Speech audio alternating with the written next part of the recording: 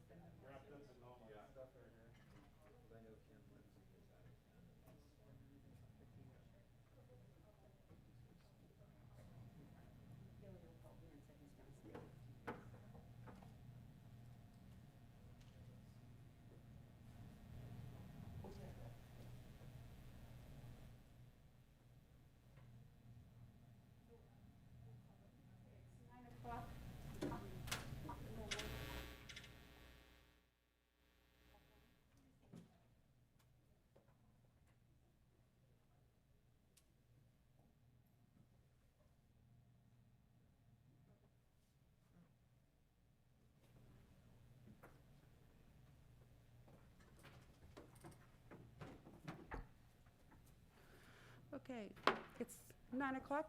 Are we ready to begin? Okay. So let's go ahead and begin with the Pledge of Allegiance by Supervisor Bob Tiffany.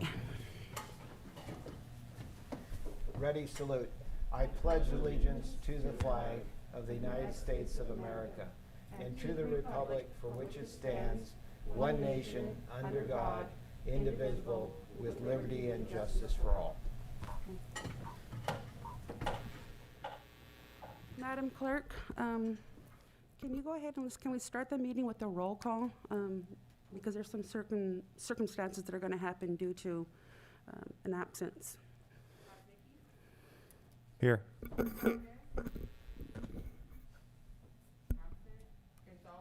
Here. Here. Okay.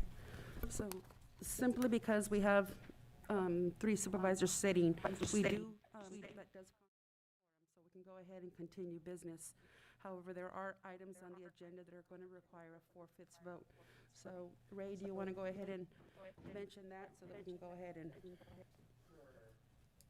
Sure, Madam Chair. So items 12, 35, and 49 require a 4/5 vote. However, item 35 from County Counsel's office.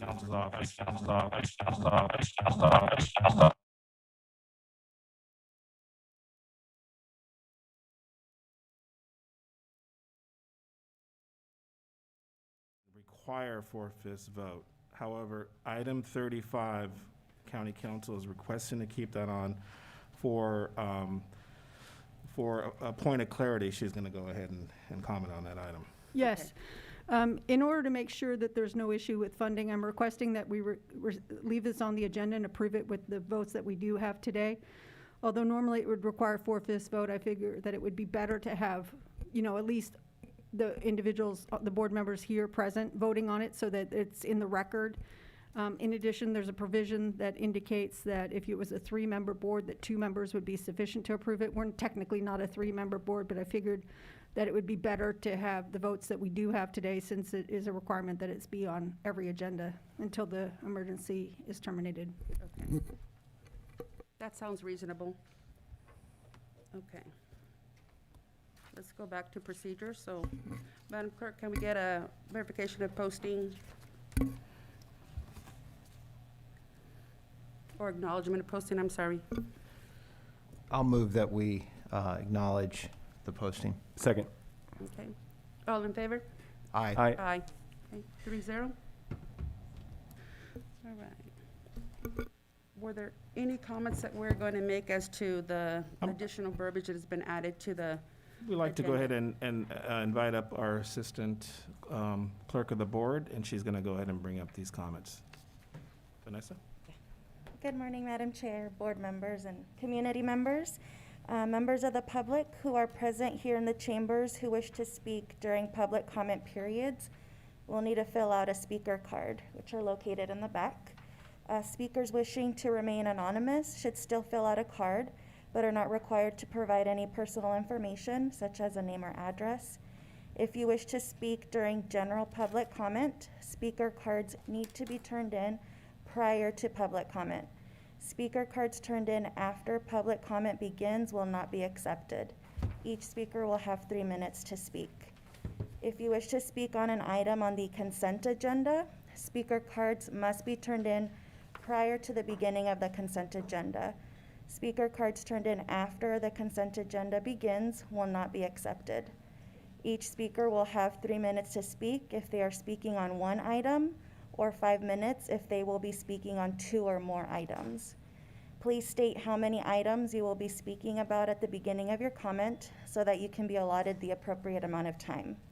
If you wish to speak on an item during the regular agenda or public hearing, speaker cards must be turned in prior to that item being called. Speaker cards turned in after the item has been called will not be accepted. Each speaker will have 3 minutes to speak. If you wish to make a comment through Zoom, press *9 on your phone or the raise your hand icon on your screen when prompted. We recommend that you upgrade to the latest version of Zoom to make sure you can participate through public comment. Thank you. Thank you, Madam Assistant Clerk. So one point of clarity as well, in the chambers, we are requiring masks for everyone in attendance. Just wanted to be clear with that. And this item will be discussed today, the first item on regular agenda. Back to you, Madam Chair. Okay, thank you. So then, department head, presentations or recognitions. Do we have any? No? Okay. So then, any public comment items not on the agenda? On Zoom, if you'd like to make a comment, please press *9 on your phone or the raise your hand icon on your screen.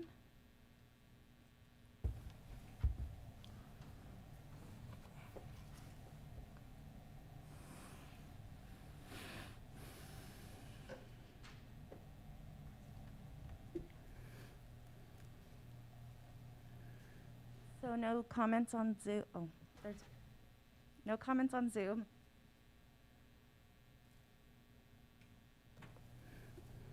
I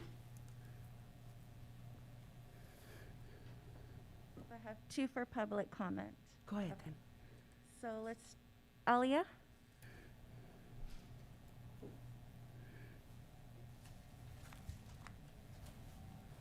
Madam Chair and Supervisors.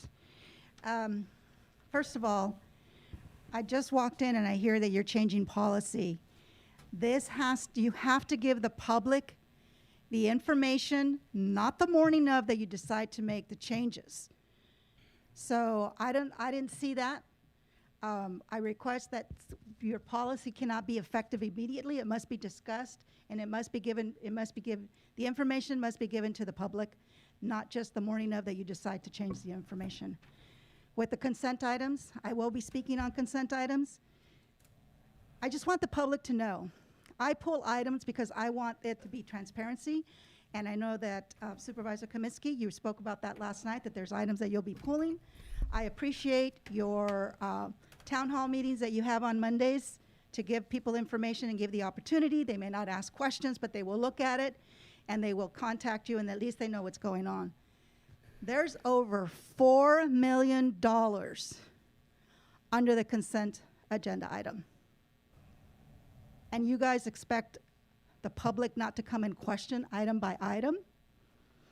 Should have the opportunity, if somebody wants to come in and open up public comment on an agenda item that's consent, that individual should have the right to speak for 3 minutes, not giving them 5 minutes to speak on 10 items, if that's what they wish to pull. You're stopping your voters And that's who you respond to. That's who you work for. You work for the voters, and unfortunately, you work for the Adam Henrys that don't vote. And everyone has the right to speak. Everyone has the right to pull an item, and you silencing them by reducing it to so many minutes for whether it's one item or whether it's 10 items they decide to pull, I believe is completely, I'm sure you've got county council, you've talked to county council. When you've got numerous people on the phone, on Zoom, and you've got the chambers full, you have the right to reduce the time to speak by a few minutes. Sometimes you can even give them a minute because it disturbs, because it helps to guide the meeting go longer. You all work, you get paid to be here, and to complain that the meeting is going on too long is ridiculous, because that is what your job is, to be here for however long it takes. I come here, I don't complain about how long the meetings go. I don't get paid to come up here. I'm a concerned citizen, and I resent you trying to limit what I have to say for those people that cannot make it to these meetings. Well, thank you. Thank you for your comments. Michelle?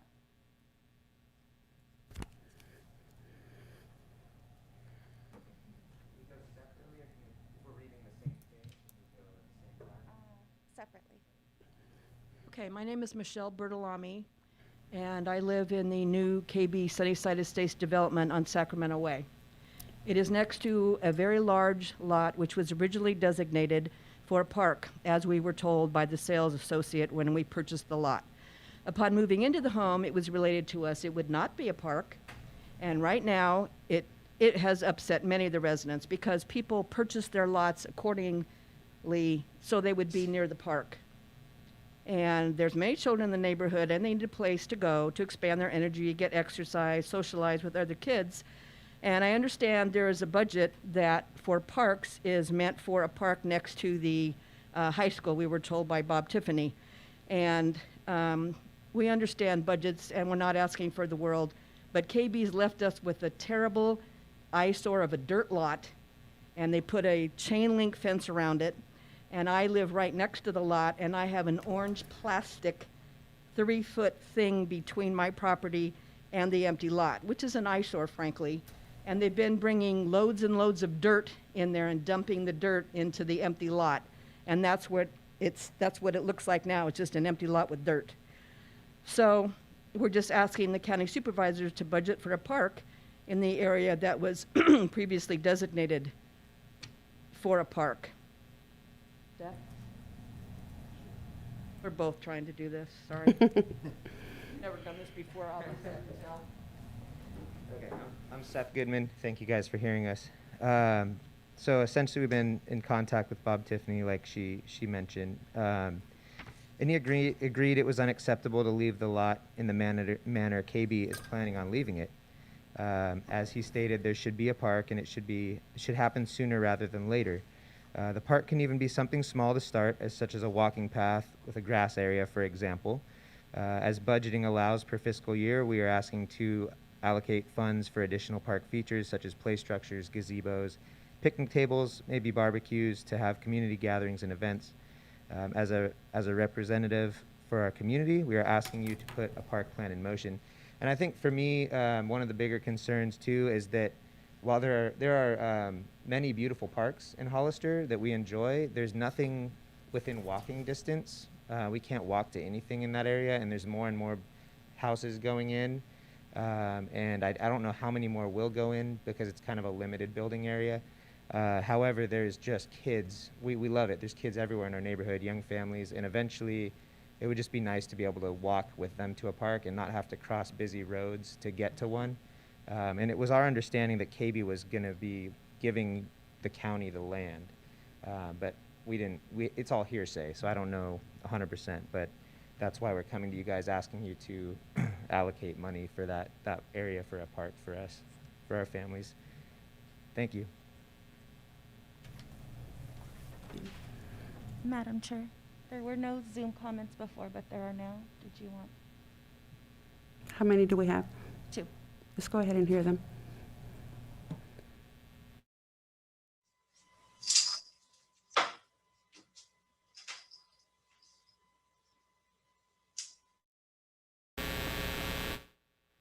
you've been unmuted.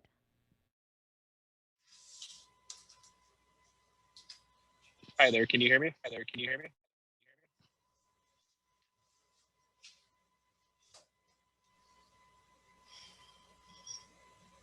Hello? Hello? Hello?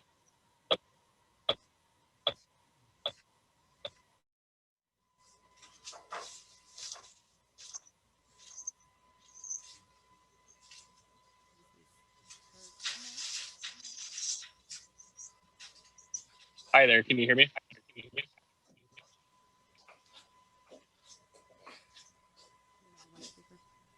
You've been unmuted, Irma. Please state your name and you have 3 minutes. Hi, good morning. My name is Irma Gonzalez, and I'd like to speak to you about the Sunnyside Estates and the Promise Playground. My daughter purchased a lot there and has a beautiful home with the promise that the developer would build a neighborhood park for my grandchildren. A lot of residents purchased property there based on this promise. And I know the promise was made because I was there when the contracts were signed and when the promises were made. Now, I feel it's important that the children have this space. A lot of these lots are very small and they can't accommodate playgrounds in the back for the children. And it's important that the children become unwired, unglued from the TV and from their cell phones, and be outside and play and run and breathe and play in the fresh air and feel the sunshine. This park is extremely important. And as the other person that was speaking mentioned, the lot is an eyesore. You have a pile of dirt.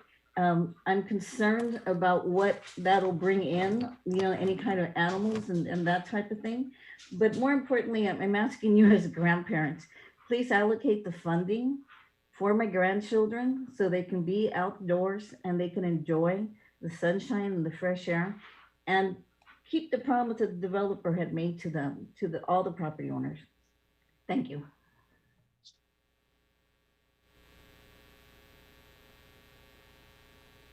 Matt, you've been unmuted. Please state your name and you have 3 minutes. Hi there, my name is Matt Rogers. I'm also part of the Sunnyside Estates development. I don't want to repeat what everybody else has said because that's going to waste your time, but I also appreciate the time you've given us today. But everything they've said is true. KB did promise us a park there when we bought the house. They promised everybody a park there when we bought the house. Like a lot of things KB promised us, nothing was even close to how they said it would be. A lot of empty promises, a lot of talk and no action. And like everybody else has said, the park is now a giant eyesore. I live immediately adjacent to the park. I would love a park to be there for a lot of different reasons, like other people mentioned. It feels like every other house we have in our neighborhood has a child, and not just kids, but usually under the age of 5. So it kind of gives some urgency to have this park built sooner rather than later, because it's going to provide a safe place for these kids to grow up and to kind of build a sense of community. As someone else mentioned, we don't have any parks anywhere near us. Everybody kind of plays in the street and everyone gets along and it's cool, but having a central place for everybody to kind of collaborate, I think would be invaluable. So thank you for our time. And as someone else mentioned too, it doesn't have to be big and fancy, to something as simple as a grass area, ideally a playground, but just a place for us all to go. And anything is better than that dirt lot we have right now. It's really tough to look at. And I think we deserve better as not just residents, but residents of this county. So thank you so much for your time and take care.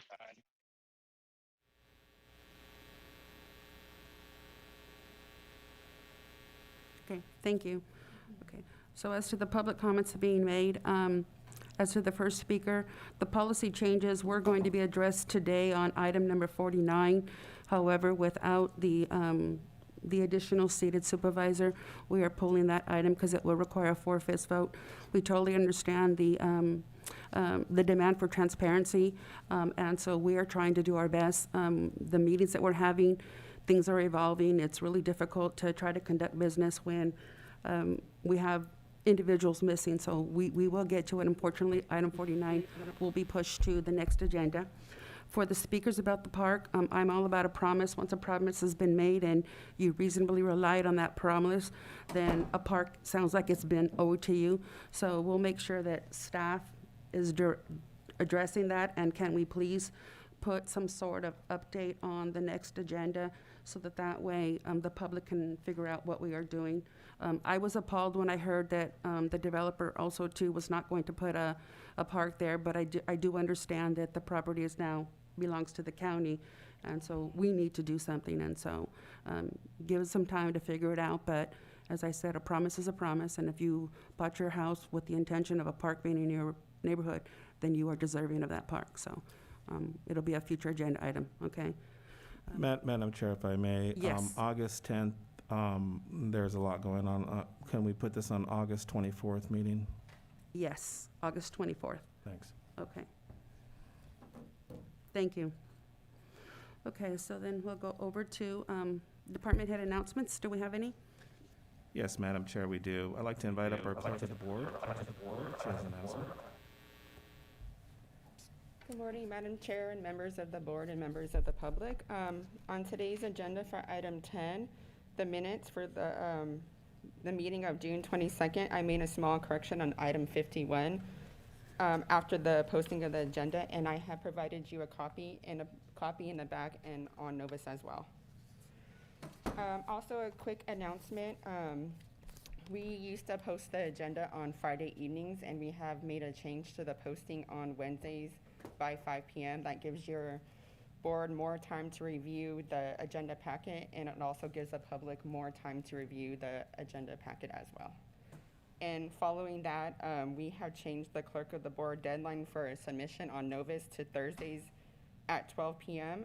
It used to be Fridays at 5 p.m. So if staff is not putting those items on Novus by 12 on Thursdays, it will have to be on the next board meeting. And also too, when we're doing agenda review, if items are not complete, we will have to push it to the next meeting in order to get the agenda posted on Wednesdays by 5. Just wanted to make that clear. And one more thing, we have added some new subjects to our staff reports, and I just wanted to let you know. We have added resolution or ordinance needed for this item, a contract needed for this item, contract and RFP history, last contract amount, state if this is a new contract, how many past amended contracts, and if it's an unfunded mandate. So this gives you guys more information on the staff report, and if there's anything else that you guys think should be on there, just let me know and we could add it as well.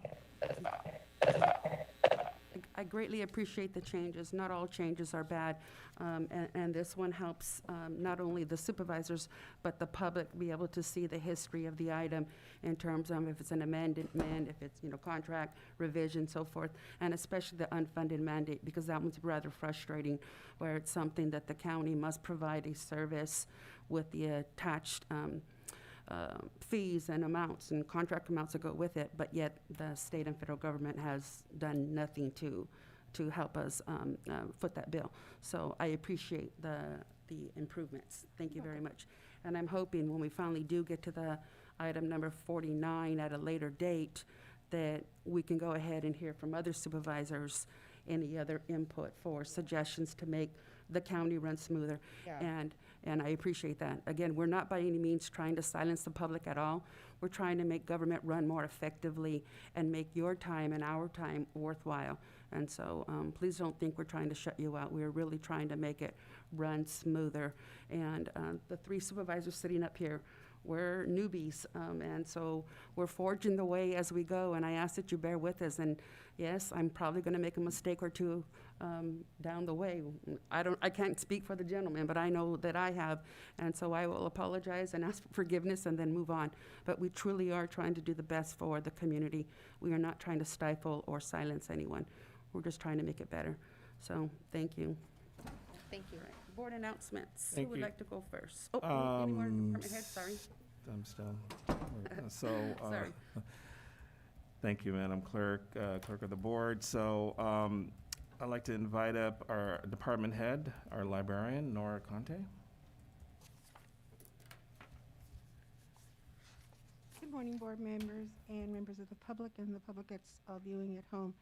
just a quick announcement. I wanted to compliment our children this year on their summer reading club activities. They are readers, and I'm so proud of them because they love to read. And as we all know, readers are leaders.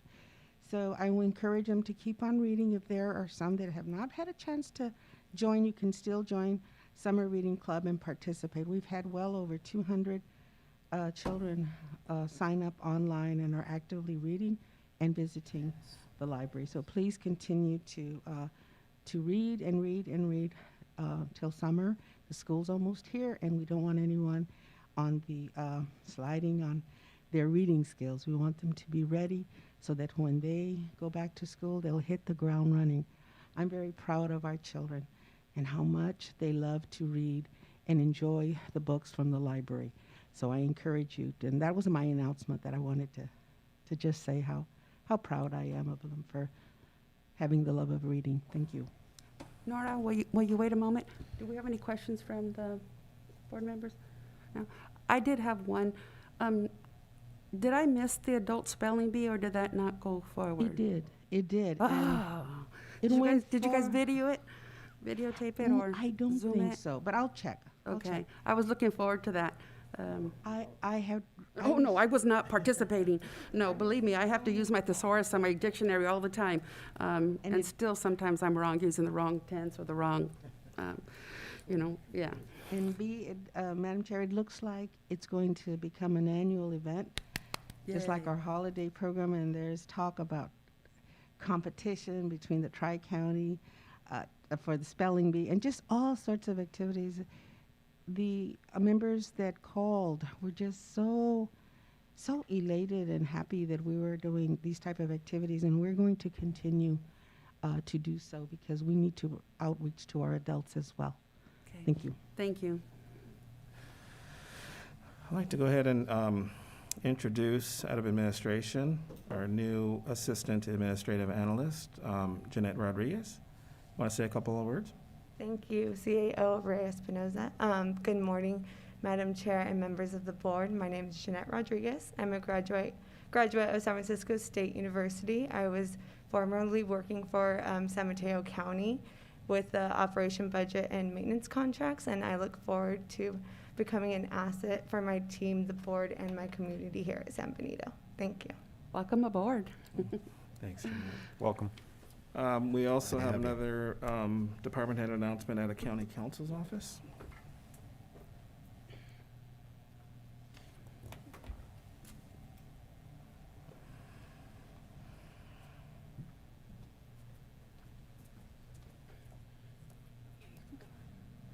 I just wanted to introduce the board to Eckenbrower, who is our student intern. He's a third-year law student from Santa Clara University. He's able to get units both from his university, and he's also getting hours through us as a student intern. So if I could just he's a Hollister resident and a graduate of GECA, and I'll let him introduce himself. Good morning, everyone. Good morning, members of the board. Just want to take a minute to introduce myself. My name is Ekem. I've been working here for about a month as a law clerk in the county council.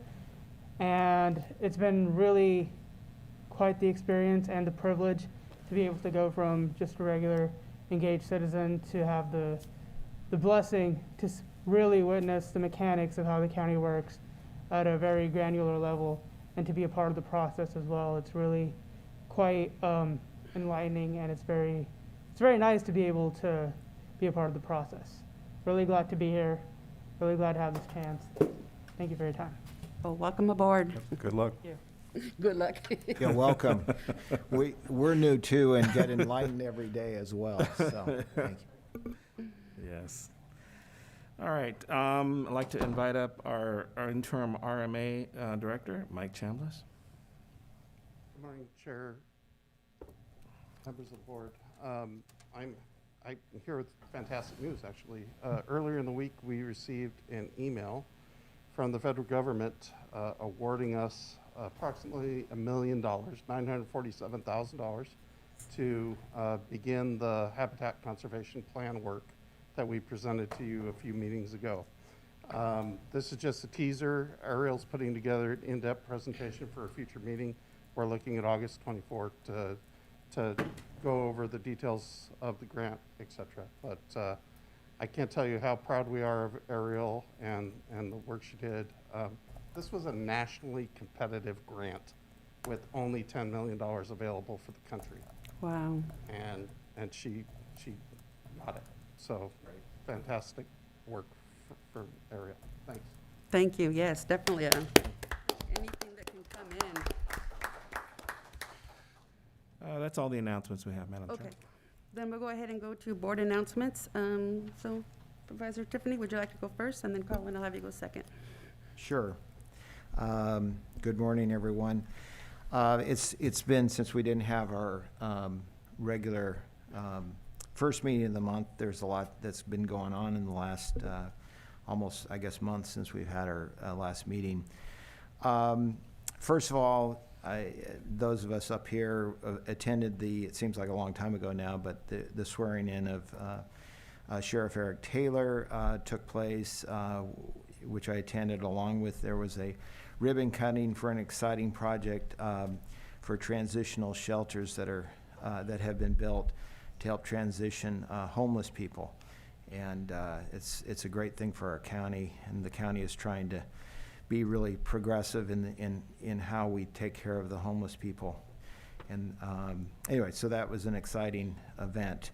I attended, along with Supervisor Gonzalez, the Behavioral Health Board, which we have every month.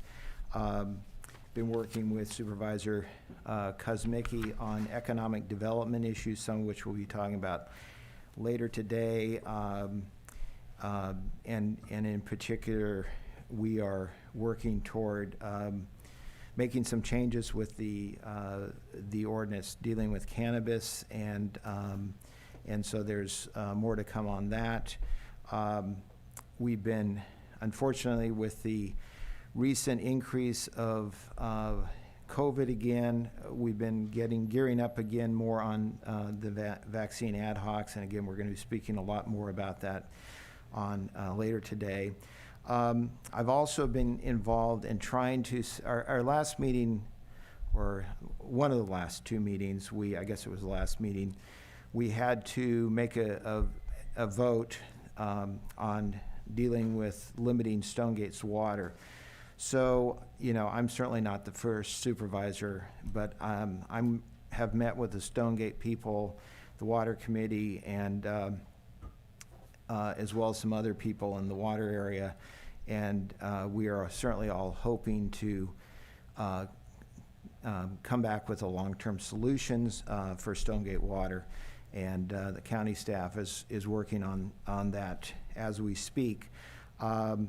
Also, I was just going to mention that this evening, meeting with Ridgemark Homeowners Association, along with county staff, to talk about the CSA and their road situation. I've been working a bit with Michael Anderson with Santana Ranch, along with county staff. There's some issues that we're trying to get addressed. And then also, I was just going to mention, going to have a meeting, my second meeting on Clear Creek, and that's an area that we're going to continue to work on. It's a complicated issue, but we're hoping that we can get some movement in terms of getting at least part of Clear Creek reopened for bikers. The last two things I was going to mention is we heard several speakers today already talk about Sunnyside Estates and the park situation. I was just going to mention, and as a couple of them mentioned, I've been behind the scenes talking to several of the people involved. There's been other issues with one other I can think of with Sunnyside Estates, and frankly, it's very disappointing that KB Homes handles the way the things the way they have. There's been promises made that have not been followed through, but it is where we are today, and I know the county is working to try to address the situation with the park. We received in the last couple of days, just I believe it was yesterday, there was a petition that was sent into us, to the supervisors, There's, if my count is correct, just over 135 signatories on this petition, and I'll just quickly read it. It says, "We, the undersigned residents of Sunnyside Estates, ask that the County of San Benito and the Board of Supervisors fulfill the promises made to us by K&B Homes and designate the open space located at the corner of Sacramento Way and Klamath Way for a neighborhood park. K&B Homes promised residents and has set aside an open space for a park. However, that designated land was instead given to the county, leaving residents with a chain link fence around the open space, creating an eyesore. We ask that the County of San Benito supervisors instruct county staff to designate and develop a full neighborhood park for our children to run and play as we residents have been promised." So again, there's already been a number of comments made on this, as well as the chair has spoken, and we've got it on the agenda for the 24th, which is great. I did want to just further mention that, yes, what happened with the development agreement is that land was given to was set aside by the developer for a park.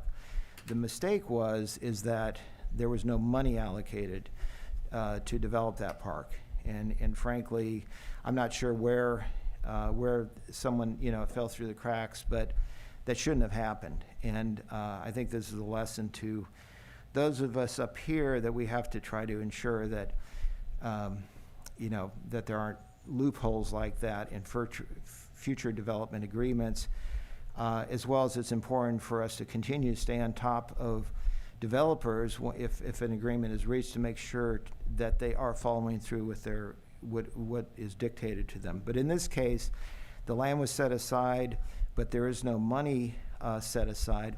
So it is, the county is working actively as we speak, and again, we're going to talk about it further, but on a resolution. There probably will be a short-term resolution to try to, as they say, at least deal with the chain link fence and put something out there that will make it less of an eyesore. And then a long-term solution, we're looking at a couple of possibilities. Part of it might have to do with money that's coming in, hopefully as in a grant for the Riverview Park. Part of it might be tied to San Juan Oaks and some development agreement money there, but we are actively looking to how to solve this problem at Sunnyside Estates, as well as another development in that area as well. So I'm almost done here, so that's we'll be addressing that. The last thing I would want to say is that there's a great program going on that the United Way is involved in right now. It's called Stuff the Bus, and I think most people have heard of it. It's been going on for a number of years. It's a great program to provide backpacks for low-income school kids, and it's backpacks and all the school supplies you need as you head off to school. It's a great program, and I just wanted to mention they're in the middle of that. They are still fundraising right now. I would encourage everyone in the audience or listening in, as well as my fellow board members, to consider making a donation.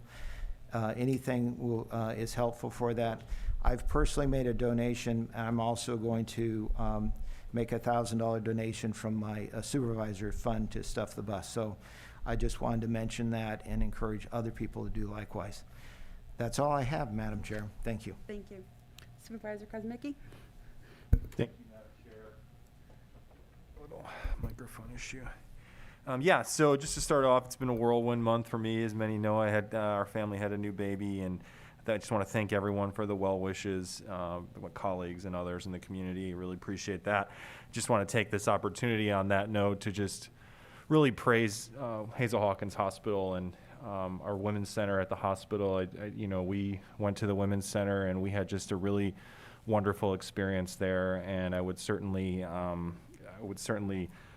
encourage others who are considering, expanding their family to use our women's center. It's a really valuable asset. The nurses, the doctors, the staff, they were just unbelievable, and just want to thank all of them from the bottom of my heart. Appreciate that. As far as meetings go, just various homelessness meetings, audit committee, cannabis, fireworks, a lot of things on the agenda today, economic development, seniors council, COVID, of course, with Supervisor Tiffany. and the annexation agreement, tax sharing agreement. We're still working on that with just negotiations with the city of Hollister on that. And then that was pretty much the extent of my meetings. I went to the swearing in, of course, for the new sheriff. Just again, want to congratulate Sheriff Taylor, and also the Hollister Pride flag raising event at City Hall there. And really happy to see, I know we're going to move the item for board rules and procedures because we don't have the fourth board member, but just want to really say I appreciate this work that's been done by staff to improve our agendas, and just it's a really big deal to move the publishing of the agenda, especially from Friday to the Wednesday before. That gives the public almost an entire week, not just us. We're expected to be doing our work before the thing is published, and I think, at least I think we can get ahead because there's drafts going on in the background. But I think especially for the public to have those extra 2 days before the weekend, if they so choose, I just think that's a huge benefit. It's something that I've pushed for and other board members have pushed for, and I just really appreciate the staff getting that done. And then also on the agendas, you'll notice now there are certain categories that are just built in, templated in essentially, so that staff has to fill in, for instance, how much was the budget amount last year versus this year. It has an ingrained structure to it, and I just really appreciate that again. It improves the transparency for our community and lessens the confusion for the public and potentially for board members as well. So thank you there. And then I agree on the park discussion. I don't need to go further on that. It's obviously that's not on the agenda, but that'll be great to have that discussion in August. And then I would like to request former supervisor Henry Solario passed away. I just want to send my condolences to the family, and just request that we close the meeting with a moment of silence in honor of former Supervisor Solario. Thank you. Okay. As for me, I'm going to go ahead and not really address all the events that I've attended lately. It's been, as Supervisor Kosmicki said, it's been a whirlwind of things going on in the last 45 days. And so this morning, I turned on the television as I was getting ready, and the Capitol Hill hearings started regarding the January 6th insurrection. And I was captivated watching that. And I watched the 4 officers explain from their perspectives the terror that they felt as they were trying to defend the Capitol. And as I sat there and I listened, it was very reminiscent of September 11th, 9/11. I was teaching at Hill College at the time, and I had flashbacks of post-traumatic stress just watching it.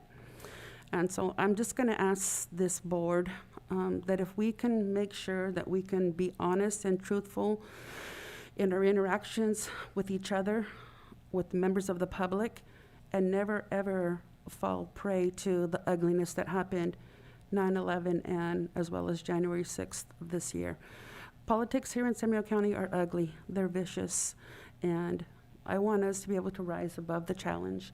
I want us to be able to be better and honest, and when I say something, you can take it at face value with what I'm telling you was honest and truth, with all veracity.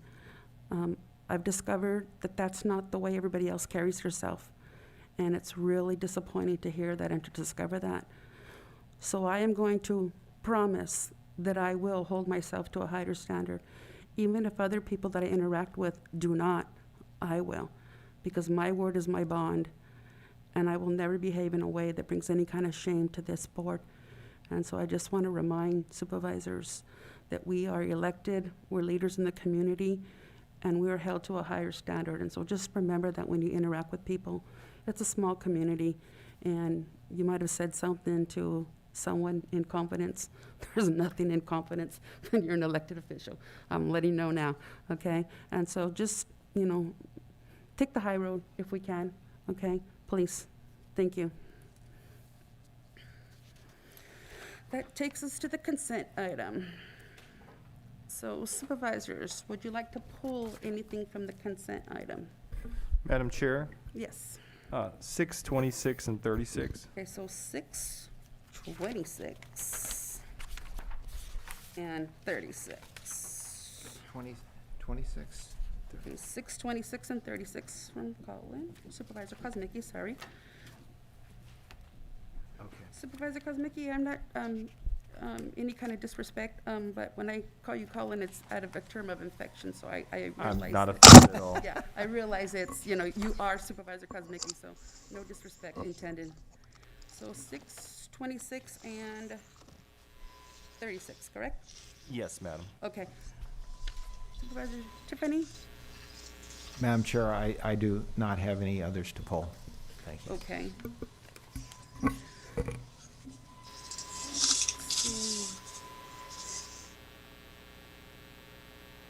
I want to pull 27,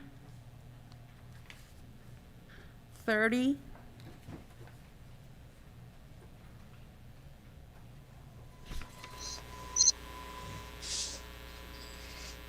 that's it. So 6, 26, 36, in addition to mine, 27 and 30. So 6, 26, 36. That sounds like bingo number, 6, 26, 36. Go play the lotto, Supervisor Kozmicki. And then mine's 27 and 30. So what is the will of the board for all items minus 6, 26, 36, 27? Madam Chair, if I may, can you open it up for the public to? Thank you, I'm sorry. So for public comment? Yes, thank you. Okay, sorry. So I'm going to open up for public comment for items on the consent item. And just to clarify, that would be not including the ones we pulled, right? That is Commenting correct. on- And basically, under the guise of and direction from your board, they have the ability to hear an item if it's one item, or discuss an item that they may have a concern with or any thoughts with for 3 minutes. If it's more than one item, then it's 5 minutes. They cannot pull any items. Okay. In the chambers, we have Elia.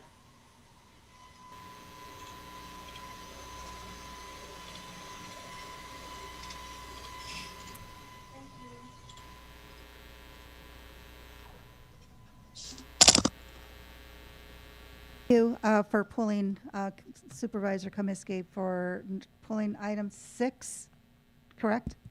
Okay, I would like to have a discussion with regards to item 9 and 32.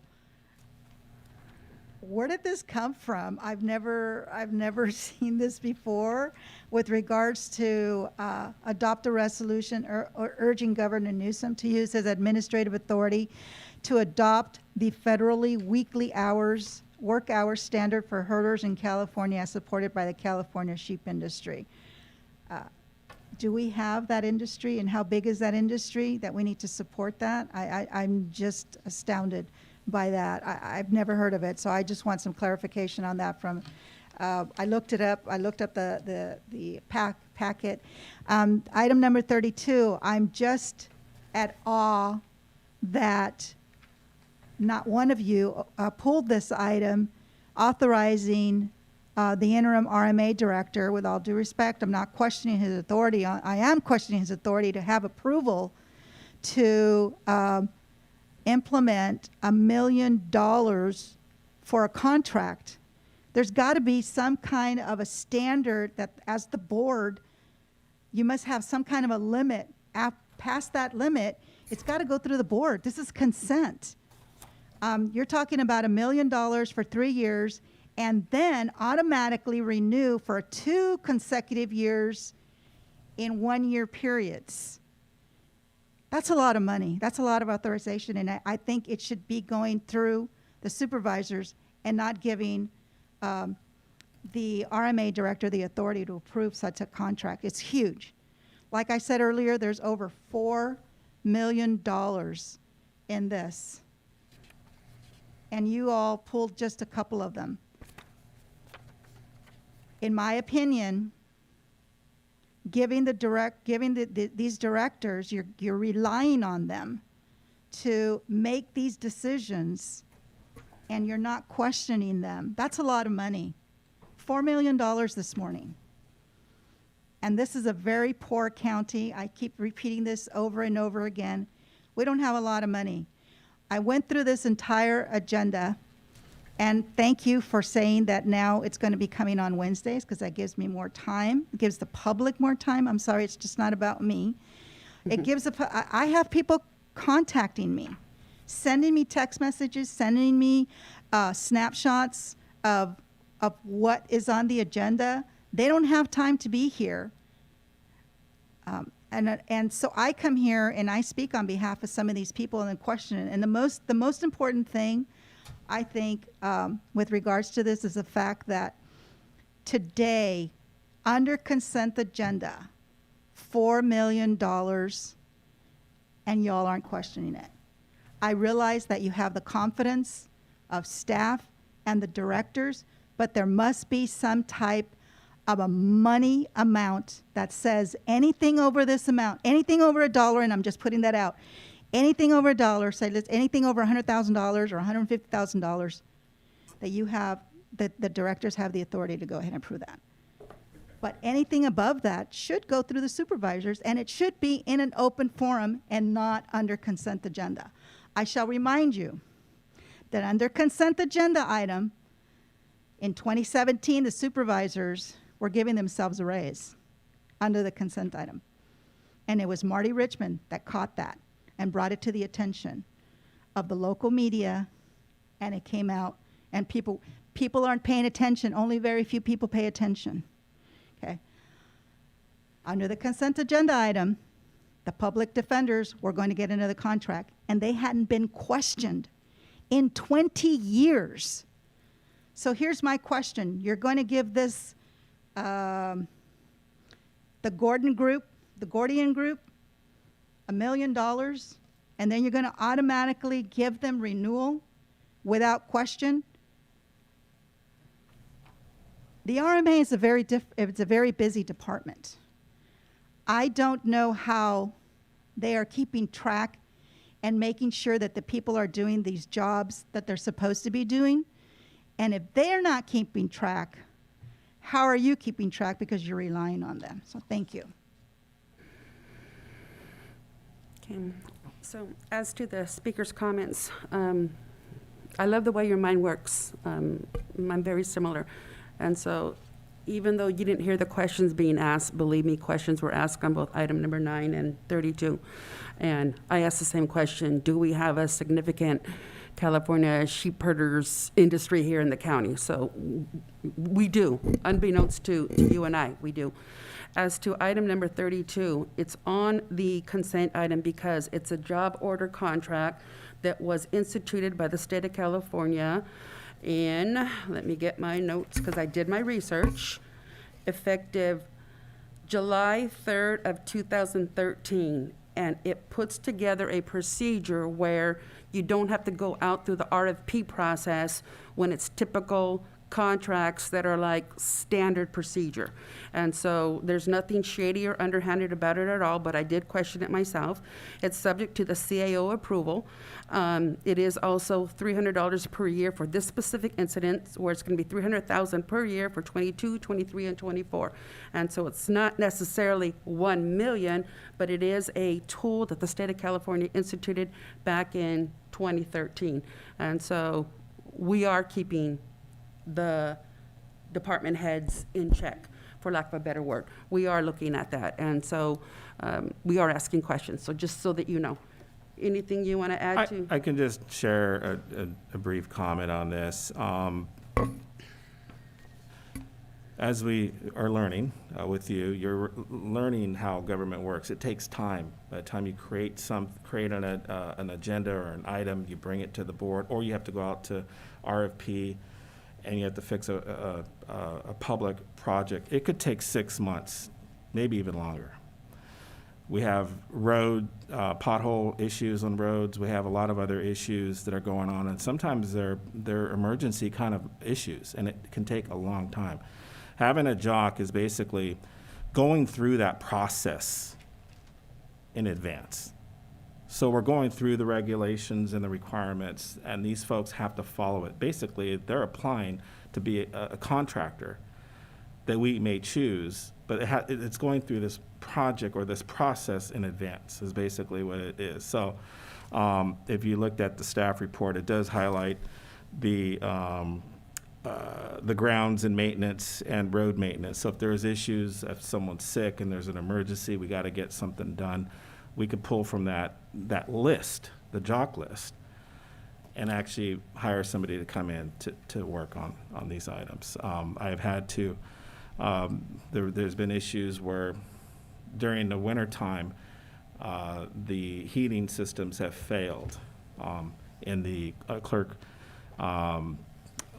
office, elections office, and they've had to wear parkas and gloves, and that's just really horrible. We have to go through this process to replace a unit. So having this in place just allows RMA the flexibility and the ability to fix things quickly and more expediently, as well as just moving through this process and being more efficient and really being able to, in some cases, retain people where they work in a better environment.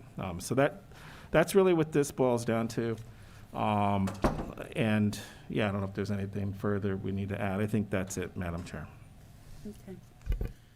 So then, what is, We still any- have Zoom comments, sorry. Okay, so I was gonna see if the supervisors had any other comments, because I just went ahead and jumped in. Yeah, I appreciate what you said, Supervisor Gonzalez. And just so the public knows, we certainly look at everything that's in the consent agenda, we look at very closely. And then if we have questions or concerns, I know each of us are reaching out to the various department heads as appropriate to get those questions we might have addressed, and then, of course, each of us make our own decision.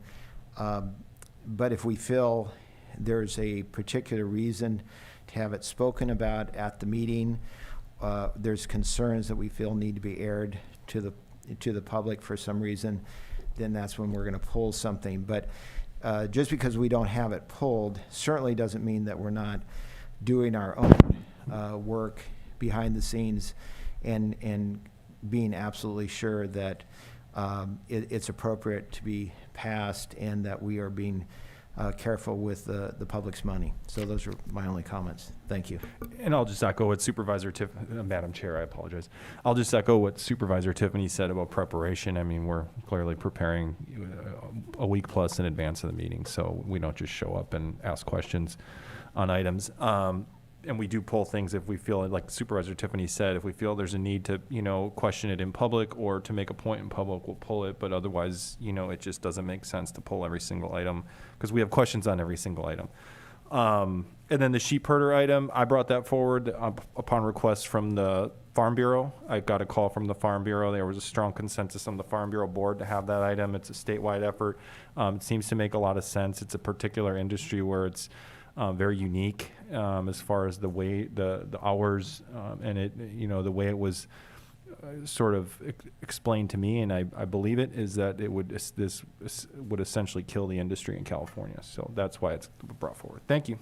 Yeah, excuse me, Madam Chair, I was just going to mention it also. I get the San Francisco Chronicle on its front page of the Chronicle, I believe, yesterday's paper, this very issue. So it's interesting. It's one of those classic unintended consequences, I think, that we're trying to address. Thank you. Okay, all right. So with those two items taken care of, what is the will of the board for all of the other consent items, not including 6, 26, 20? Madam Chair. Oh, public comment. I'm sorry, guys. You've been unmuted. Please state your name and you have 3 minutes. My name is Philip Esparza, resident of San Benito County. Thank you for allowing me to speak. I'm speaking in support of item number 46 and the allocation of at least although ideally $5 million from the new ARPA funding monies that are coming in to support broadband development and implementation of a robust internet access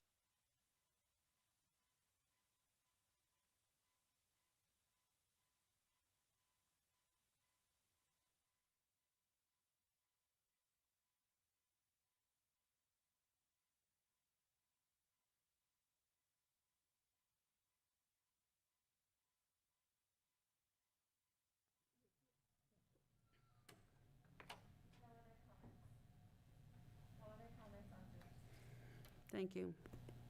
All right. I'm almost afraid to ask this question. What is the will of the board for the remain? Are there any questions here in chambers? I didn't ask that question for Ellie. I did. Sorry, Ellie did spoke. My bad. Okay, so the will of the board for items 6, 26, 27, 30, and 36.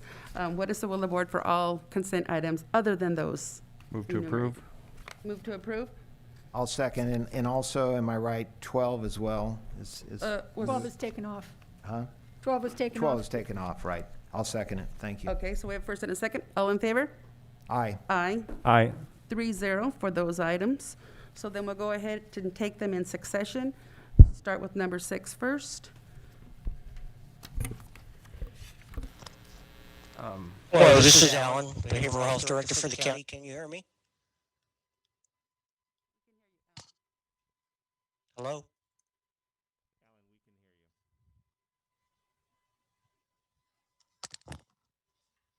Can you hear me? Yes, we can.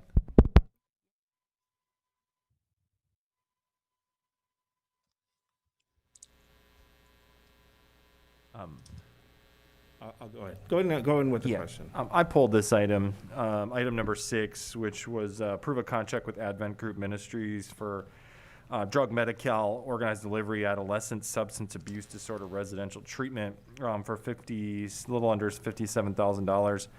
And I did ask about this, I guess it was Friday. I talked to Director Yamamoto, and my concern about this is that it's a faith-based ministry.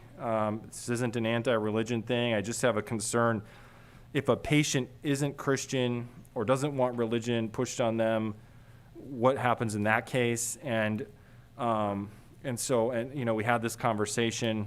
I don't know if Alan Yamamoto, I don't know if you can comment further on that, but it just left me a little uncomfortable. I know that you know, the way it was explained is that essentially this is there aren't very many of these organizations that can do this service, so that in a way puts us and others in a bind. But I'm just wondering about that. It just having the ministry, taxpayer dollars going toward a ministry for adolescent substance abuse treatment.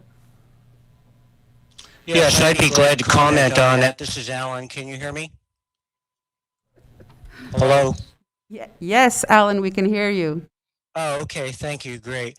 Yeah, this particular contract is a mandated contract by the state, and we had to have a adolescent residential treatment provider under contract, and they're extremely difficult to locate. It's a very rare service to provide, and you'll notice in my write-up I had indicated that there are several other counties in our region that also contract with this facility, which happens to be located in Morgan Hill.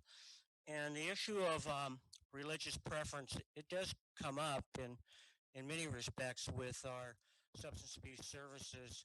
So we're familiar with that type of issue, but we do have to have a provider that provides this particular type of treatment under contract. If we should have an objection from an individual because of the religious orientation of the organization that runs this particular resource, we would have to locate some other alternative. It is not likely we'd be able to locate another alternative specifically that is residential for adolescents because of the scarcity of that particular type of residence, but we would have to figure out an alternative way of providing the service, which might look, just off the top of my head, something like an intensive service package that we would provide on outpatient, along with frequent monitoring at whatever the residence happen to be for that particular adolescent. But the most important part is that we have a contractor under contractor to fulfill our contract with the state, and this happened to be the only one that was available.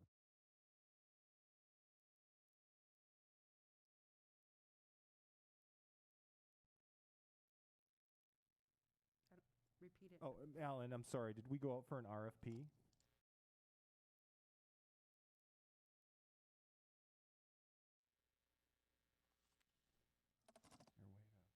Since he isn't able to respond, that's a no, Gabriel, indicating no? Okay. Again, I just want to emphasize, this this isn't anything. I just, to me, I'm a big believer in where we can, separation of, church and state. And, in this case, it seems like this is essentially, it's a ministry. So I'm not going to support this unless I hear otherwise as far as, I'm not convinced that we necessarily, did all we could to find a provider other than this one. So if this is absolutely the only provider that does this kind of service, that's one thing, but I'm just not convinced at this point. And unfortunately, we're having technical issues that might be playing into that. Thank you. Any comments? I would only say, I understand Supervisor Kuzmicki's concern. I'm not familiar with this particular ministry. I know that certainly some, for example, like Salvation Army, while they have a church, they also have a very separate area that is, not necessarily tied to that. So I don't know if that's this situation, although the way Alan explained it, it did sound like there was some, some issues that could come up occasionally. I guess my only concern is I don't know if this can be, of course, there's just 3 of us up here. If this gets delayed or gets voted down for the moment, is that going to put, the behavioral health in a bind if this is truly the only alternative? But anyway, I hear your concerns. I also hear your concerns, and I did jot down when you said the faith-based service.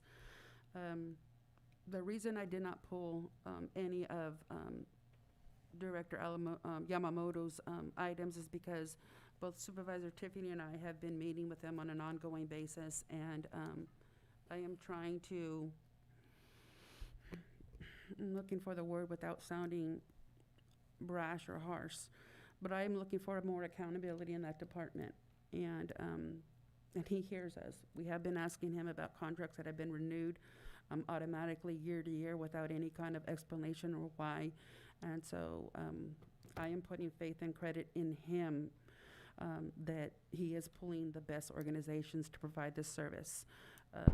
If one of us here have a problem with this one specific contract, then we need to talk further about it, because I don't want it to fly in the face of anyone. But if it is a necessary service, and maybe Gabriel, since Alan's conversation with us is difficulty in hearing him or he hearing us, is that something that you can address regarding item number 6? So I can just chime in on a couple of comments. One is with regards to it not, passing. Basically, what it means is they'll be out of compliance with the state. So he did not go out to RFP, but that's, he explained kind of the reasoning behind it. Not to say that he can't, but in the interim, we'll be out of compliance with the state if this item doesn't pass. So I don't know if you want to add anything further.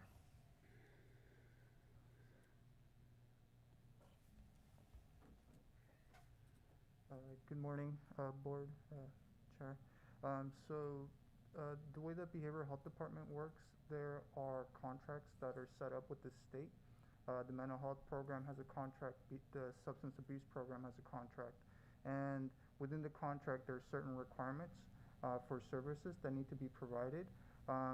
That's in a question. One of the services needing to be provided within the ODS program and contract is residential treatment for minors, in that case, in adolescents, and that would be this contract that we're discussing right now. And if the contract isn't approved, potentially we can come out of the compliance, which would, in a way, potentially decertify the county from Medi-Cal. So then the department wouldn't be eligible to be receiving Medi-Cal reimbursement for services they provide. So a suggestion I would have, since we're so light with the board members, is staying in compliance in an interim, but requiring staff to go back out to RFP or go out to RFP, and then provide a period of time for them to do that, and see if we get any other potential contracts that, that we may be able to come from that. That's just a suggestion. Madam Chair? Yes. Yeah, and so you're suggesting, because this is an annual contract, so would we would have to go back to this Advent Ministries and request that they do a month-to-month sort of arrangement, or? It looks like on the termination clause, it says that either party may terminate this agreement any time without cause by giving 30-day calendar days advance notice to the other party. And what is our time frame for having to approve this contract in order to stay in compliance? Because if it's a short time frame, I think that brings up other questions as far as why we're, I don't want to be presumptuous. What is our timing on when this has to be approved in order for us to be in compliance with the state?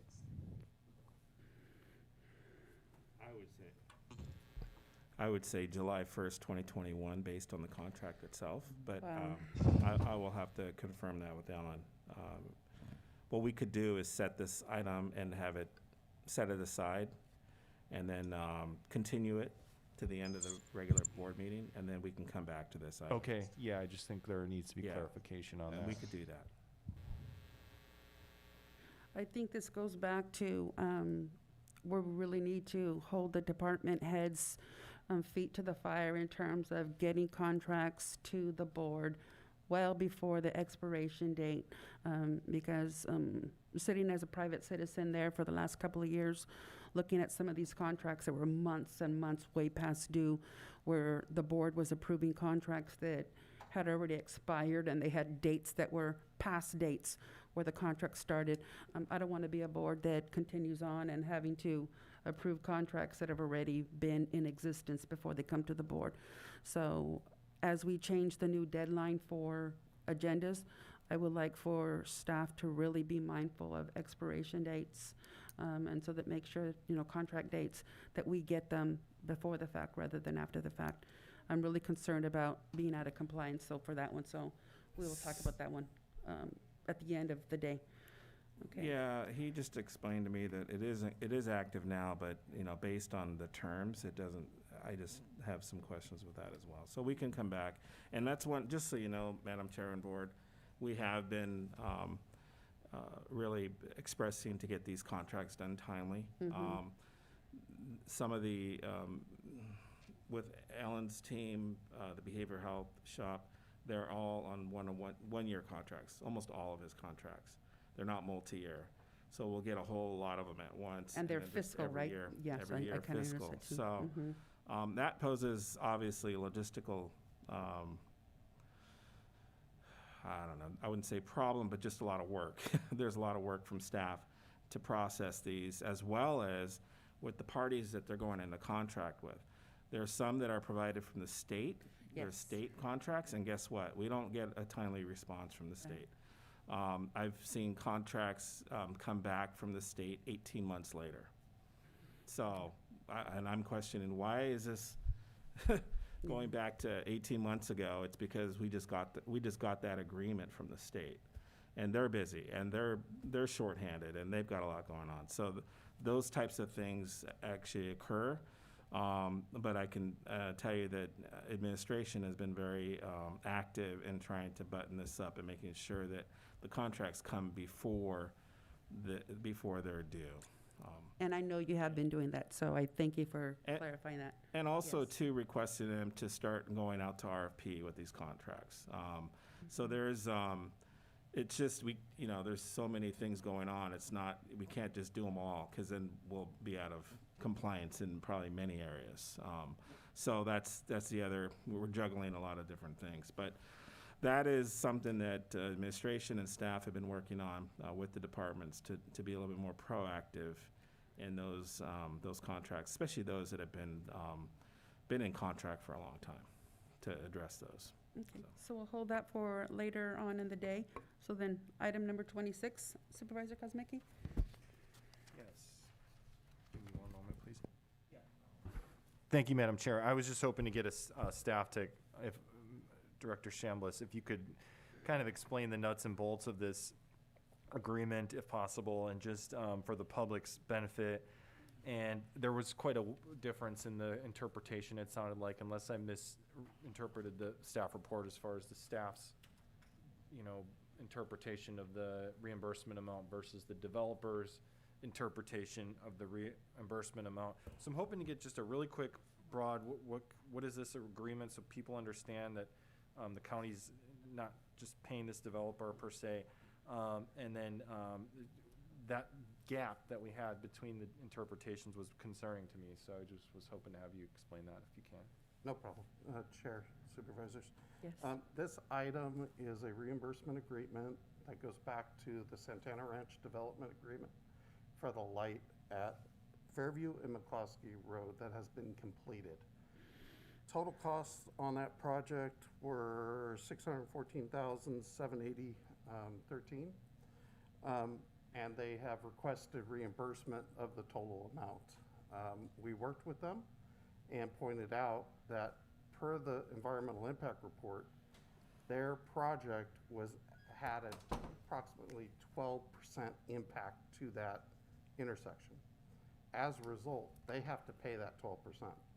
So that's why there's a 12% deduction of that total amount included in this final reimbursement for that work on that intersection. Because the initial amount that they had charged or had submitted was $231,500. Correct. And the 12% represented the $154,652.63, correct? That's the new amount with the 12% deduction included.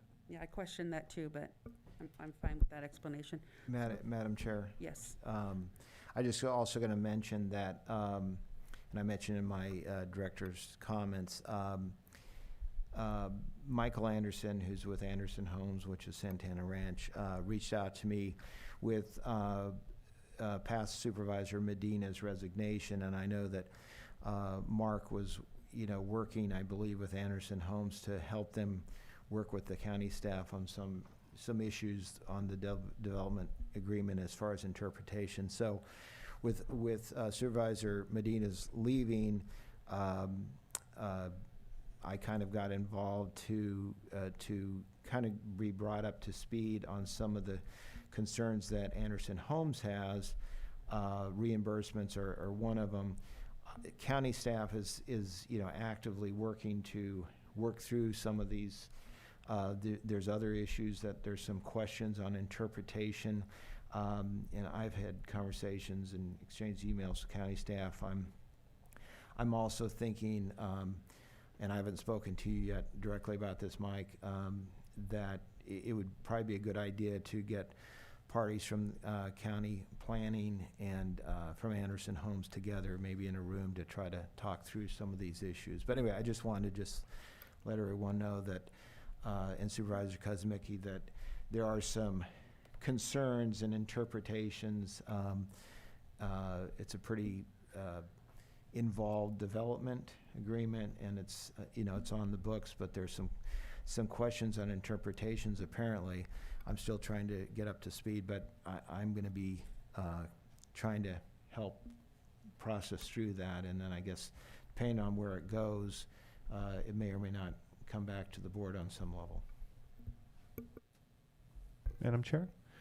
Yeah, and it just sort of underscores, is this something where, is there an urgency to this? Do we need to have discussions with the developer about beyond this 12% issue? So you're saying there are other reimbursement issues? I think part of it is that, if I understand it, and Mike may be able to comment on this, is that the Anderson Homes has been basically, they pay for this up front, and so they're, I think they are legitimately due this reimbursement, and any additional questions can be dealt with after this. But the county staff has definitely determined this is a correct reimbursement.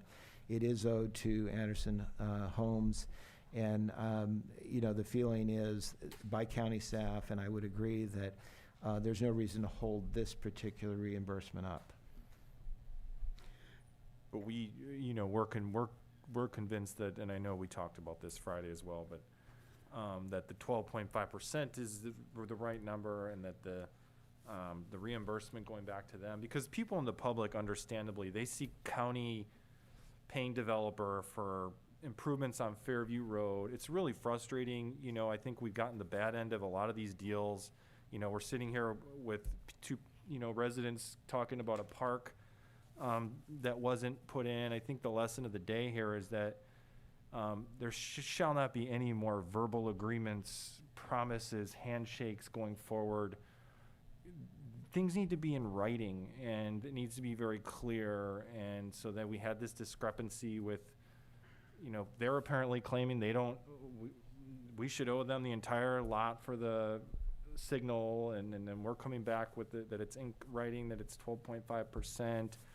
It's just overall, it leaves the cloud of frustration for me, that our community, again, and we've got to change this trend as a board, and I think the city councils have to do this as well, just to, make it clear that when you build in this community, there are certain things you have to contribute toward, and one of those is roads, obviously, and we have another intersection at Fallon on Fairview that's extremely dangerous, and if you're going to tell me that development with 1,100 new homes coming has nothing to do with impacts to these intersections, it's ludicrous. So it's just, again, it just is really frustrating. I would advocate for, obviously, sitting down and ironing things out with the developer, because we don't want any long-standing legal issues and otherwise.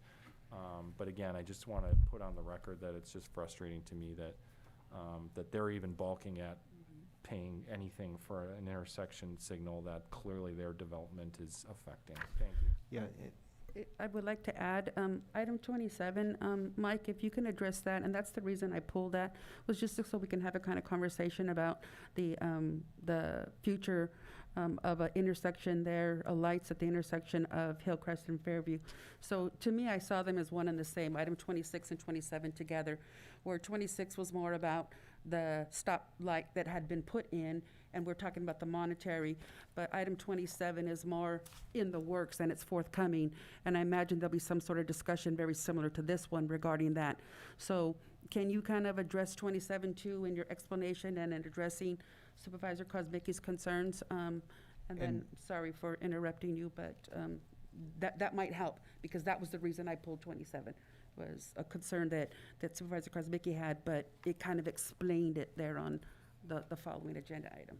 yeah. And Madam Chair, let me just quickly add before we hear back from Mike on this. The getting everyone together, just to be clear, is, there's a development agreement that goes back, I think, 2010 maybe. But, getting everyone together, a big part of it is yes, there's concerns that the developer has, but there's a written agreement. And so I think a big part of getting everyone together is making sure we do hold the developer, responsible for what the agreement says. Now, with that being said, there can be some interpretations, I gather, and I guess we need to talk about that. But I would agree with Supervisor Kozmicki that we need to be sure not just this developer, but others are held accountable for any impacts. I will say Anderson Homes has, as part of this agreement, they have paid for and for certain roads that have been parts of roads that have been improved, as well as for lights and other things. So in fairness, as part of the agreement, they are actively participating in trying to mitigate some of these things, but there are some questions. Mike, maybe you can talk a little further about that.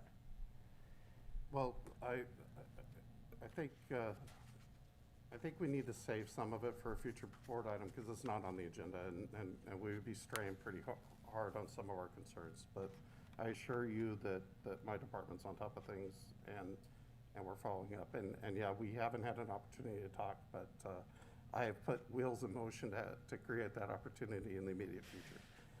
As for item number 27, per the chair's request, item number 27 is a property acquisition through eminent domain for a portion of a individual's land that is required to construct a traffic signalized intersection at Hillcrest and Fairview Roads. These plans have been reviewed and as of yesterday are approved. As part of that project, the improvements all along Fairview are also occurring. So they'll be doing this intersection and the improvements on Fairview. And as stated in this report, as part of the development agreement, previous boards that adopted that agreement said that the developer will pay for half of this intersection, and the county, through its traffic funds, will be paying for the western half of the intersection. How'd I do? That's good. I withdraw my objection on that one. So I would like to, when we finish, put them together when we decide. So any comments from the public, either here in chambers or on Zoom? For 26 and 27? Yes, please. Would like to make a comment on Zoom, please press *9 or the raise your hand icon on your screen.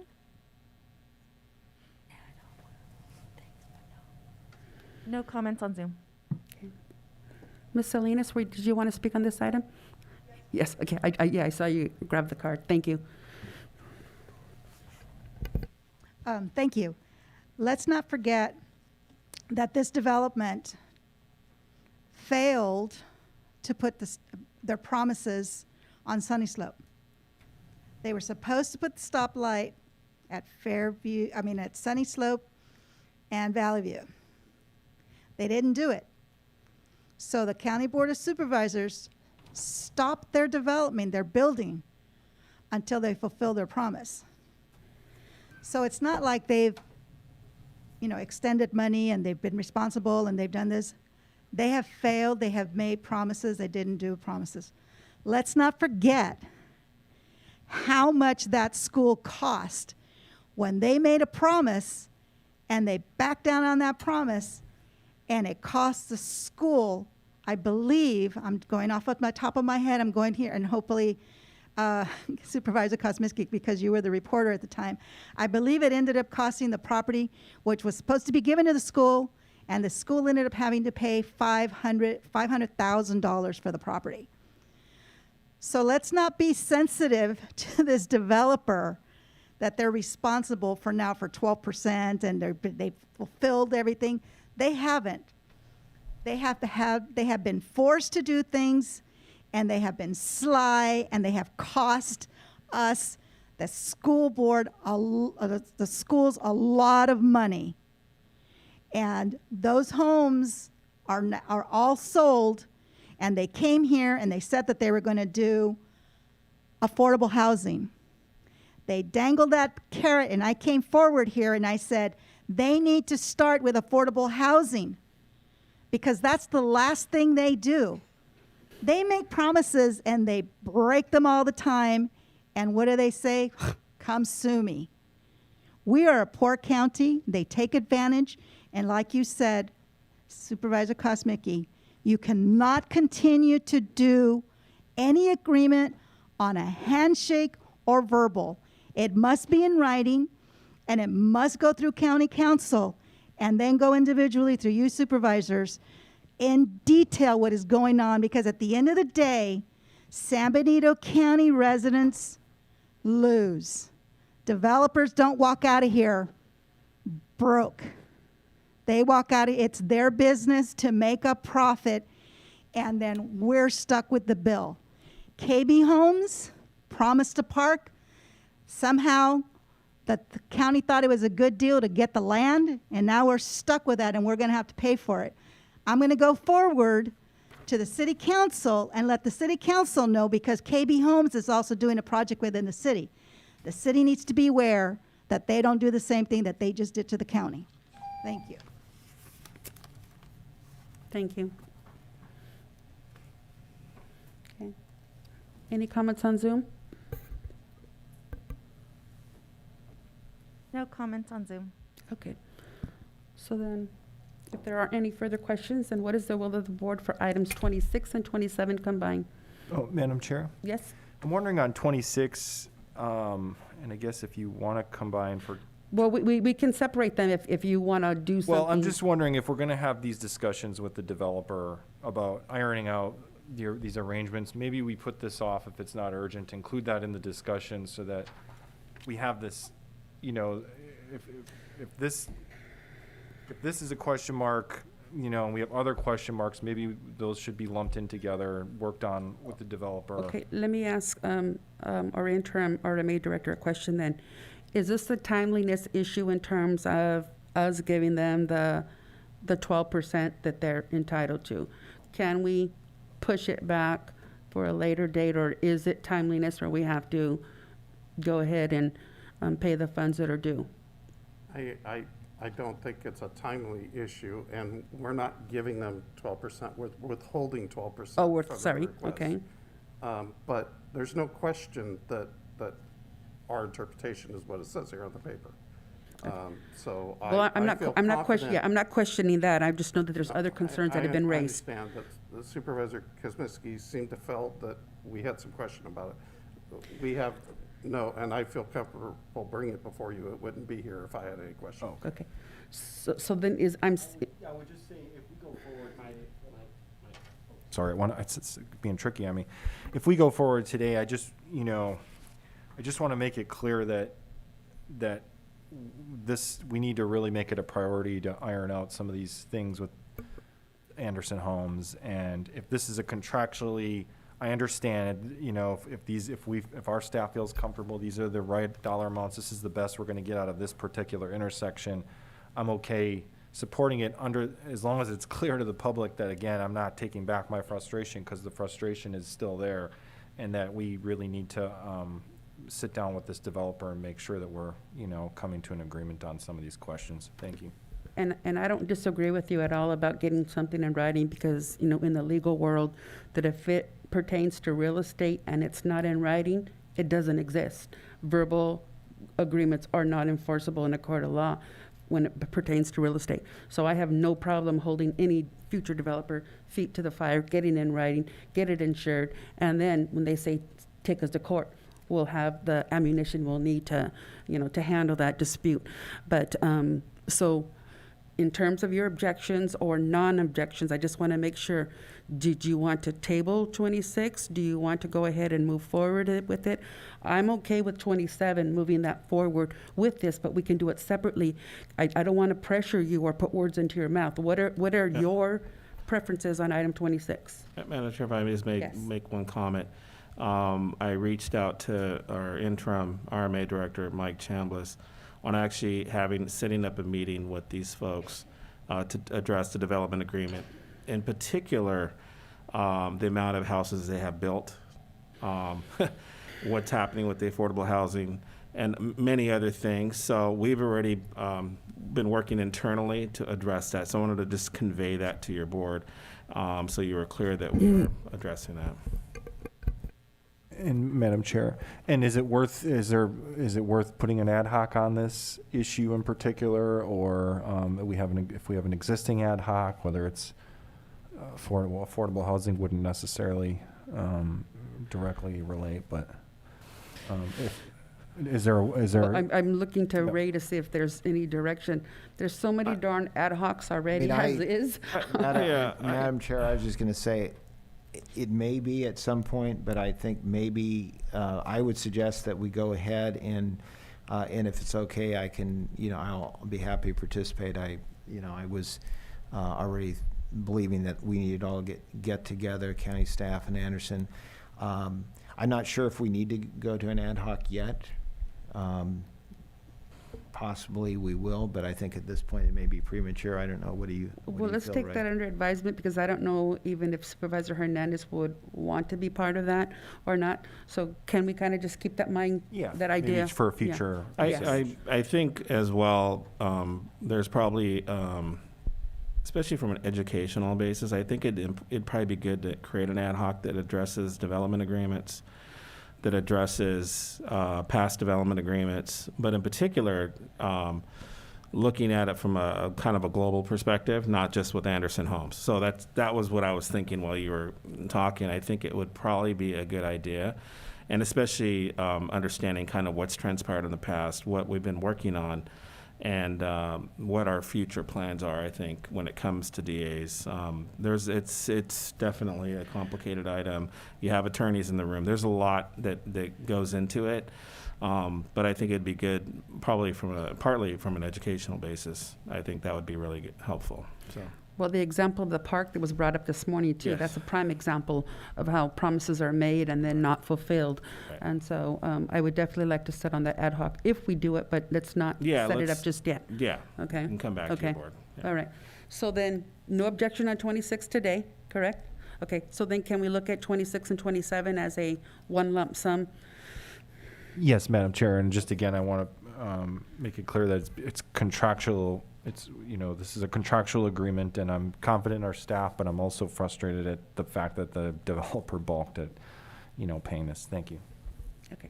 Yeah, and let me just add, I don't want it to be misleading some of the conversation. There is a development agreement very clearly in writing, and it's very detailed. I've gone through it, certainly not in great detail, but the county staff's very familiar with it.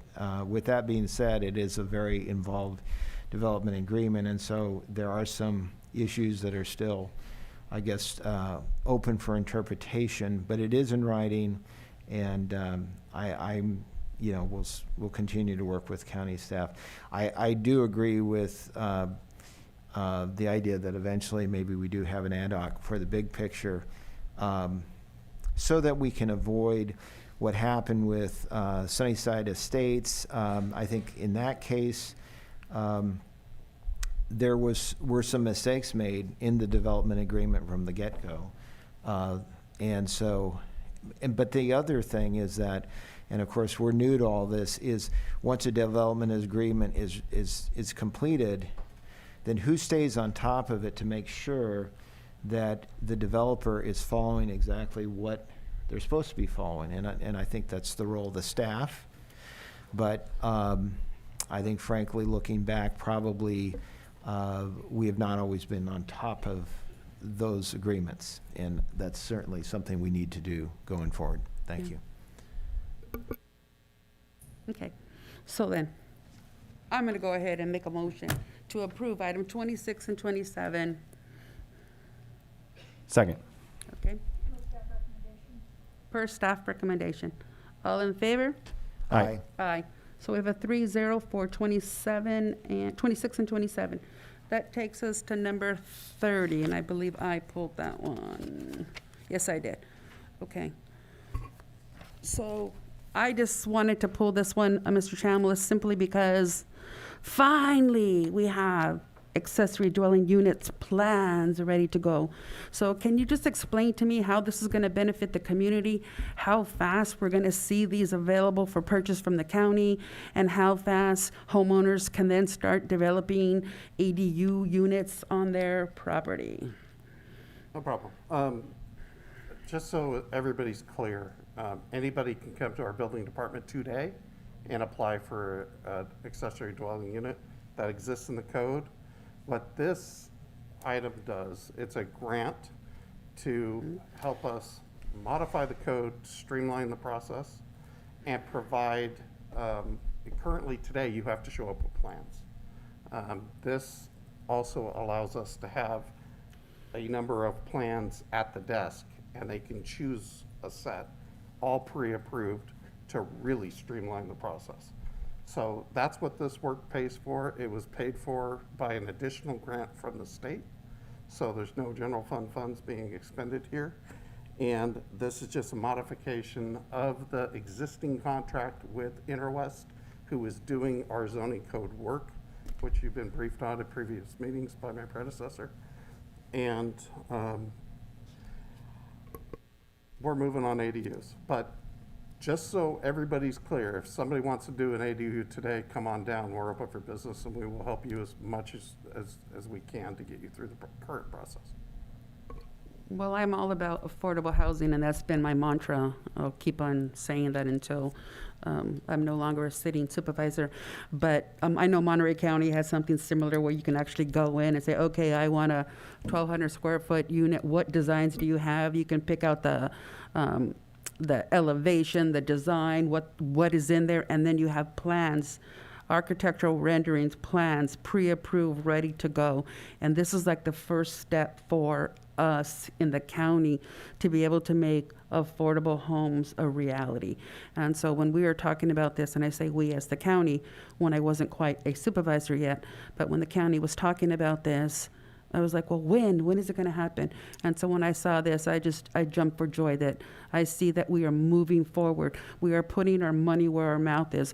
We are pushing forward, and we are doing what's necessary to help the residents here make ends meet. And I applaud you for this, so thank you. So no objections, just purely a yay. It's about time, and I thank you for that. Any comments from my fellow supervisors? And then I'll go to public comment here in the chambers and then on Zoom. No? No? Okay, so any comments in the chambers?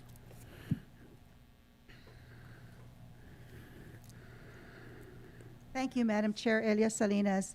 I just want to emphasize to the public, if they're not aware, that this took effect in January 1st, 2020. That's 19 months ago. So I want to thank Interim Director Chambliss, because I know that this is something that happened when he started coming on board, trying to check what's been going on, what hasn't been going on. So this is great. This is really great news for those, because I do know some people that actually have been going to the county to get these ADUs, and it has been a struggle for them.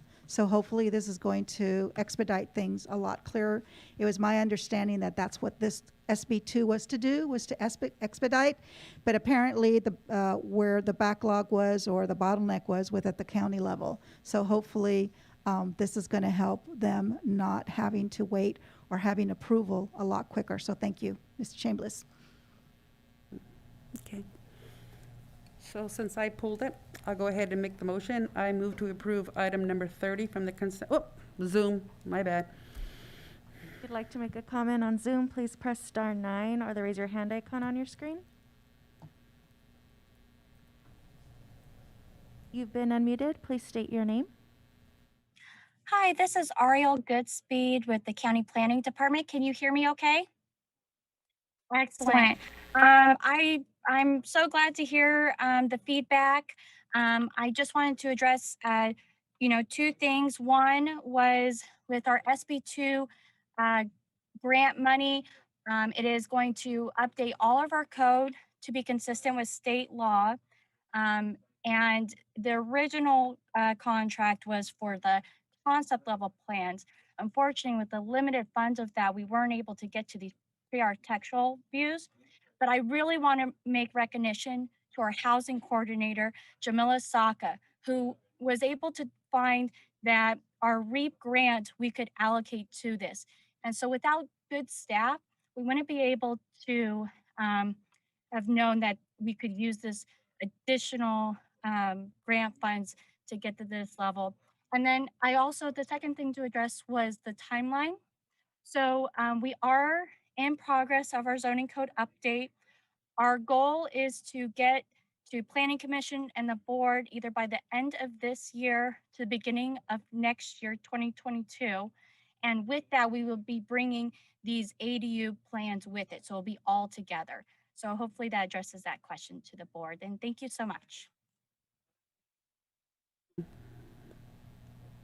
You've been unmuted. Please state your name and you have 3 minutes. Yes, thank you. This is Valerie Eglin, San Batista, and with Reach San Benito Parks Foundation. First of all, I wanted to say thank you very much to the public who has spoken about the KB Home Park property. And second is the ADU aerial, all the work that planning and Public Works has done to get this through is very exciting. We are moving forward, and it's just wonderful to see staffs working so well. And let's move those parks forward. Thank you. No other comments. Okay. So if there aren't any further questions for item number 30, I will move to approve item number 30. I'll second. Okay. All in favor? Aye. Aye.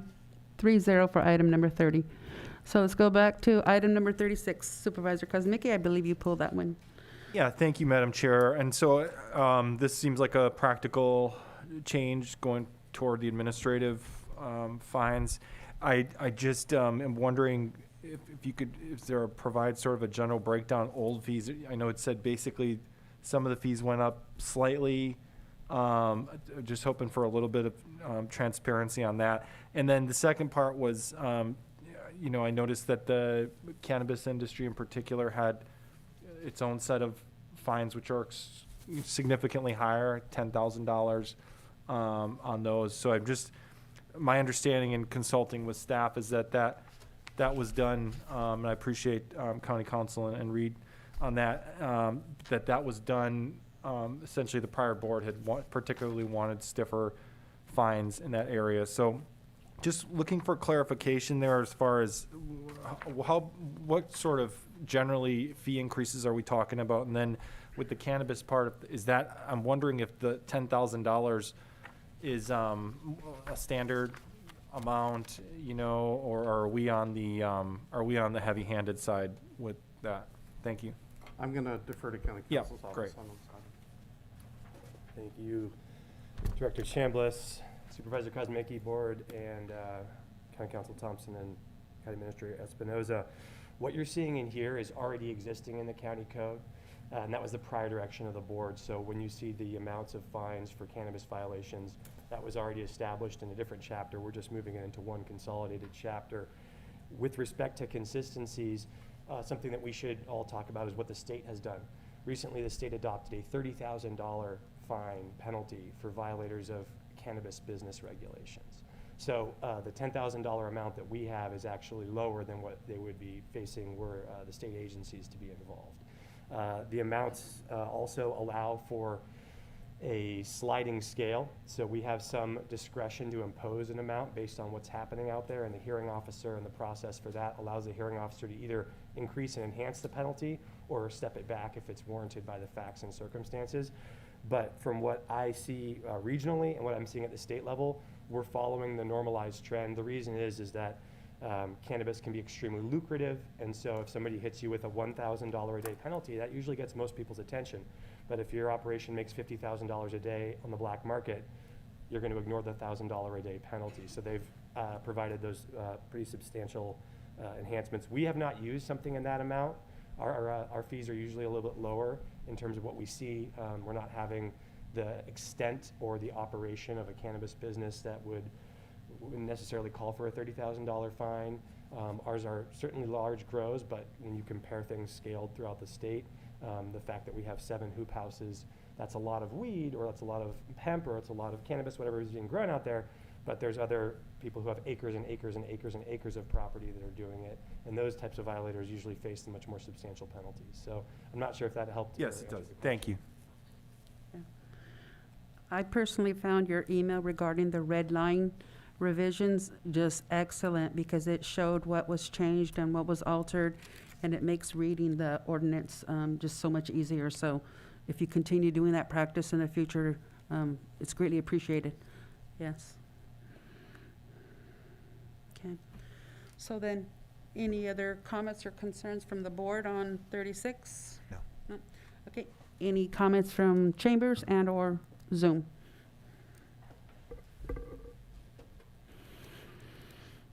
Elia Salinas, thank you, Madam Chair. So just to clarify that making $50,000 on the black market is not going to the property owner. These are people that are in secret. These are people that the property owners don't even know about. The black market doesn't care that they're being fined, because they step away and they take off, and this happens all the time. You can, Fish and Game finds something, the Sheriff's Department finds something. The fines are great, but also at the end of the day, it's just like the fireworks. It's whomever is hosting the party and the fireworks, it's the responsibility of the property owner. And unfortunately, with the cannabis industry, and not the legal cannabis industry, I'm just focusing on the illegal cannabis industry, is that property owners own acres and acres and acres, and they're not aware of what's going on in their property because it's in secret and it's within the most corner where nothing is being seen. So I would hope that when this type of things happen, that the county is more willing to work with the property owners that can verify or that can prove that they were not aware of this. Because obviously there are property owners that are aware of this and are making extra money. So there's a way to punish the property owner because they're getting away with it and they are making money. But there are property owners out there that do not know that this is happening on their property, and that's where staff and the county needs to be a little bit more lenient toward those people. So thank you. If you'd like to make a comment on Zoom, please press *9 or the raise your hand icon on your screen.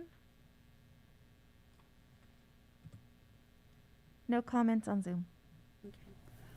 So what is the will of the board for item number 36?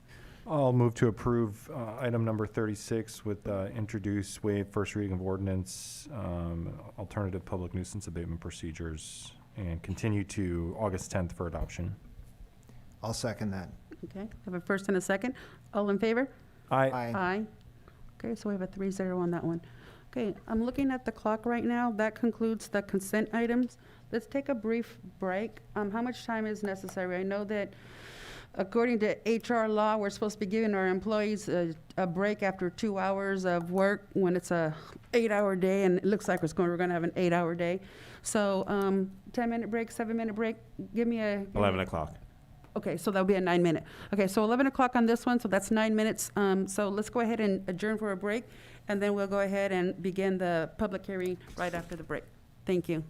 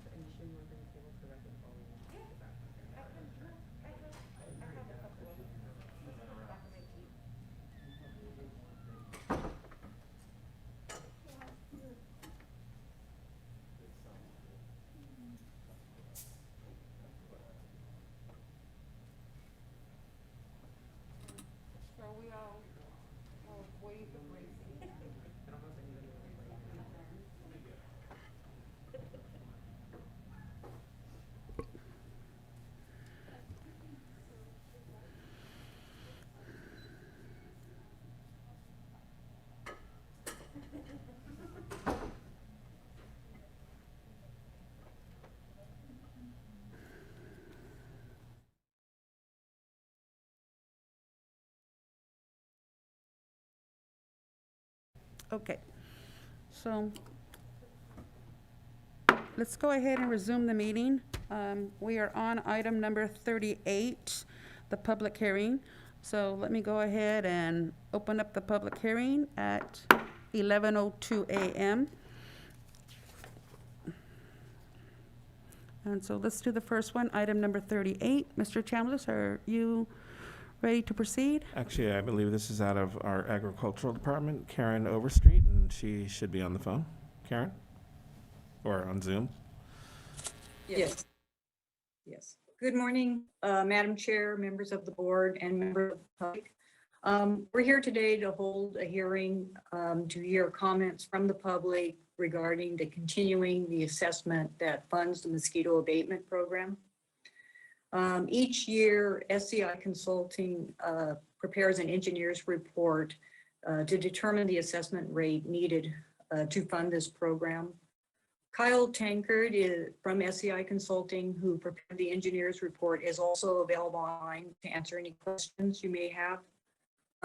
For the upcoming fiscal year, we are recommending the assessment remain $11.22 per single. We are projecting an overall increase in revenue by approximately $9,535 due to the increase in seed equivalent units. After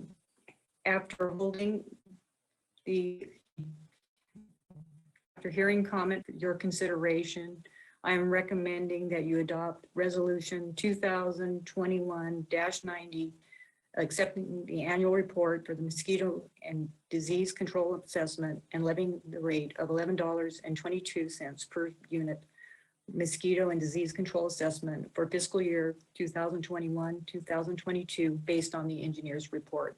And I'd be happy to answer any questions.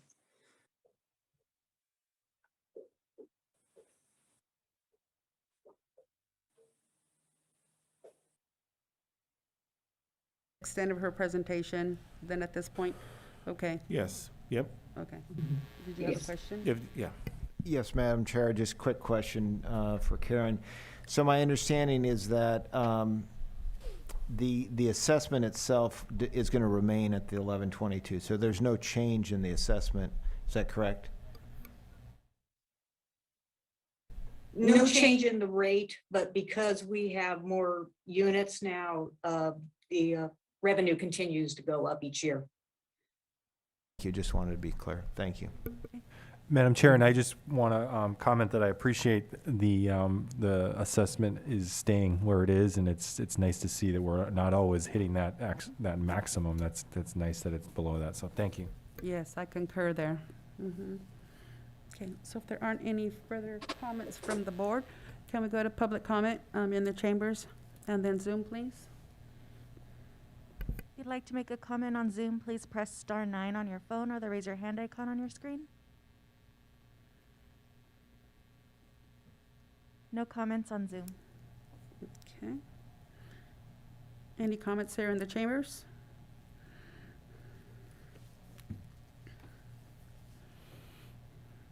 Okay. So then what is the will of the board for the item to hold the public hearing regarding the mosquito disease control assessment and adopt a resolution to levy the rate for the fiscal year 21-22 mosquito disease control assessment?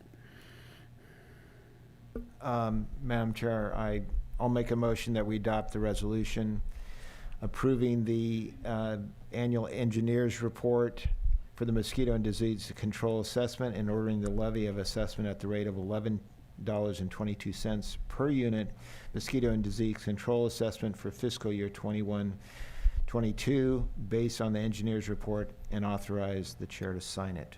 Second. Okay. All in favor? Aye. Aye.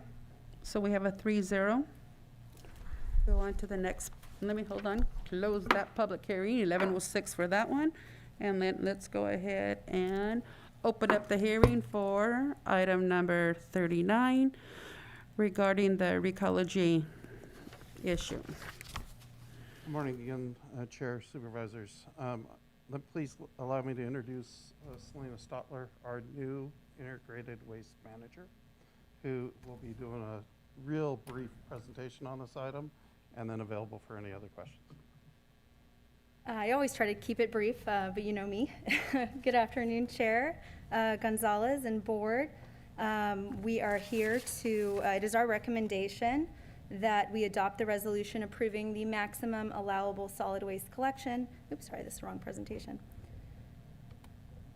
One moment. Take your time. This is your presentation.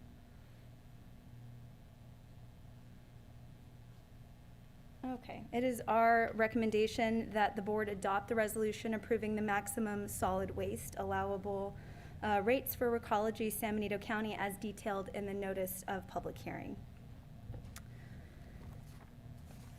The rate setting process for the contractually obligated annual rate adjustment is defined in the Recology Franchise Agreement, Article 9, Contractors' Compensation and Rate Setting, and the rate adjustment calculations are performed in conformance to procedures described in Attachment E of the franchise agreement. This franchise agreement for recyclables, organics, and solid waste collection services was approved in 2018 by the Integrated Waste Management Regional Agency, which includes the City of Hollister, City of San Juan Bautista, and the county.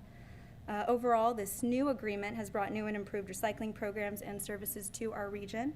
The annual rate adjustment is based on the prescribed index-based methodology outlined in the franchise agreement. It takes into account consumer price index, fuel index, and disposal and processing cost. Carl Minnie, South Bay Region Controller, and Phil Couchet, San Benito County Recology General Manager with Recology are here and available to answer any questions regarding that methodology. I think they're on Zoom. At the May 25th Board of Supervisor meeting, the board approved the issuance of the notice of public hearing, and notices were mailed out on the 28th of May to San Benito County unincorporated property owners and ratepayers. The notice of public hearing provides ratepayers advance notice and an opportunity to file a formal complaint or protest regarding new solid waste rates. If a majority protest is received, or in the case of San Benito County unincorporated, 2,633 written protests submitted to the county, the Board of Supervisors cannot increase the rates, and rates would remain unchanged. That being said, a total of 81 protests were received, and the Board of Supervisors would approve adoption of the solid waste rates per the franchise agreement. The proposed maximum allowable rates of 5% were included in the notice. However, for the July 1st, 2021 adjustment, the rate adjustment is actually lower and at 4.5%. So this slide provides monthly rates for our four most common residential service levels. The garbage service levels listed are inclusive of garbage, recycling, and organics collection by Recology, and special curbside recycling programs like twice a year bulky item collection, motor oil recycling, battery recycling, and free, again, all inclusive. Residents also have free access to recycling events like environmental days, which include a compost giveaway, electronic waste recycling, and on-site paper shredding. You can see a household with 20-gallon cart service for garbage, again inclusive of organics and recycling, would see a monthly increase of $1.24. A household with a 96-gallon cart would see a monthly increase of $3.78. 84% of San Benito County unincorporated residents have a 64-gallon garbage service level or smaller and would see a $2.50 or $1.49 monthly increase. Now, this table shows the monthly rate of common service levels for commercial and multifamily dwelling customers in San Benito County. An apartment complex or commercial customer with a 96-gallon garbage cart, inclusive of recycling collection but not organics, sees a monthly increase of $3.78. And then a commercial customer or apartment complex with a 4-yard dumpster would see a monthly increase of $18.06. For organics collection, an apartment complex or commercial customer with a 96-gallon cart service would see a monthly increase of $2.29, while a commercial customer or apartment complex with a 2-yard green bin dumpster would see a monthly increase of $7.41. You'll notice from this table that commercial or multifamily customers see a reduced rate for organics collection over garbage collection. By reducing garbage, increasing recycling at no charge, which is inclusive of garbage collection, and adding or increasing organics recycling, businesses often save money.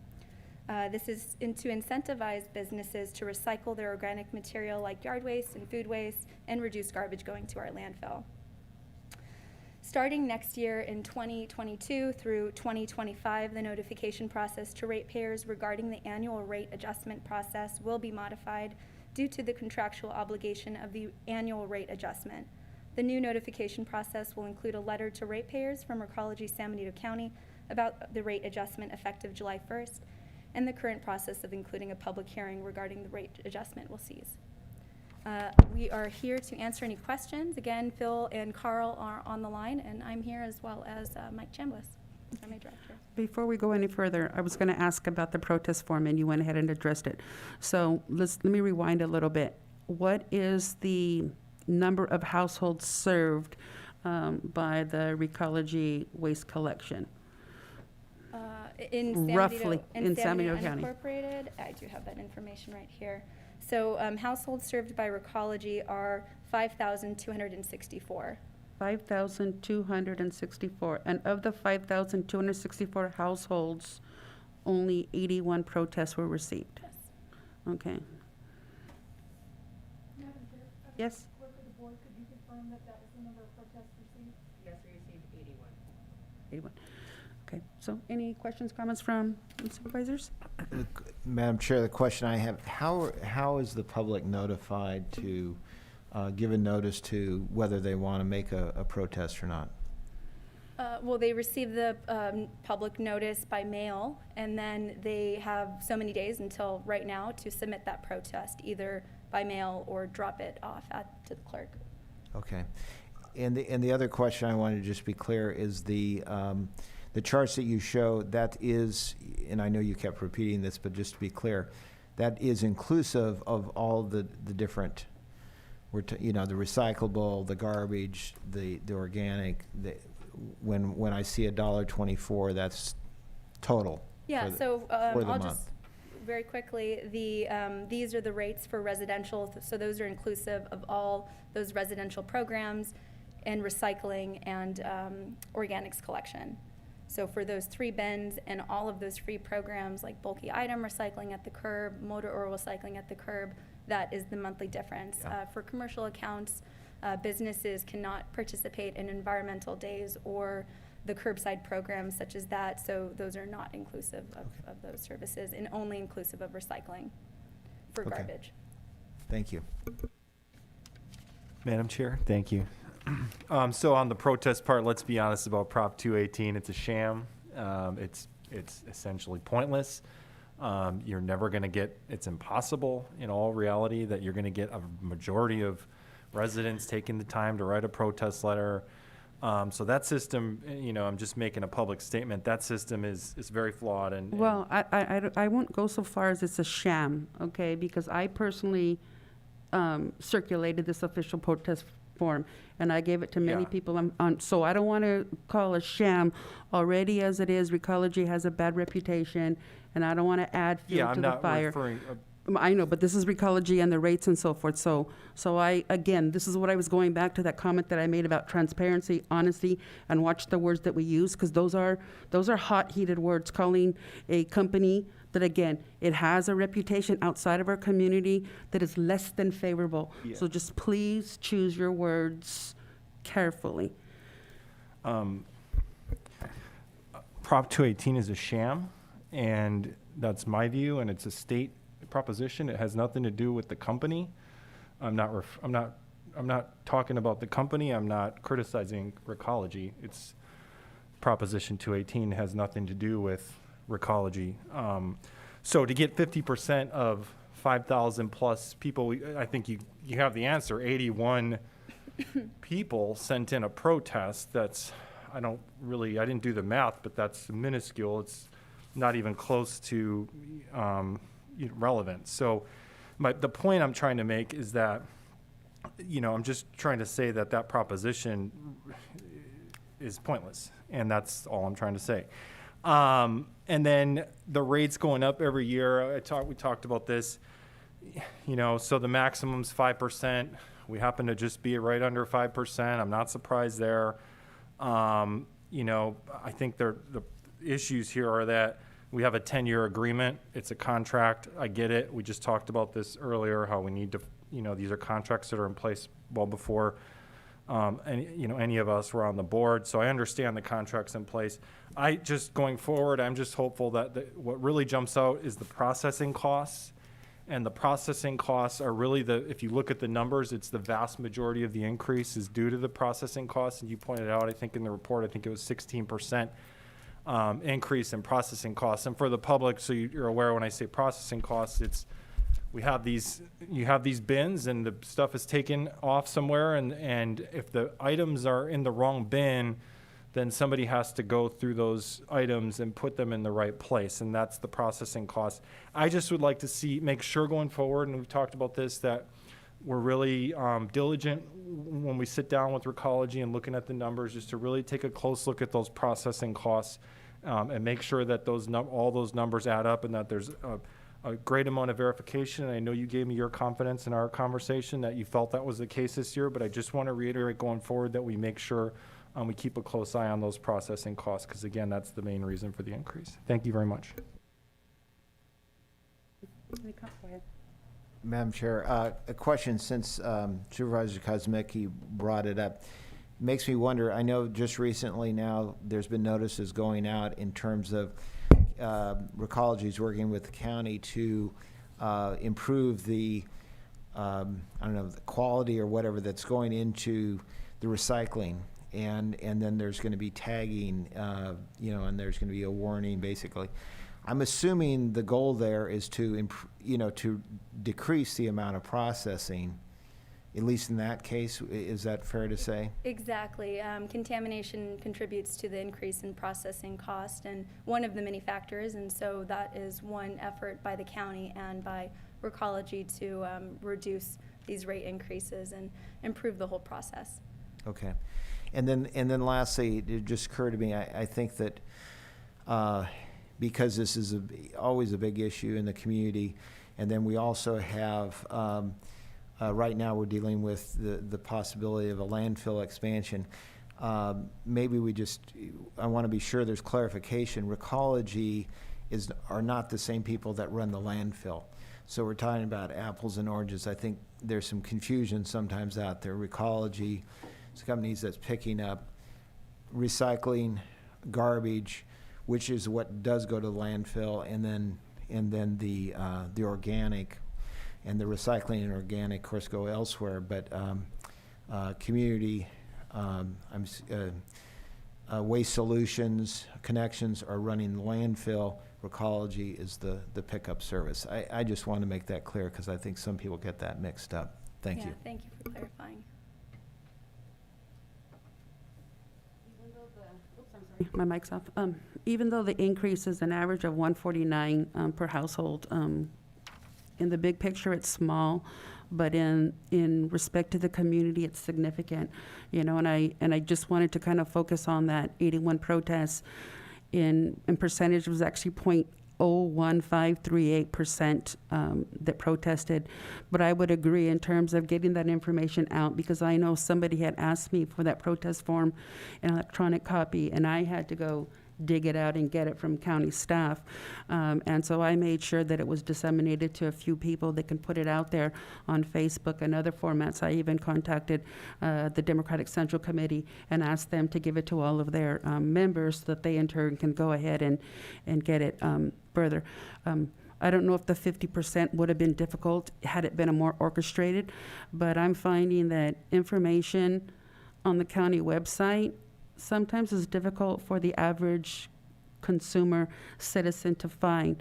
So as we start moving forward, again, it's a new board, it's a new majority here, and then when the District 1 seat gets filled, it'll be a 4-person new board. But we really need to make sure that we are making it a community where people can reach out and really contact the sources and the information that they need. And you're right, Supervisor Tiffany, there is a misnomer out there that the average citizen believes that Recology / Waste Solutions is one and the same, and we know that they're not. But you and I have had a couple of conversations that we really need to work on educating our community. And I read newspapers, and I know the reputation that Recology has. I'm not happy about the increase, but contractually it looks like we have to. there wasn't the 50% protest mark that was hit, and so we have to do what we have to do. And as Supervisor Kosmicki said, this was a contract that was entered into prior to all of us coming aboard, and so we are kind of stuck with the terms of the contract. But I think moving forward, you're going to find that this board is going to expect a whole lot more in terms of details, information when we enter a contract, because we are really looking for our community and looking out for our community. And it's difficult when we came into this position with standards and procedures already pre-arranged, pre-decided, pre-agreed on, that don't sit well with the general public. And so we will be questioning you, not to attack you, but just to make sure that all the facts are out there and the condition that we are. And we do have the conversation about the whether the county should go ahead with the expansion, as Supervisor Tiffany had mentioned. I know that there's significant concerns, and if your department doesn't do a great job in educating the community, then we're going to have a very difficult discussion. So just so that you're forewarned that there is a huge sentiment out there about the lack of desire to do in the expansion. And so you need to educate the community. We have to do what our constituents want us to do, whether that's in the best interest of the community or not. We have to listen to them. And so understand that you are putting us in a very difficult place if there isn't major increase in communication from your department to the community in general. Okay? Understood. We will, we've got a great team of outreach specialists, and we will do our best to spread the word on all fronts. Okay. So, any comments from the community, whether it's in person here at the chambers or on Zoom?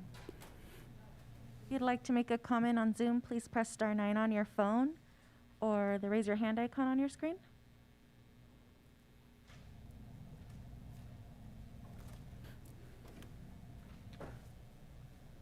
You've been unmuted. Please state your name, and you have 3 minutes. You can press *6 to unmute yourself.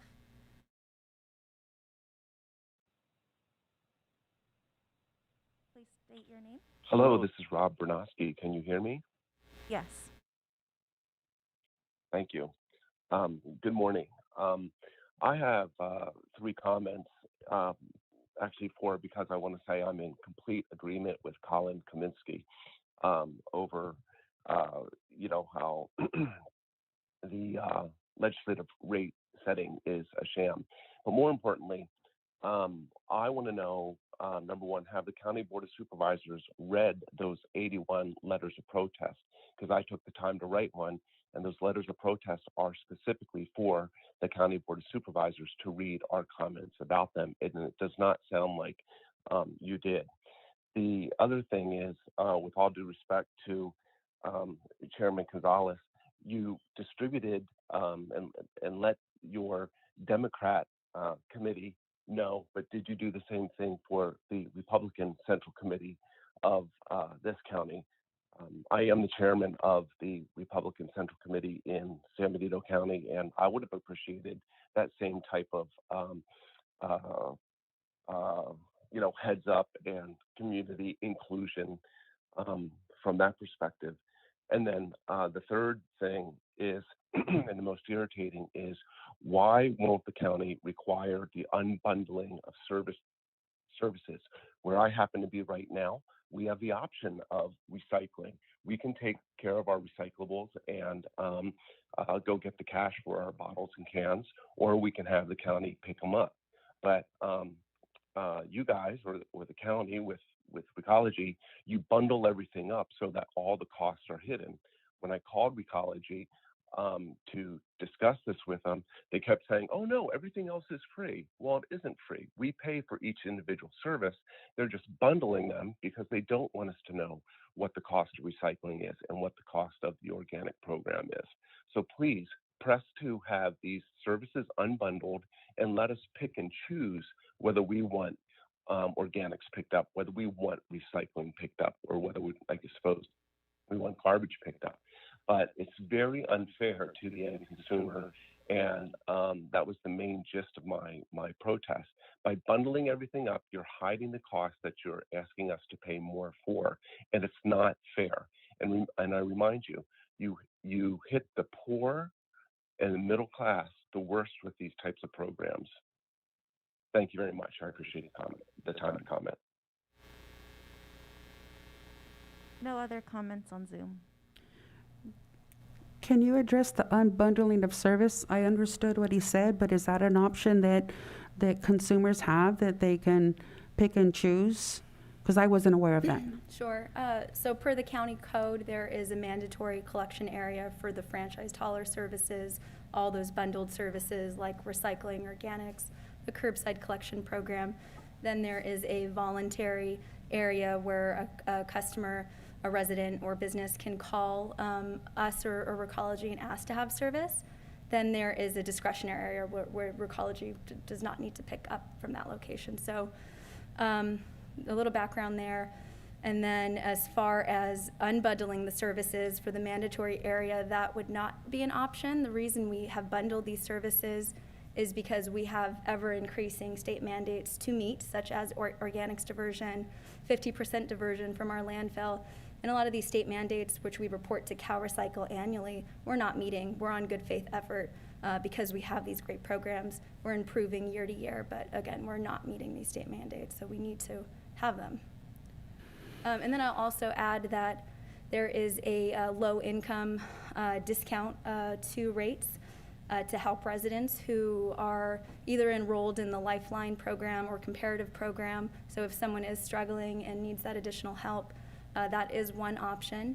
And we've been, per request of our community and our board, promoting that a lot more throughout this past year. So. Okay. Any other questions or concerns? No? Okay. So we've gone to public comment then? Okay. Elia? Thank you. I might add that regards to that program that they have, it's actually difficult to find on their website. We have had citizens call in, and they have actually been denied that that program exists. It is my opinion that integrated waste management has failed the citizens of San Juan Bautista, Hollister, and San Benito County. It is their job, their responsibility to work for the best interest of this county and its citizens. Over and over again, I have come forward, and it's no longer Kathleen, or I don't know if she's been replaced or whatever, but the job of them is to do the best interest, and it hasn't happened. It has failed over and over again. During COVID, I asked for a stay in the rate increase and for a stay in getting the money from these people who lost their jobs. They were so cold-hearted. They did not do that. They negotiated with the cities in the county, and it was the cities in the county that ended up paying for those fees, and it made Recology like they did a good thing. They didn't do a good thing. They got their money. Maybe the citizens didn't. And I was told by Phil last year when I was arguing this that more than likely because of the fuel cost last year of less travel, that there would not be an increase this year. What did they come up with? They came up with an increase because people aren't recycling and it's costing more money for them to shift, the good from the bad or whatever it is. Only 20% of recyclable that goes in the bins and goes to the facility is recycled. Only 20%. And we're paying 100% of that 20% to be recycled, and the rest is going in the trash. China is no longer taking recyclables. There's an island out in the Pacific that's all garbage. We're failing. But more than anything, we're paying for it. Prop 218? Definitely. They sent out the notice. It is a sham, Supervisor. It is. They sent a Prop 218 notice, and when you read the Prop 218, it is for property owners. It doesn't state for the ratepayer. It's the confusion of the person who gets that notice. And it says property owner. I'm not a property owner, I rent. I can't reply to this. It's a confusion, and that's exactly what they want. It only goes out as a Prop 218 and over again, this has happened. Next year, they're going to want a rate increase. I would like you, the board, to ask, since the 2018 contract was signed, Sorry, Ms. Salinas. how we much have to has stop it you. increased? Thank you.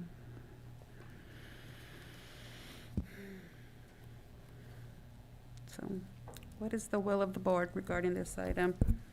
Madam Chair? Yes, sir. Before we go, I just want to say again, just on the processing costs, you know, I think it's a 10-year agreement, unfortunately, so we can't do anything about an agreement that's already in place. But just looking ahead several years, and this is in hindsight, to be fair to the prior board, that processing costs really should not be included in this formula. For me, it just leaves far too much room for discretion and moving numbers around. And I'm not accusing anyone of anything, but it just doesn't make me feel like I have a firm understanding, you know, because it's inside baseball basically. And then you're taking that number and you're, you know, it's reflected in these increased rates, which are significant increases. So I just want to make a statement that just going ahead, if we have any sorts of agreements like this, personally, I prefer to leave processing costs out, but we do need to keep a close eye in the next 8 years.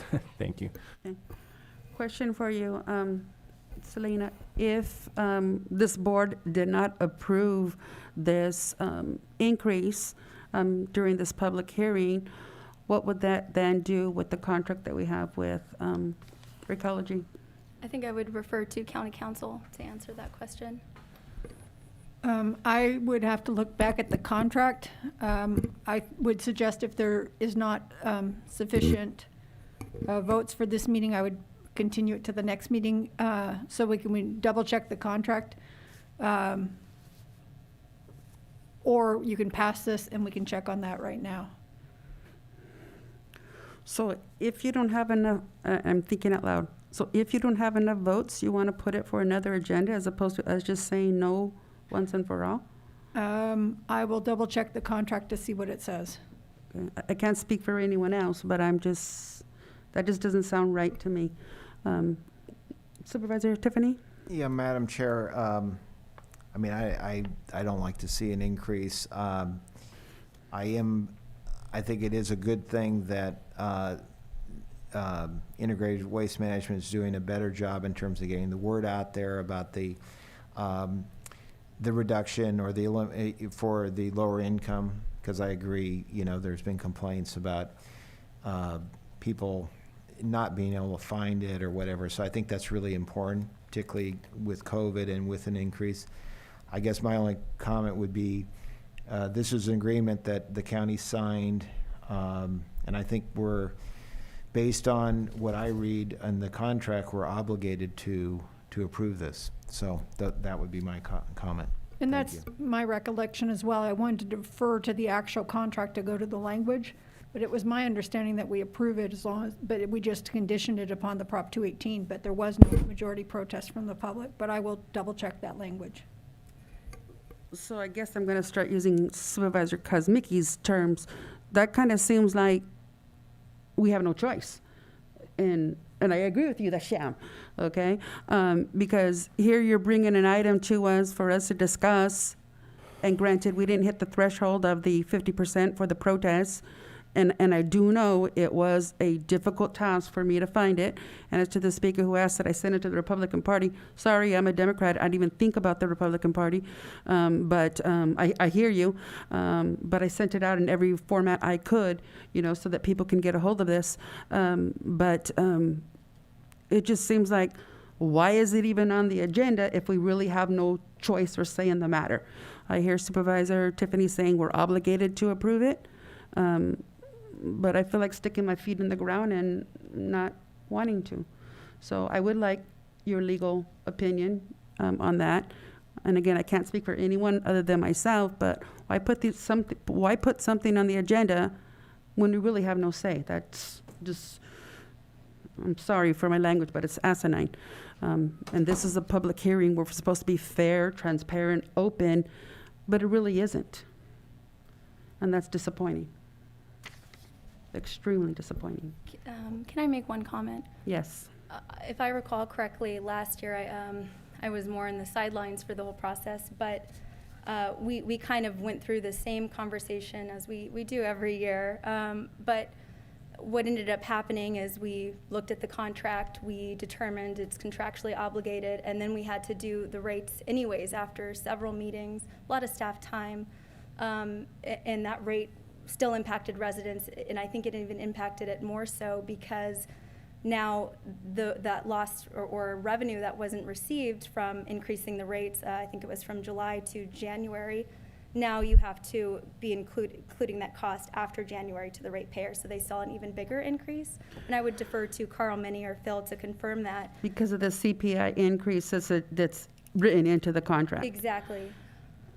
So we prolonged the process and ended up kind of putting more harm than good, I think, to our residents. I guess I'm going to get on my high horse here then. It seems like Recology didn't have an issue with getting out that notice about 1, 2, 3 warnings and you're out, and the fee and so forth.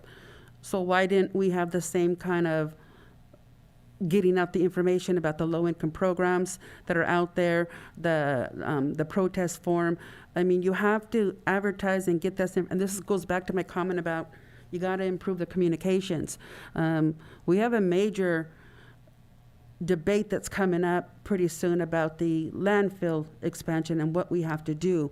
And people are really going to hear what I think about the person who wrote that contract and put the county in a damn awful, ugly place to be in. And the community doesn't know it yet, but be forewarned, I am going to expose the information. But just like that situation, we're here in a position where it's a farce that we're in a public hearing where we're listening to the potential to oppose it, but really don't have the avenue to do that. It's ridiculous. I'm going to shut up before I say something I might regret, but I'm not happy. So what did you find, Barbara, County Council? Let's see, I'm still trying to find the section. I've got the agreement up. I have the agreement up. If you wanted to pass this, do you want to pass it just for a second? I'm trying to find the section that talks about COLAs. I don't want to pass anything until I hear the No, okay. delay. Let's So come back to this item. Okay, so we're coming back to item 6 and then item number 39, it looks like. So in terms of, now I need logistics here. Since this is a public hearing and you normally open it and shut it, what am I supposed to do in I would terms of? continue it to a time certain, which would be the last item on the agenda, if you want to go to that time, or. So per recommendation of our CAO. Or you can do at 1:30 or thereafter. I know we're going to hear the homeless item, I believe, at 1:30. So Okay. we can do 1:30. Okay, so then we will postpone this then until 1:30 at such a time after we return from closed session. Okay. Because it's a matter of just voting on the item now. We've gone through everything, so. Supervisor Kosmicki, since you sound like you might be a no. Oh, no, Madam Chair, I'm not, we're contractually obligated to this, and that's, to me, that's, it's unfortunate, but my question remains is the processing costs, because really the processing costs, when you look at the breakdown of the increase, it's not really so much CPI and all these other things, it's processing costs, and like I said earlier, that area just, there's not like a number that I can just look at and say, okay, I get it. I get it. They had to put X number of employees. The costs went up by this percentage. Therefore, I just don't have that. And it's not in front of me, so it makes me a little uncomfortable, but I have to trust staff that they've worked with the Recology. Now, if you feel like maybe we need to go back and dot those I's and cross the T's again and if there's time to do that, I will be open to that. But if we're up against the clock again, and if there really is nothing to look at, then I think we're just wasting staff time. But I am concerned about specifically the processing costs, because that's the reason for the increase. That's all. Thank you. But I will say that the frustrating part about this process, and I mentioned 218 earlier, is that there's a contract and we're obligated to it, and that's the facts. Thank you. Mike? No problem, and I'm sorry to jump in, but I just want to add that not only was the contamination an issue, but there was a large increase due to the stay-at-home order. Because people were ordered to stay at home for so long, our total capacity, total amount of garbage increased, which caused a pretty significant portion of the increase also, because that's part of the formula also is total tonnage. So there are other factors that triggered these increases. I'm comfortable with the contamination explanation. I've dove deeply into that with Selena. I think I'm going to request that the procedures get tweaked a little bit. I'd like to see a little more of a sample taken rather than, one cart on one day, but perhaps maybe 4 times a year a sample gets taken and then we average the contamination. Those are things I'm going to be working on with Selena for the year forward. But there is a significant portion of this increase that is due to COVID and the stay-at-home order.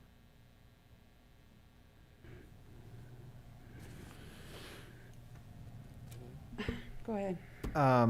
I guess I'll just reiterate, I think, the agreement is what was signed, and I think we should wait to get confirmation from Barbara, but it's my understanding we are, contractually obligated to go forward with this. It sounds like this agreement goes till when? It was 10 years, so 98 or 2028. 2018, I'll get there. 2028. So it's going to be looked at again quite a long time from now, but anyway, I understand the concern, but I think assuming it gets confirmed by Barbara, I think if we don't make a decision, all we're doing is just delaying the inevitable, and we're not going to be at a different place in the end anyway. So anyway, because it is an obligation contractually. And Madam Chair, one other quick question. So the rates, are they already effective? Am I reading that correct? They would be effective July 1st of 2021. Yes. So the bill, and Carl and Phil can correct me if I'm wrong, but the next bill would show that once this is approved. And I'll add that this has to go to the other regional agency members for integrated waste management. We had the city council meeting for San Juan Bautista prior to this, and it was approved a 4-0 vote with 12 protests. And then now next we're coming here, and then we're coming to Hollister next week as well. Okay, so I found the sections that talk about rate adjustments they're approximately on page, looks like 120. Let me make sure that that's 120. It's in the franchise agreement. Talked about how the contractor was supposed to submit its rate adjustment on or before April 1st. And there's some detailed provisions about the rate adjustment. It says the governing body should make a good attempt to approve the rates by June 1st of each year, and such rates will be effective by each July 1st. If they're not effective by July 1st and the delay is caused by the county, it talks about RA members, but I'm just going to say county for right now, or governing body, then the governing body shall allow the contractor to retroactively bill the customers for the amount of the rate increase for any delay that's caused solely by the RA members. If it's not effective by July 1st as a result of the contractor's delay in submitting the rate application in a complete or accurate form, then the prior rates remain in effect until such adjustment is made. In such a case of the delayed rate adjustment, the contractor may bill the customer during the next billing cycle to recoup the deferred rate increase. Notwithstanding any provision, it talks about the cap of 5%. Let me see, and then it talks about applicable law. It says the contractor understands that the RA members may choose to undertake the proceedings provided by, Prop 218. Nothing here is intended to apply that the California Constitution, Prop 218 applies to the rates established for the services provided under this agreement. But it does say that if an RA member is prevented from approving an adjustment in the rates under the provisions of Article 13D of the California Constitution or applicable law, then such adjustment in the rates by contractor shall not be allowed. So there is, I believe, still an ongoing dispute or difference of opinion about whether Prop 218 is subject to these type of charges. But the county, in abundance of caution, said that it would apply Prop 218 to these provisions, in that it chose to do that to make sure that Prop 218 was being applicable. And so there is a provision that we are obligated to do these increases except if they were prohibited by Prop 218 by a majority protest. So, I mean, that's where we are. We're contractually obligated in the sense that what was contracted back in 2000, I think 18 or so. Maybe it was later than that. Yeah, and I'll just add one last thing about the contract with Recology. I was also not part of the process for selecting the, going through there was a committee, but they were, it was a competitive RFP, and there were 3 proposers, and they were the lowest bidder. And so this process would have been the same with any other company that would have been selected.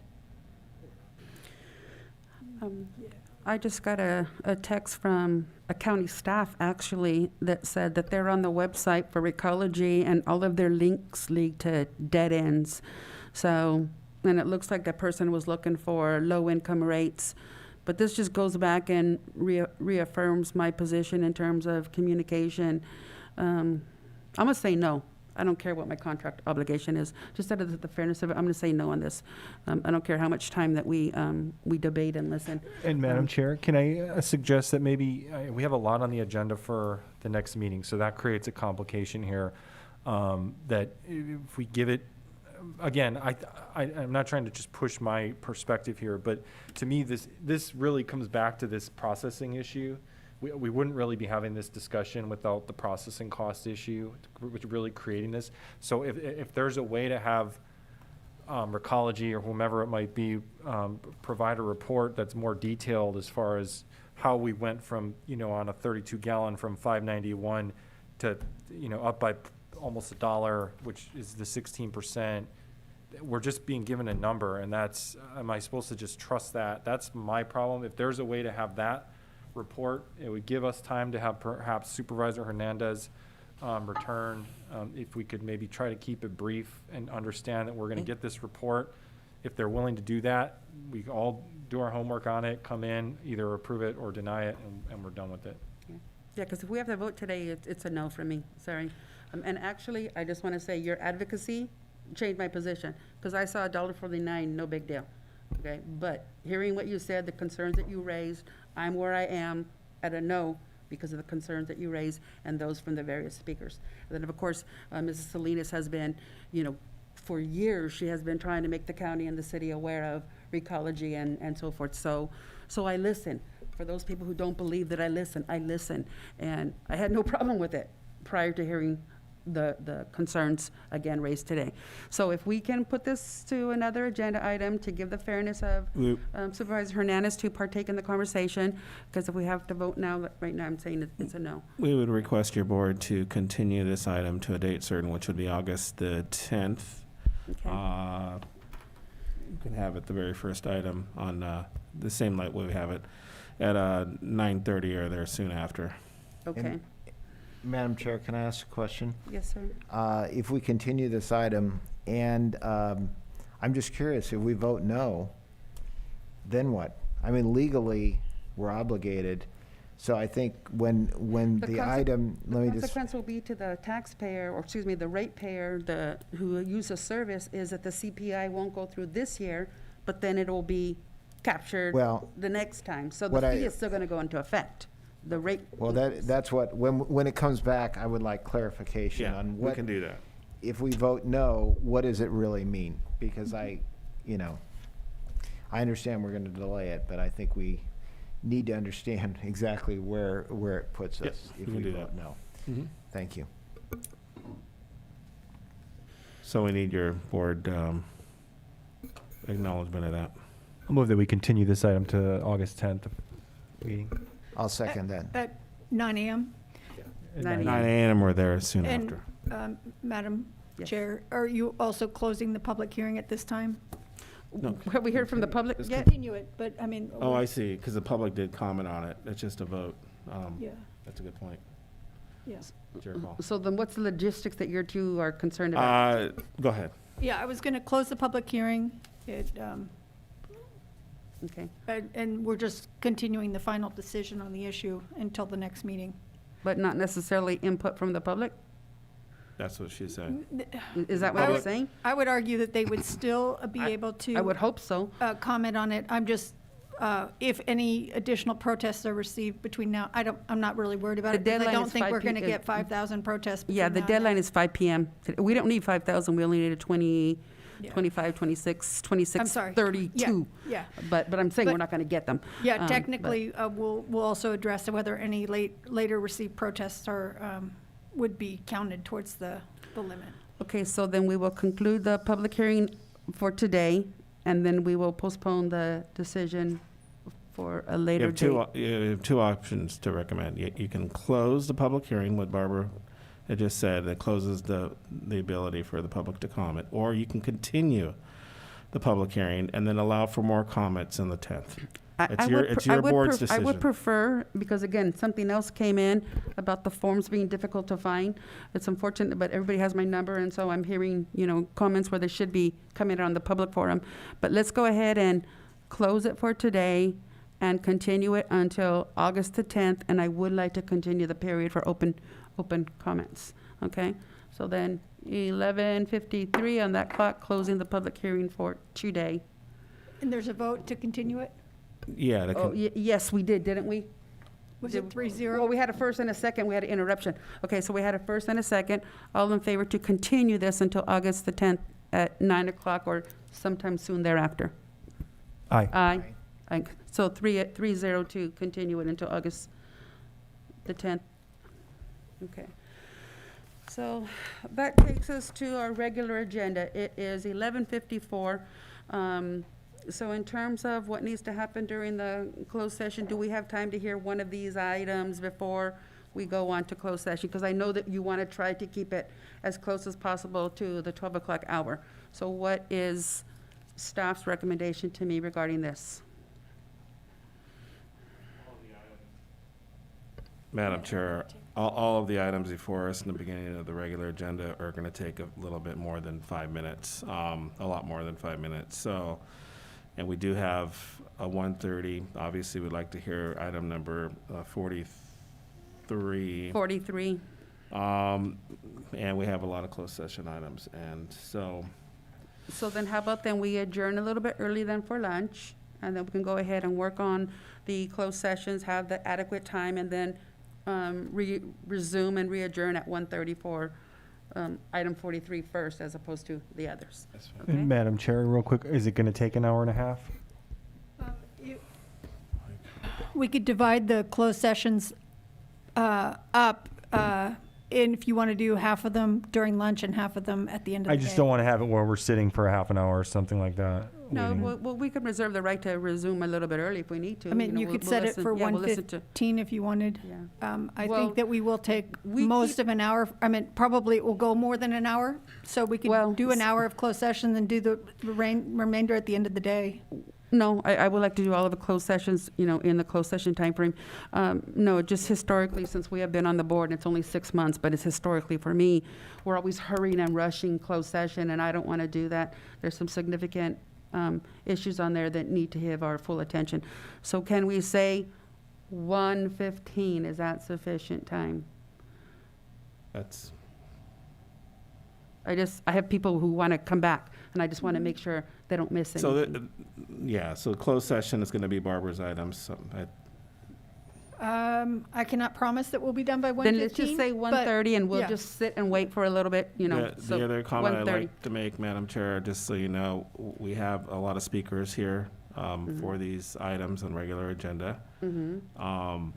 We'll see, we'll play it by ear if they're going to be able to make it. They were planning for the morning time. So Well, it If- just irked me to no end when I was sitting at home zooming in, this past year.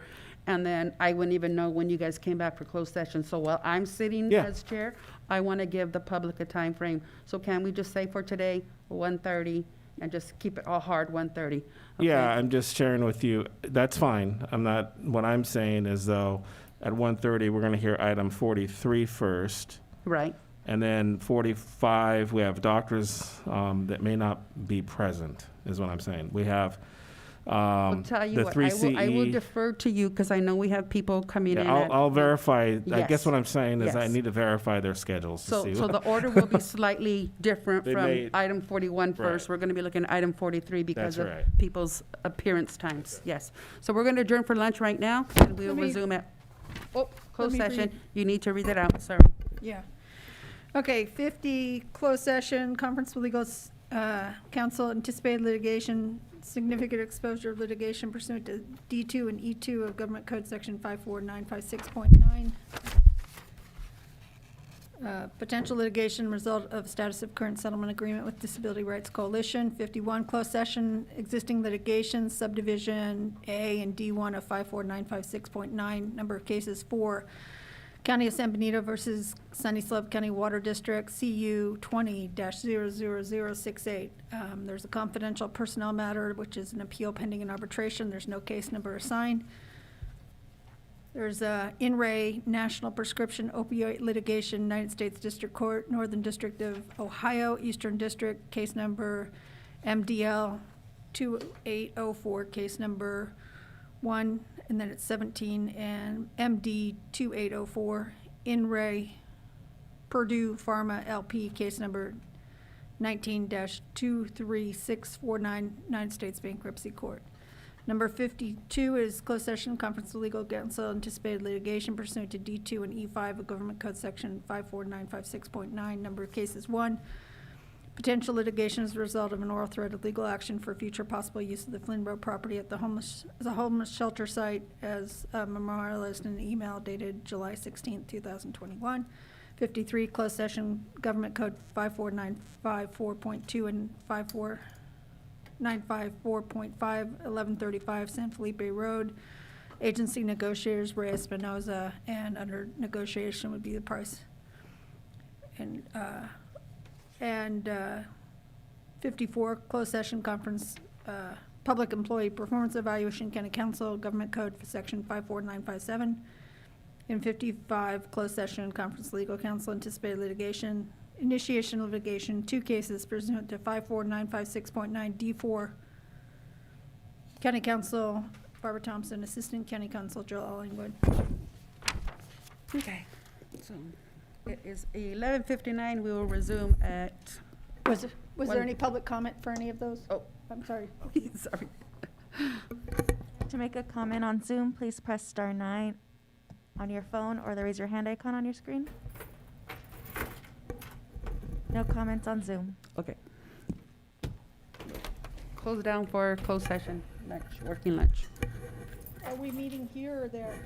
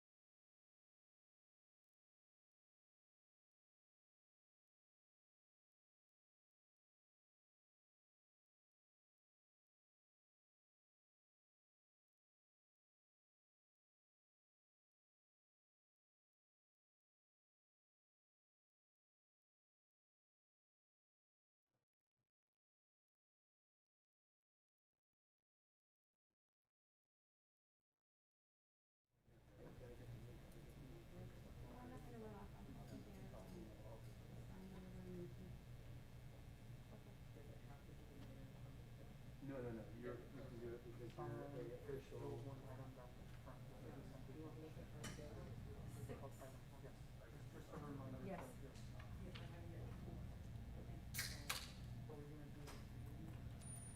Well, 43 was supposed to be the first because they had people waiting on it. They can imagine at the end.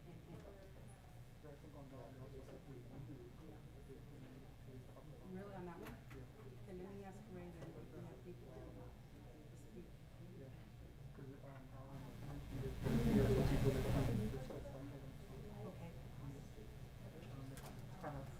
Yeah.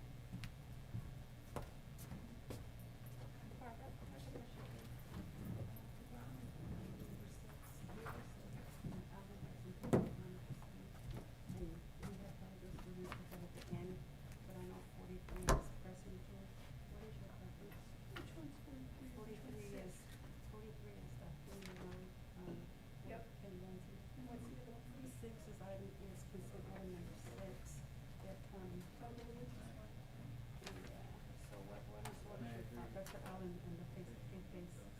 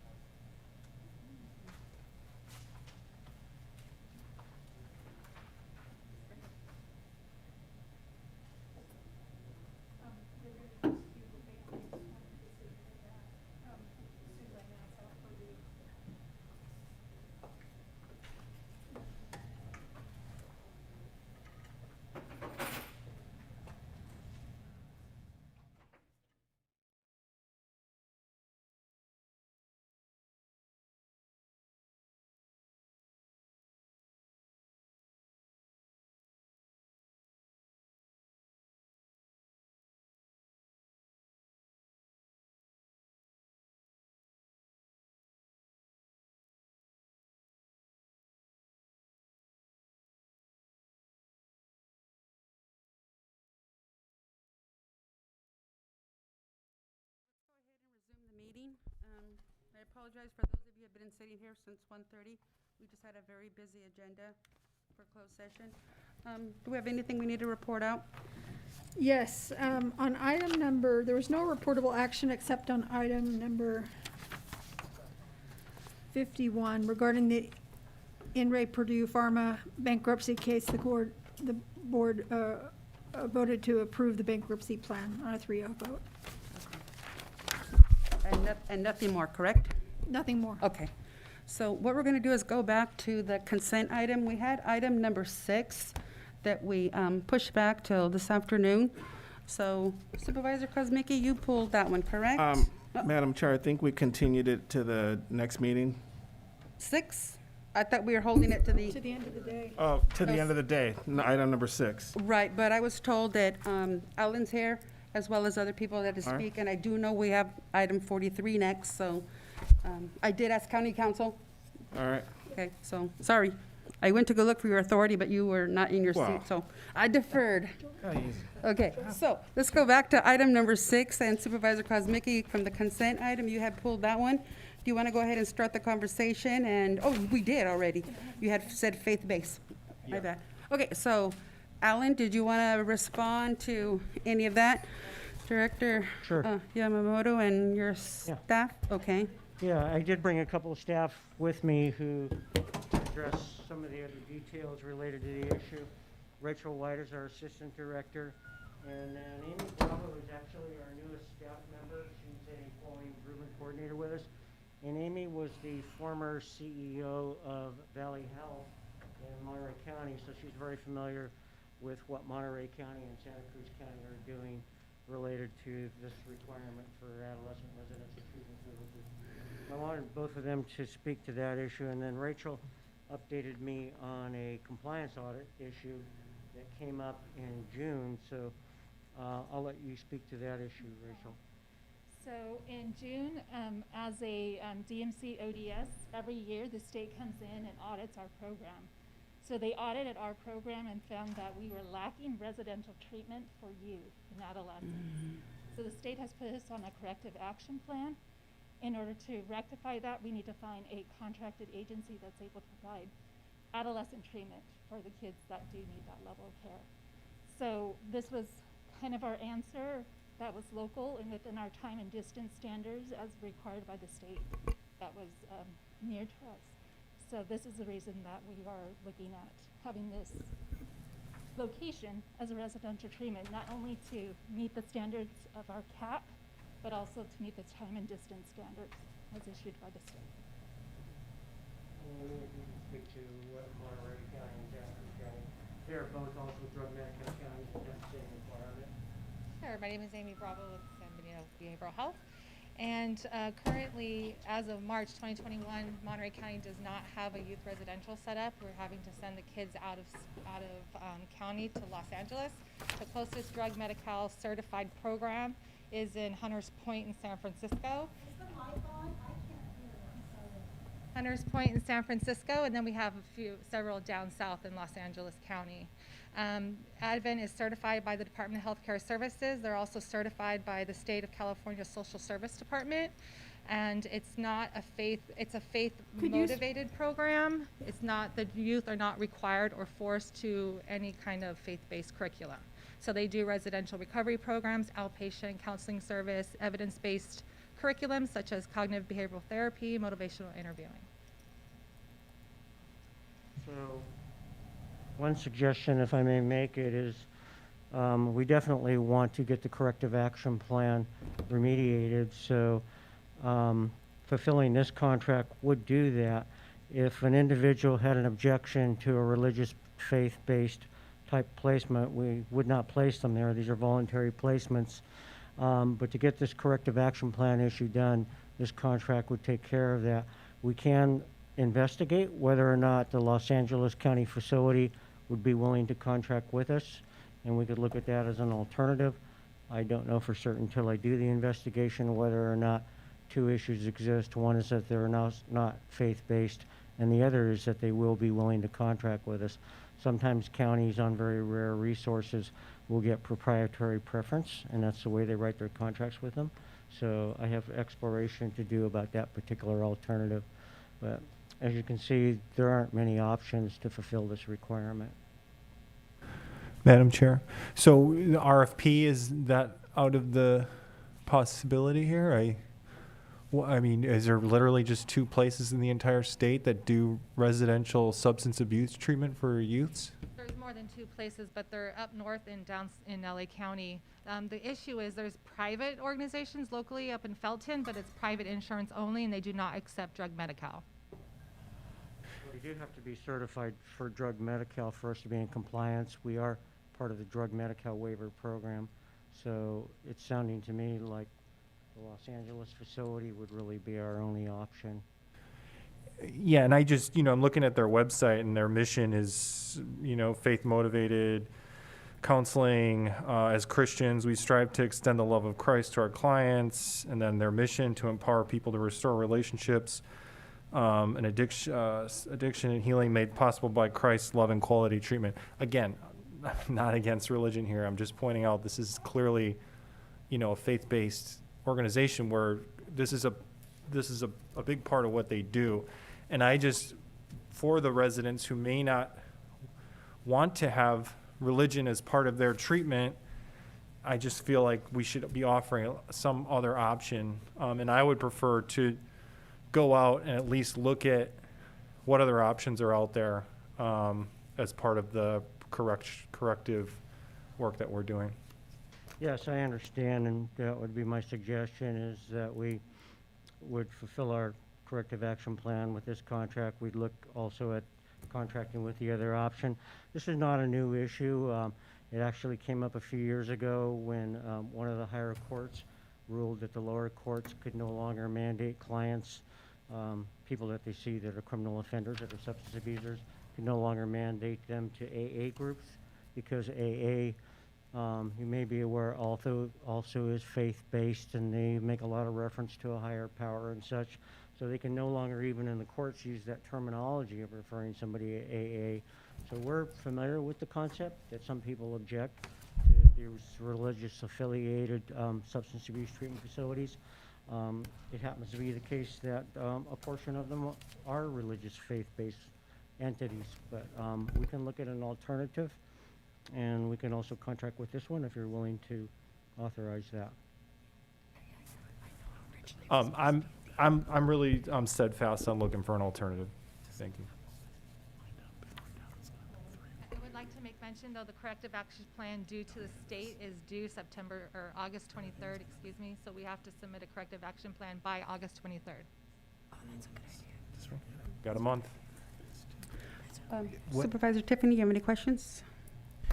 So August 23rd, so our next meeting would be, The 10th and then the 20. I mean, I would be more willing to look at this contract as if I feel comfortable with, you know, this, since maybe I'm the swing vote here, feel comfortable with that we're looking at other options. So if you come back August 10th, I would like to see that you've gone out and queried for other options, what those options are, and then come back. I just don't like this idea of just bringing us one contract. I don't like it in general. And then you throw into the fact that, you know, we have this issue with it being a faith-based and a very strong, it's a big part of what they do. I could see if it was just, you know, an affiliation of some kind, but you go to their materials and they're going to be pushing religion on these kids. That's what they're doing.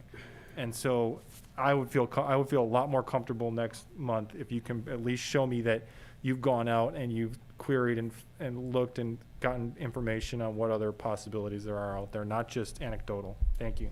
And then if there weren't any options available, would you then make a vote on that? I'm just concerned about being out of compliance. You know, this is a corrective action measure, and so. I have a hard Yeah. time believing that there aren't other viable options. so. Well, if you know anything about the Medi-Cal system, doctors don't like to deal with Medi-Cal because of the such low rate of reimbursement that the doctors get for providing services. And so when we find a service that, or an organization that will take Medi-Cal, we kind of have to jump in it. And that's the reason, this is the reason why the county is looking at a different avenue than just going with the Medi-Cal here in Samuel County, because it really limits the individuals, the patient's ability to seek qualified Medi-Cal because of the constraints that our local Medi-Cal has here for county residents. And so it really does the residents a disservice. Yeah, so that's what I'm worried about. And Madam Chair, one more quick thought. Mhm. If there are zero other options in the state, another possibility is going to this provider and saying, we need to write into the contract that you're not going to be using religion as part of your treatment. That, again, I don't see why, you know, we're a government entity. It doesn't jive well with me that we're sending our most vulnerable residents who need, you know, these substance abuse treatment services that are life-changing, and that they basically don't have a choice. I mean, religion is such a deep personal thing, and it's your choice. You shouldn't have it peddled on you. You shouldn't have it pushed on you because you have a drug problem. And to me, it's a really big principal issue for me that we have a route that does not include the likelihood that, you know, these children are going to have religion. There are so many different religions. Everyone's not a Christian. I respect Christianity. I respect everyone's religion, but I don't like the idea of having religion pushed on you because of your vulnerability. Thank you. Yeah, well, I hear what you're saying, but I'm listening to the options. They said Hunters Point's in San Francisco, the Oakland area, or LA. If I were a parent struggling with an adolescent with drug care, I'd rather have him in a faith-based institution than in LA or San Francisco. If you know anything about Hunters Point, that is not a place that I will want my child there. So I hear what you're saying, and we're not going to beat this to a dead horse. I know you wanted to make a comment, and then it sounds like you want it to come back, which is fine. Yeah, Madam Chair, I just want to be clear. So if we continue this to our next meeting, which is August 10th, and you come forward with alternative or not, but you look into it, and we make a decision on August 10th, then we still have time to be within compliance. Is that correct? Because you did say September, right? Okay.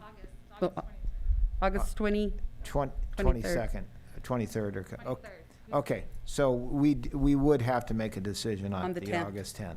Mhm. Okay. Okay. Madam Chair, I'll make a motion, or did you want to? I'll make a motion that we continue this to our next meeting. Okay, and I will go ahead and second that. So all in favor to continue this, say aye. Aye. Aye. Oh, just a good point. Sorry? Public comment. Didn't we already have public comment on this? We did this morning. We were just bringing this back We- for, Did we have public? did we not? Yes, we did, because I have notes that says hold, you know, because we were looking for information. Did we not have public Madam comment? Chair, I think there was some confusion about if items are pulled from the agenda, then we would, whether we would have an exclusive public comment for those items. Did we? And we did not have public comment specifically Okay, for this item. then I'm sorry. So thank you, and we'll let the public go ahead and speak. We'll go with in chambers first, and then Zoom second. Thank you, Madam Chair. Okay, sorry about that. Here's the first issue. The first issue stands with Alan Yamamoto, who is the head department head. They found out in June of 2020 that they were not in compliance. They just found out. It is his duty. I'm sorry, I'm really upset about that. It is his duty to know that the department is in compliance on all issues. You don't wait for the state to come and give you an audit and tell you that you're not in compliance. Because they're not in compliance, because the job was not done correctly by either himself or his staff, we now find ourselves that they're still claiming that this business that is a nonprofit, face-based, that does not pay taxes, is now coming to San Benito County and saying, we will help your children, and you give us your constituents' tax dollars to a face-based company that's not for profit. And most of the money goes there to administrative fees. It is the mission, I'll repeat it again, it's to break the destructive cycles and abuse of addiction through the hope, healing made possible by Christ's love and quality treatment. They throw religion down your throat. A person who has an addiction will become addicted to religion. That is exactly what happens. And I'm okay with somebody finding something other than being addicted to drug, but don't come to San Benito County and ask the taxpayers for a nonprofit, non-tax-paying entity to request money from us. Because the job was not done correctly and we were found that they're not in compliance, now puts you in a corner to make a decision. There was no RFP because they said that there's no RFP because these are the only companies that are allowed. I am relying on a person's word that nothing else exists by the person who was already not in compliance and putting the county in this situation. I'm so upset with this because we shouldn't be in this position right now. Not at all, because someone didn't do their job. Now they're coming and saying, you're going to force kids to go to a faith-based. And this is not anything to do with against religion. But not everybody believes in Christianity. What are we going to do with kids that are Muslim, that are Jewish, that are Buddhist? This is insane to be asking them to go through there and learn and teach them about Christ if their entire life that's not what they were based on. And maybe they don't have a religion, but it should be preferenced upon this. So thank you. Okay. Any comments on Zoom? If you'd like to make a comment on Zoom, please press the raise your hand icon or *9 on your phone. You've been unmuted. Please state your name and you have 3 minutes.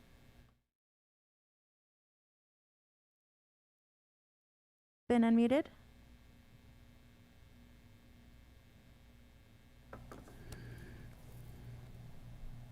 No other comments.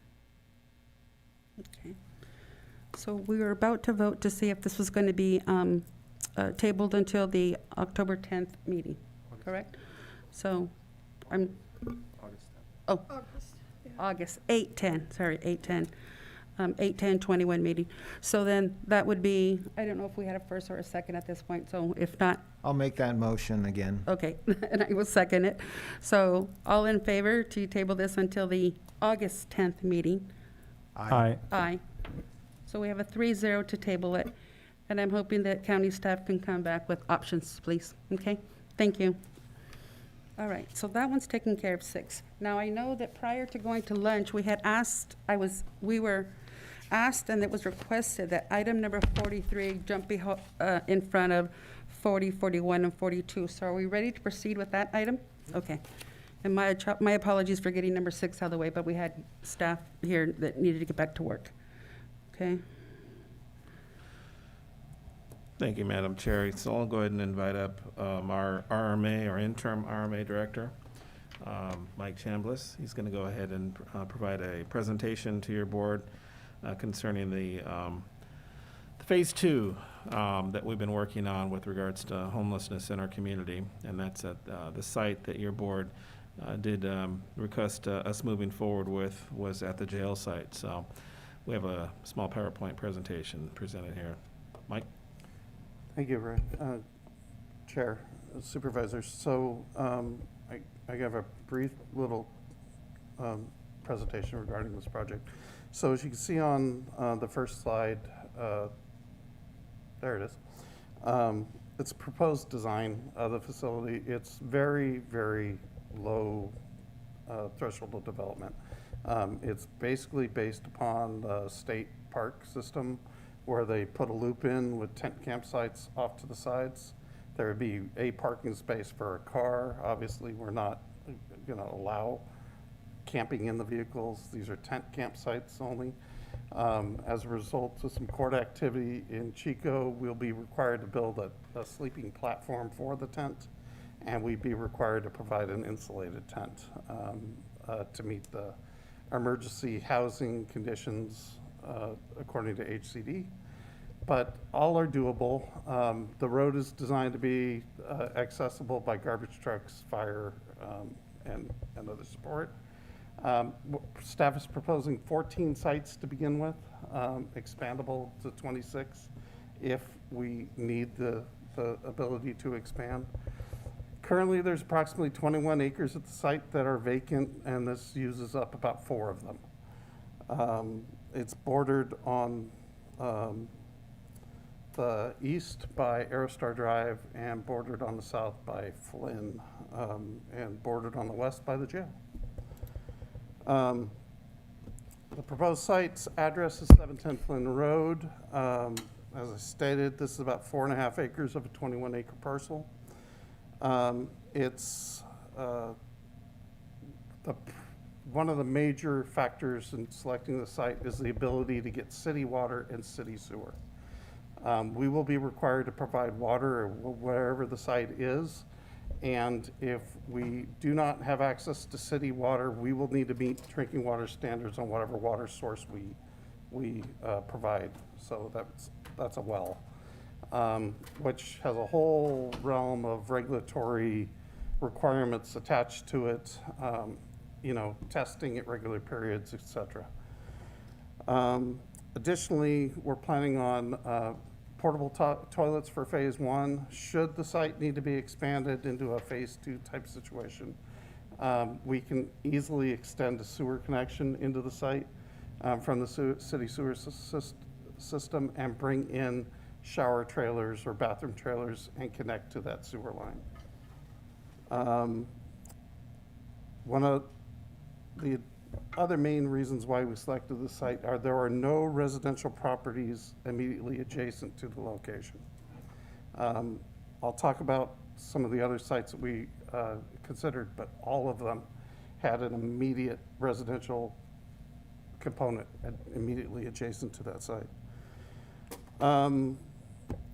The county would obviously be responsible for the costs of extending the utilities into the site, improving the sleeping platforms, developing the road. We're planning on keeping those impacts extremely low level of impact. Because this property is owned by the county, it is exempt from City of Hollister zoning and building regulations. No new impervious surfaces, paved streets, or hard surfaces are proposed that would require drainage or stormwater improvements from the Regional Water Quality Control Board. And this particular site is categorically exempt from review under CEQA on 4 different sections. Some of the alternative location we considered was 881 and 860 North Chapel Road. As you're aware, we're in the process of acquiring that location. It also has city water and sewer, which is good, but the main issue is there's about 8 residences immediately right there next to the site. Another alternative location we looked at was 5292 Fairview Road, the Rosa Morada site that we acquired for the fire station. The water source out there is unknown. We're in the process of getting it tested to see if it can meet drinking water standards, but right now that's a big unknown piece of information. And then the other major drawback is it's about 3.8 miles from any services. Another location we looked at is 4000 San Felipe Road. That's to the north of 156. This actually is a private proposal, no government involvement. The problem with their proposal is there's no sewer out there. Because of the high water tables in that area, they need to have a sewer connection in order to handle the waste from their proposal. And their proposal not only includes tent camping, but it also includes trailer sites also. My department's excited about this proposal, and we're working really hard to make something happen. It just can't happen quick. And as you remember, your direction to us was quick. The other major obstacle or challenge to meet on this item is CEQA has not been started and is not complete. And this would be a major change from the agricultural use at the site. So there would be quite a CEQA process required for this site.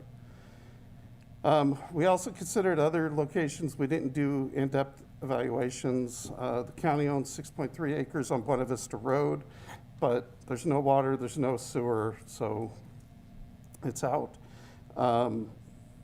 We looked at the former Bellotto Park Golf Club out at the fairgrounds. The county doesn't own it, so we would have to go through acquisition if it's even available. So we moved on from that one. We even looked at Hill Street over here, but it also has a residential impact immediately adjacent to it. And then we looked at the Southside Road land where the Public Works Yard is.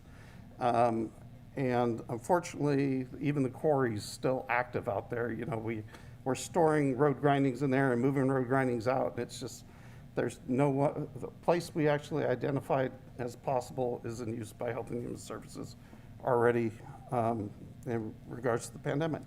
So there just is no place out there, so we moved on. And then the other location that we were considering was a piece of property that we were in the process of acquiring, but that deal fell through, so obviously we can't consider that one anymore. So, final statement about the Flynn Road site. According to the airport land use compatibility plan, it is in zone 6, and short-term and long-term lodging and campgrounds are permitted uses in zone 6. So it would not have an impact to the airport operations. Madam Chair, can I ask a question Oh, about yes, please. while we're on alternative sites? Mike, did you, and I know we're in the process of negotiations on this other site, but has the site that's near the existing homeless shelter potential site, was that looked at? Because it wasn't, owned by the city or the county, it was not. Not at this point. Not at this point. Right. Okay. But anyway, it's my hope that that may be a very good site. Thank you. Okay. Supervisor Kosmicki? Yes, thank you, Madam Chair. Yeah, so just to put this in context, if we can recall, this is in response to not only our broader issue with homelessness that we've had, a growing homeless problem here in our community and throughout the nation, but particularly the riverbed, Samuel Riverbed, and we had the fire and the multiple fires in the riverbed. It's really, in my view, become, over the years, it's become really almost to the point where it's completely out of control as far as that riverbed environment, the amount of the potential public safety issues that we have there, but also the potential environmental disaster there, being that that's in the Monterey Bay Sanctuary. It's really troubling to me that we, as a community, have allowed that to happen over the years. I know it's a very challenging situation, but this was in response to that. What solution can we come up with that helps to at least temporarily solve this problem so that we can go into the riverbed, clean up the riverbed, try to help the people that are living there, find them a safer environment to live in, and maybe take, even if it's a small step, another step toward, potentially getting on their feet. And so, to me, this really is an urgent situation with this riverbed. I don't want to lose sight of that. We've had a lot of roadblocks that we've been dealing with, which you're going to have with the homelessness issue, legal and otherwise. But to me, when you look at the alternatives and you look at the sites that we could potentially do this concept, and again, it's a temporary concept, this is the best alternative in my view. The proximity to homes in particular, the visibility to the public. I think we do need to be leery about, we do have to listen to concerns from the business community. We don't want to lose businesses. I share that concern. I do think that there's been and I'm not trying to be trite here, but I think there's been an overreaction of sorts from the business community. I don't expect there to be a large number of people that take advantage of this site, but we are offering it in case people want to take advantage of this environment and these services. I also want to emphasize, again, it's temporary. So we're looking for that bridge while we look at other options for more medium and long-term solutions, such as potentially expanding our shelter space capacity, looking at a tiny home village of sorts at some point. I know everyone on this board is a proponent of increased affordable housing, ADUs, and all the things that we've talked about, but we need something in the short term and medium term, and to me this makes sense.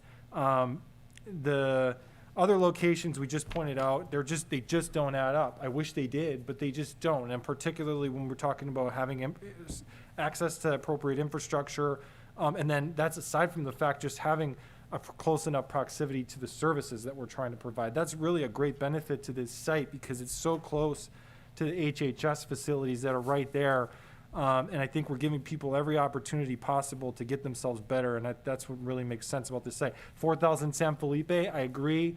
We had that meeting, Chair Gonzalez and I sat in with the representative from the property with staff, and it sounds really promising, but it's going to take a while. We're talking about not just months, it's going to take years for us to maybe take those steps toward that. But that's still on the table. I think there's a lot of promise there. But we need something temporarily so that we can go into this riverbed, clean up the riverbed, have more structure to what we offer, the services in our homeless, as opposed to right now where it's just a free-for-all. And we just can't let that keep going on forever. I will say about this site, we have to make sure there are rules. We have to make sure that it's safe. And we have to make sure that that we're providing an environment that is, less hectic and less chaotic than what was happening in the riverbed. Otherwise, there's no point to what we're doing. So I think we're trying to improve the community here, and we're trying to improve the offerings to the homeless. Again, I would like to hear from the public. I would like to hear from the business community. I have a lot of respect for Ken Lindsay and others in the business community that have expressed concerns. Maybe there's something I'm missing. I just think that there's maybe a misperception about that there's just going to be this isn't going to be Skid Row. Okay, this is not going to be Skid Row. This is going to be, I think, confined and relatively safe, relatively calm environment. Thank you. Thank you, Madam Chair. When this came before us a couple of meetings ago, I believe, I should have voiced a concern then, but I did not. I regret that, but I'm certainly going to voice a lot of concern now with this site. Jason, the jail. I totally concur with Supervisor Kosmicki in that homeless is a huge issue in our community and in the entire country, for that matter. And we are really trying to, as a county, be very progressive in this area, and I think we're having some real successes. We do need to deal with the homeless people in the riverbed. It is a real problem, and I certainly don't want to delay dealing with those people, both from a compassionate standpoint as well as a risk for them being in the riverbed, as well as we had a fire down there. So I don't want to delay things. However, I'm strongly opposed to this site adjacent to the jail. I just don't think it makes sense to create a different problem by trying to solve this one. And I think that's what we're going to be doing. If we all of us up here, and I hear this even before I was on, as a supervisor, both from the county and city, everyone always says that they're business friendly and their support of new commercial business, new industrial business, more jobs. Well, I think that's all well and good, but this really comes down to, do we make decisions that is supportive of business? And I think if we go forward with this site, then I really don't think we are doing that. I think that, I hear that this is going to be a temporary site. You hear that, and then 1, 2, 3 years later, it's still there. And I think realistically, I think, I don't know how we define temporary, but in my mind, it's not going to be as temporary as we would like. I think the bottom line is that it's just that even if this is a really nicely done and not very many people even use it, it's just the fact that it's there and that it's reported in the paper. The word gets out that there's a homeless encampment just to the south of our business park in the airport area, where we're trying to attract new businesses. That is enough to screw up any deal. And that's just, and we have there's some history here. In 2015, when we were looking for a homeless shelter, once again, one of the sites that was very seriously considered was, in the same area. And just and ultimately, we decided, the board decided not to go forward, found an alternative site, which has worked out very well. But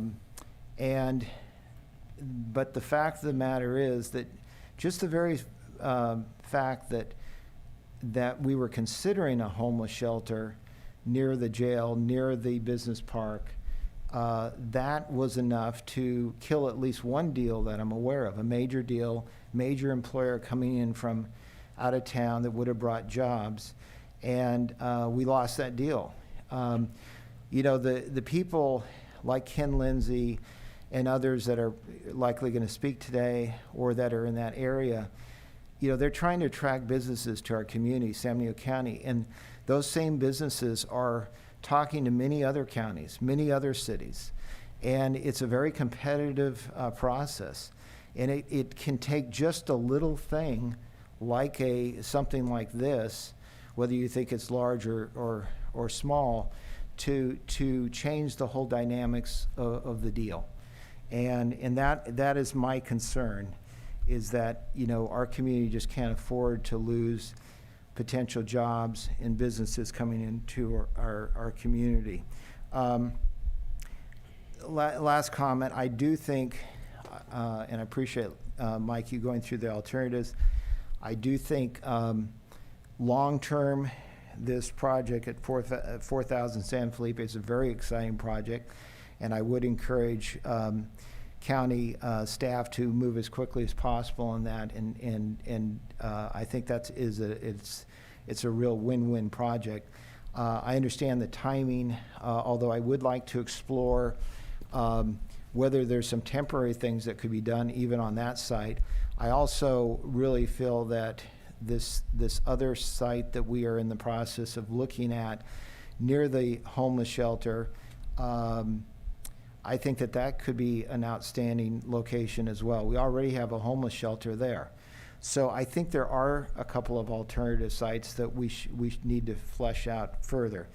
But once again, I don't want to delay things with dealing with the homeless. I understand how you feel, Supervisor Kosmicki, but I just feel very strongly that this is not the right site for this encampment. Thank you.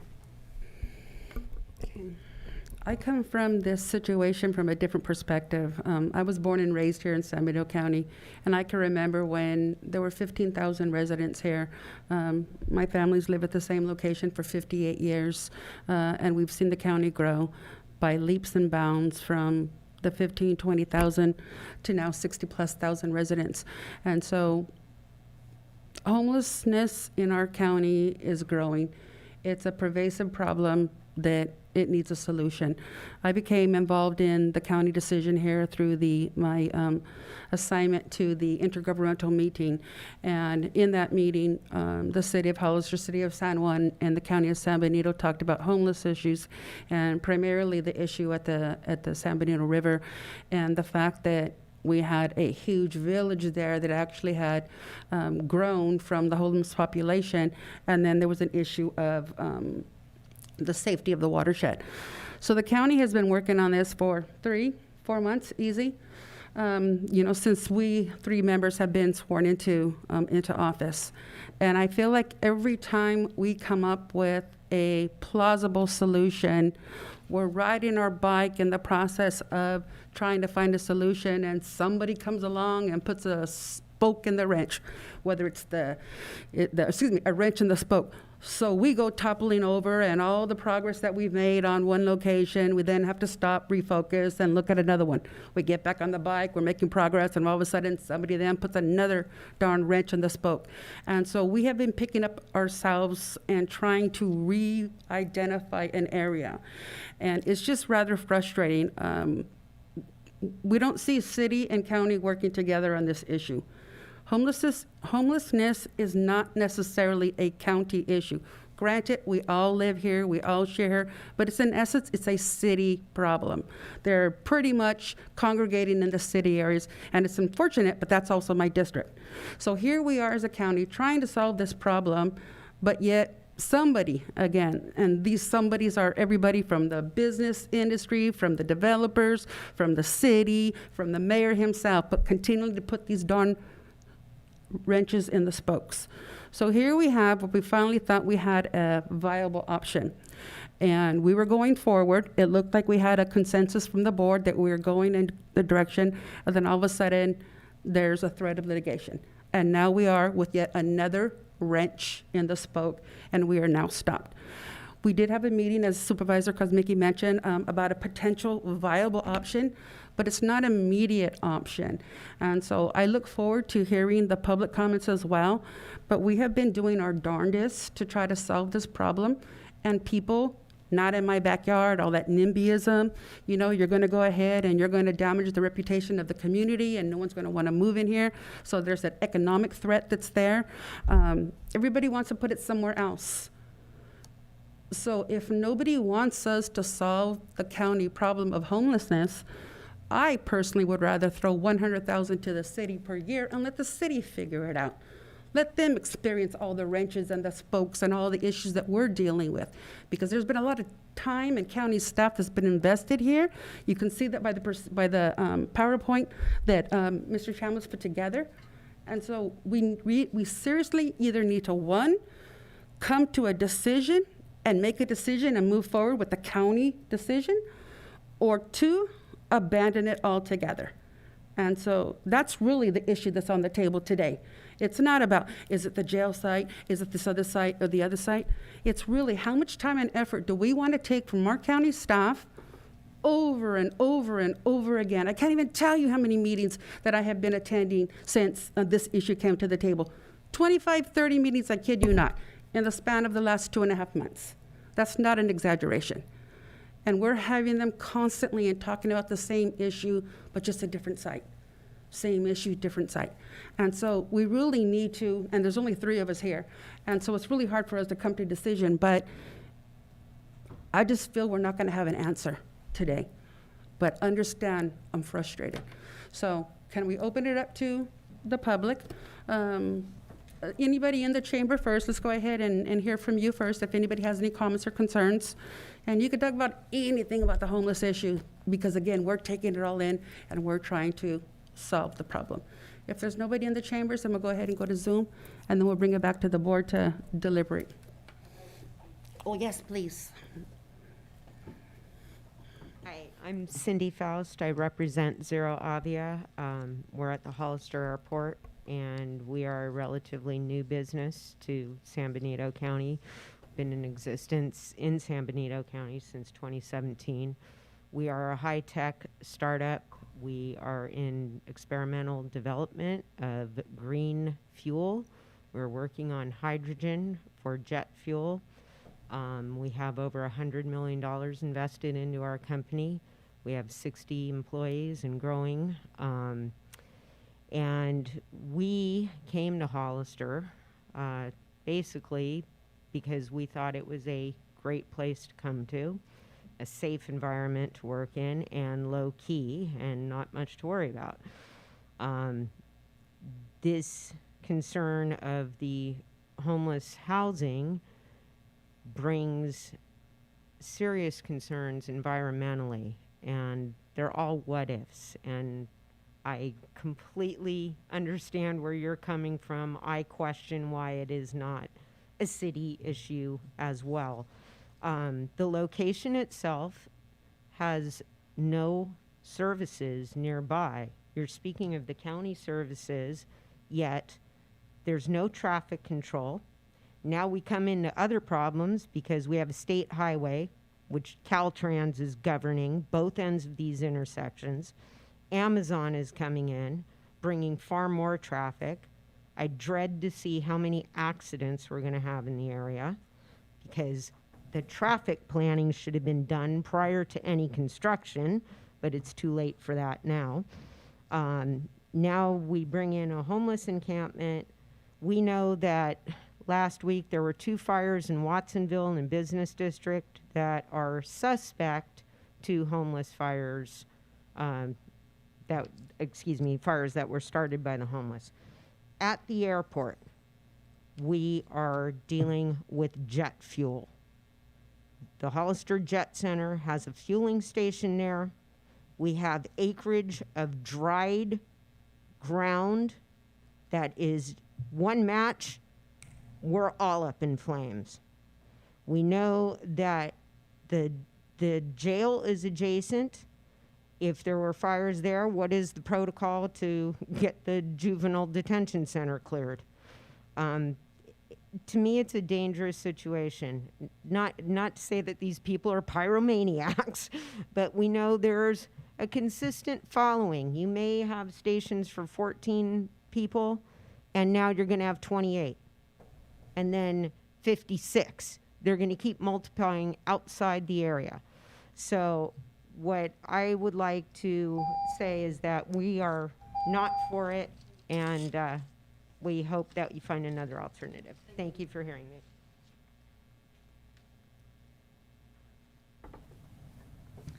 Elia Salinas. The airport is federal property and it's gated. I have never heard of any incident where anybody has crossed over any of the fences since the fences went up. After the 9/11, it was mandated, and Mr. Chambliss can tell us when those fences went up. No one runs across that. The jet fuel center is literally, I believe it's more than a half a mile from where this camp, this temporary shelter is going to be placed. And I like the fact that it's not like it's not going to be supervised and people are going to all of a sudden start showing up. That's not how it works. That's not how it's going to happen. I know that you know that. I'm just saying it publicly. I'm talking about the fuel, the fires. That's ridiculous. The public should know that it's very well secure to get into the airport. The county services is nearby. She is correct that there is no crosswalk, but that could be taken care of. It is already a high traffic anyway, so now that that's up to the city to put a light there. It's not up to the county anyway at that intersection and for Caltrans. Like Supervisor Gonzalez said, you know, nobody wants it in their backyard, and you all want compassion. This airport properties, nothing has been built out there for decades. There are 1, 2, 3, and I believe Mr. Enns makes building number 4, the section in that area. There's nothing out there on those streets. Those lots have been for sale for a long time. Mr. Ken Lindsay was able to get this project going over at the business park, which is more than, it's more than a quarter mile. It's probably a half a mile walk or less than from this encampment that we're talking about. So nothing is going to be affected. No one is going to say that they're not going to bring a business. Where are we going to put them? If it's not here, it's not there. Every time we come up with something, and the city's been going through this for a long time. And I know that Supervisor Tiffany, you mentioned that they found an alternative a few years ago. Yeah, they did. They put them out at the labor camp. Now they switch them off. When the agriculture workers are here, they use it. When they're not, then it's for the homeless. We need a place, and this is temporary. Maybe we can come up with something that states in there how long is temporary. But again, you have to look at the facts. How much is this going to cost us? Because it is going to be temporary. So thank you.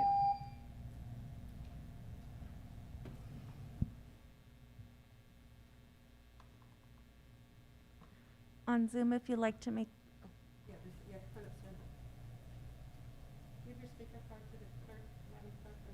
Hi, excuse my attire.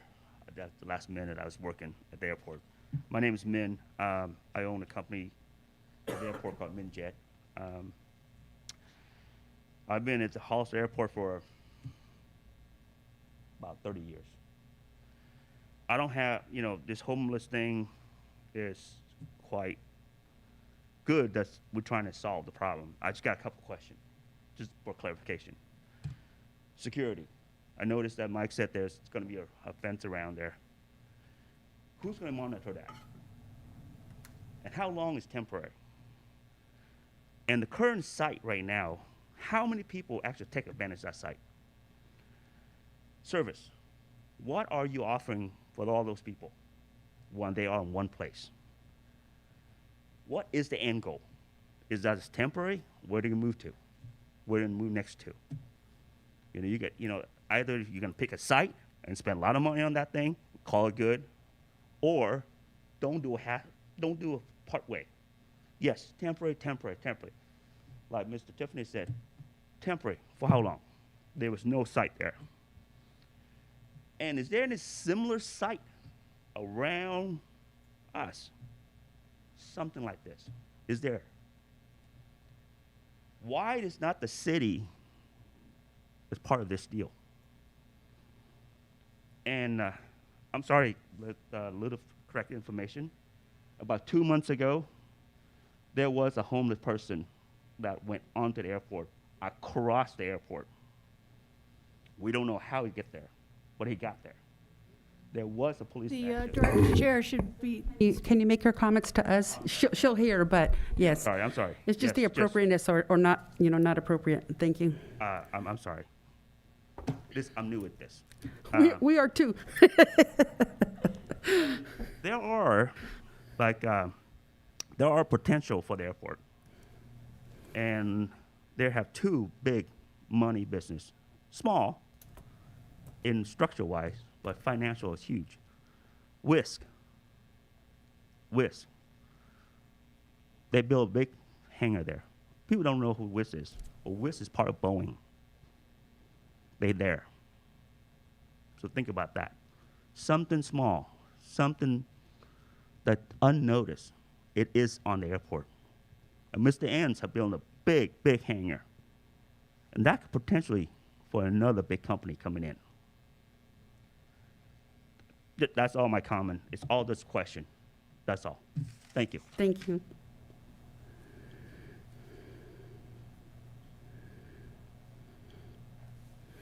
Okay. So, If you'd like to make a comment on Zoom, please press star 9 on your phone or the raise your hand icon on your screen. okay, before you go forward, Mr. Min, can you make sure we get your speaker card so that the Madam Clerk has your information? Okay, thank you. You've been unmuted. Please state your name and you have 3 minutes. Thank you. You've been unmuted. Thank you. My name is Jim Gilio, calling on behalf of the San Benito County Business Council. We represent approximately 42 to 50 businesses and up to about 2,000 employees, depending on the time of year. As you all know, I sat up there with you, and this issue that you're dealing with today is incredibly complex and difficult to deal with. And I wanted to applaud Madam Chair, the Board of Supervisors for tackling this issue and trying to come up with some creative ideas to resolve this. And then also staff for all their hard work and creativity to come up with that temporary campsite. I actually really like the thought and the idea. It's great. What I'm calling today is to let you know about the location without getting too verbose and trying to use the whole 3 minutes of time, because I'm sure you'll hear the same thing from many folks. Hollister is, San Benito County has been a difficult location to recruit business to in the past, and any barrier to business recruitment is a barrier, whether we like it or not. I don't like it. I don't like the fact that having unhomed persons near a business zone is a barrier, but it is a barrier, and we have to be realistic about that. It is. Businesses survey the areas and they see these things. We already have barriers here that we're dealing with, whether it's traffic, all the different things that you guys deal with on a daily basis. A couple of recommendations that the Business Council had thought of, and when I was on the board a while ago, we had purchased some property. I won't use any locations because I'm sure nobody wants it there either, right? Nobody wants it in their backyard, as we heard already today. But if you're not going to use those locations, may we suggest selling them? I don't think the county, and I mentioned this back when we purchased those properties, if we're not going to use them for transitional housing or whatever the county deemed, sell them, get rid of them. We've been sitting on Rosa Morada for years thinking we're going to build a fire station. We've been sitting on other properties for quite a while, sell those and perhaps invest in the property near the homeless shelter. And again, I don't have the answers. It's just an idea that I've heard you all talk about. But you guys have a amazing property there now. From what I understand, the litigation from a neighbor limits the amount of beds that you can have there. Now, even if you guys are able to purchase that property instantly, you can expand the number of beds, because that litigation would be moot, as far as I understand, because the property owner isn't there anymore. It doesn't have a standing in the lawsuit or in the settlement agreement anymore. So if you did purchase that building, perhaps it wouldn't be years, perhaps it would be a few months to get something rolling there in that location. And then again, I just wanted to say thank you guys. And one other thought that came up was Project Room Key. The Weeby Motel is there. Again, that's private property. You can't force somebody to do it, but perhaps that would be another location, because you got the Weeby Motel right about 2 properties over from the center there. And again, thank you so much.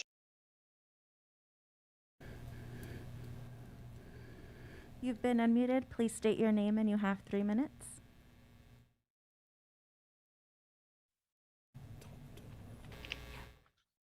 Yes, good afternoon, Madam Councilor. I represent the Business Council, same as Jim, and have the same philosophy.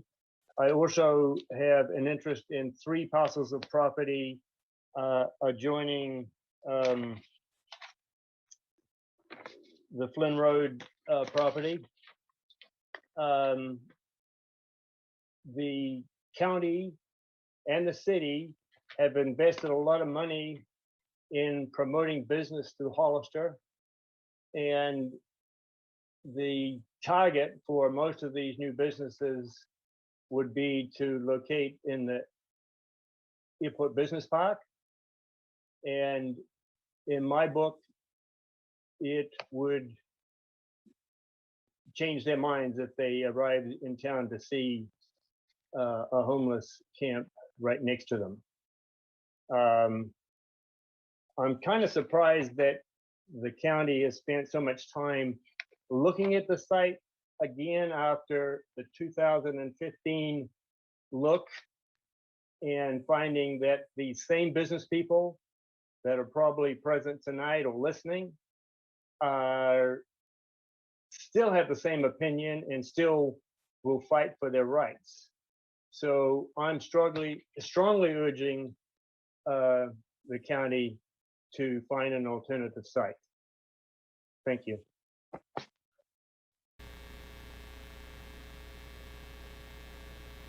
You've been unmuted. Please state your name and you have 3 minutes.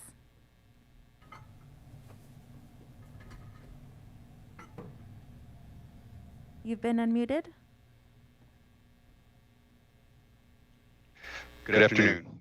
Keith Severson, Granite Rock and San Benito Business Council Executive Committee.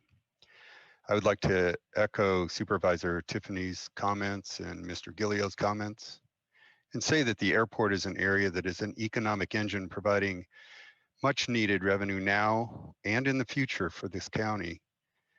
And the county sorely needs that revenue.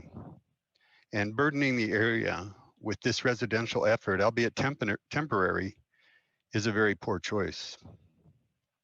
Please consider other areas. I know that 2151 Buena Vista was purchased by the county with an eye on housing. Might not that be a location to consider? I know there was a house there. I know that there is water and sewer there. Something to consider. As others said, obviously timely action and permanent solutions are needed to address this issue with appropriate care and compassion. Landowners, homeowners, and county services spend an inordinate amount of resources on this difficult and thorny issue, and it would be best for all concerned to take decisive action. I know that the company I represent, even today, has spent significant resources on the Hospital Road bridge site dealing with homeless issues. We think we've done an effective job there, but it's really, really difficult. I thank you.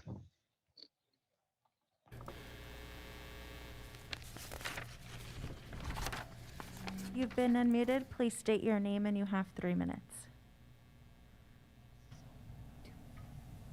You've been unmuted.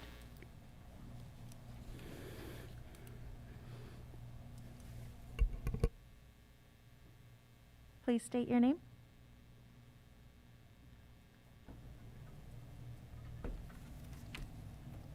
You've been unmuted. Please state your name and you have 3 minutes. Thank you. Thank you. This is Ignacio Velasquez. Want to make sure you can hear me. You can acknowledge that. Yes, we can. Thank you very much. I just, obviously as mayor, I've been involved with this homeless issue for a while, but I want to clear up some misinformation. I just heard about the city not wanting to work together with the county or the mayor not wanting to solve this issue. That's completely untrue. When we had these conversations, I expressed my concerns that we would be repeating the same mistakes that were made in the past. I warned everyone at that meeting that trying to build something along the river would not work. Building something near the airport would not work because we experienced it before. And I made that very, very clear that it would be a mistake to rehash the same mistakes that were made in the past. The city and the county in the past came together to get a facility built. The mistake was made when a deal was offered to restrict it to 50 people in the facility. Now, I've made this very clear now. I'm going to say it again. The answer is using that conference room for additional beds. We can get through this crisis and we can get more of the homeless situated with the services they need. Trying to blame others by not listening to what those that have been through this experience have expressed is not an answer. And it's why we keep having these issues. The city is the group that pushed hardest to get the shelter built in the first place. I want to make sure the chair understands that and not giving misinformation, because it does take both the county and city working together to get a permanent solution. So please, please, if you're going to say something factual and not just your opinion. And again, I've been working on this for many, many years, and I take offense to those kind of comments. We can do this, and the answer is very simple. Open that conference room. There will be enough beds to handle our situation in our community. Thank you.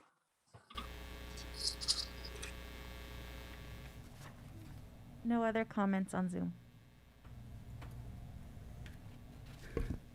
I'm going to ignore the mayor's comments because I've heard them before. The conference room will not be used as beds for homeless. We are required to have 50-bed capacity at that building because of the agreement that was made by the county and the city. So, hello. Anyways, so let's go ahead and go back to this, bring it back to the board here. We've heard public comment, we've heard the Zoom comments, and we're at what I would call a stalemate at this point. We're down one vote, so we're looking at the three of us here to make a decision of what we need to do. The item itself reads, item number 43, let me go back. Madam Chair, just quick question. Could we double check that, I know Ken Lindsay was planning to speak Oh, yes, today. sir, yes. I'm just wondering if He wasn't able to come in, get in? he's saying I wasn't called. There was no hand raised. You just got to raise it. Have him raise his hand and see. Yeah, I told him maybe, Ken, if you're hearing me, you need to raise your hand on the icon at the bottom of the, I don't know if he's familiar with Zoom. It's one of the options, right? What is that? Which He says he wasn't called. It's the raise your hand icon on your screen or *9 on your phone. Where's the raise your hand icon when you go? Oh, yeah. It'll be down at the toolbar. Bottom. Mm-hmm. I'm standing by waiting. You've been unmuted. Okay, go ahead. This is Ken Lindsay. I want to thank you for the opportunity to speak. I wanted to go back and make the board understand why this property is even owned by the county. When my former partner and I made it available to the county, it was for the purpose of building a courthouse, and jail, juvenile hall would go along with the courthouse, other county buildings, the sheriff's office, and a fire station. Those are all appropriate things that would be in the business park. In other words, this land was part of our original map when we submitted it. And I have all these maps for our tentative maps. But we made this available for that purpose, not the purpose of becoming a homeless camp. It's counterproductive to everything that I've been trying to do for the last 30 years in developing business parks. And I heard someone say earlier that there's nothing out there. Well, there is businesses out there. We've been through a sewer moratorium that derailed our recruitment efforts for almost 8 to 10 years. Then we had the Great Recession. Now we're in the process of building buildings, and we have companies that are working with us. So this is very inappropriate. I would have lost the Amazon deal. It was key to making the Amazon deal that they were going to be in a nice business park environment. And so I think the community, I've been doing this and I've been working at this project for a very long time, and we are now in the process of making deals. The economy, a temporary use will derail our efforts to bring more companies. We're actually talking with Amazon and other companies now about expansions in the area, and this will be very detrimental to those efforts. So I wanted to go back to our original and why the county even has this property as an option, and it wasn't intended. As you know, the state chose it as a site for the courthouse, and then because of the public outcry to keep it downtown, we decided not to argue with that and allow it to happen. But what we expected to be in our business park is other professional buildings that would fit in with the business park environment. Additionally, the city has zoned both the Citation Business Park and the Air Park Business Center as green zone for cannabis. We don't think that cannabis environment and the homeless in the area would be compatible. In addition, we're all working for jobs. I mean, the fact that I was able to get Amazon to come here and create 500-600 jobs, and they will grow. Other businesses that you've heard from we have 2-3 other buildings that are in the process of being built right now. These would not be happening if this decision were to go forward. I can say that I want to try to take a positive approach about trying to help the county and the city solve this problem, but I've been at a different problem, and that's trying to recruit and retain businesses to San Benito County and Hollister since 1979 is when I first started the Hollister Business Park. I built 5 business parks in the area. I deal with companies every day. I have projects in other areas. So I know how sensitive companies are to making a large investment for their company, for their employees, and for their shareholders and so on. And the environment that they're in is very, very important to them. So finally, there will be, if you decide to go forward with this, substantial pushback from our landowners, our tenants, and I hope we don't have to go that route. I always try to take a positive approach how to deal with things, and there has to be some other alternatives that are available. I would have never made this site available to the county had anything like this ever been proposed in the past. So it's being tossed out as a temporary solution, but I know how. Thank you, sir. Any additional? I think that was an extra one, but okay. So bring it back to the board then in terms of conversation and options that are on the agenda. Madam Chair? Yes, sir. Yeah, it was a couple thoughts and then a suggestion. I really do appreciate all the input. This isn't just falling on deaf ears. These are real concerns from the business community. I get it. The issue here is that no matter what location we choose, there are impediments in the way, and there are people who are going to be against it, whether it's for proximity to residential, whether it's for proximity to business, whether it's for proximity to agricultural fields and the like. And so when you look at all these different options that we have, this is the best option. When you take all that into account, I've heard people throwing out, well, why aren't you considering X location or Z location? They're for the most part, most of these locations just purely proximity wise are just not logical at all. Because again, we're dealing with homeless services, and there has to be access to infrastructure, water, sewer, and ideally to HHS services as well. And yeah, we could find a way to just, stick them out at Bellato or something like that. But in the end, we're really not doing a service to the homeless community. It's really a facade at that point where, we're just basically laying our cards on the table that we're not trying to help the homeless here. We're just basically trying to kick them out of the riverbed.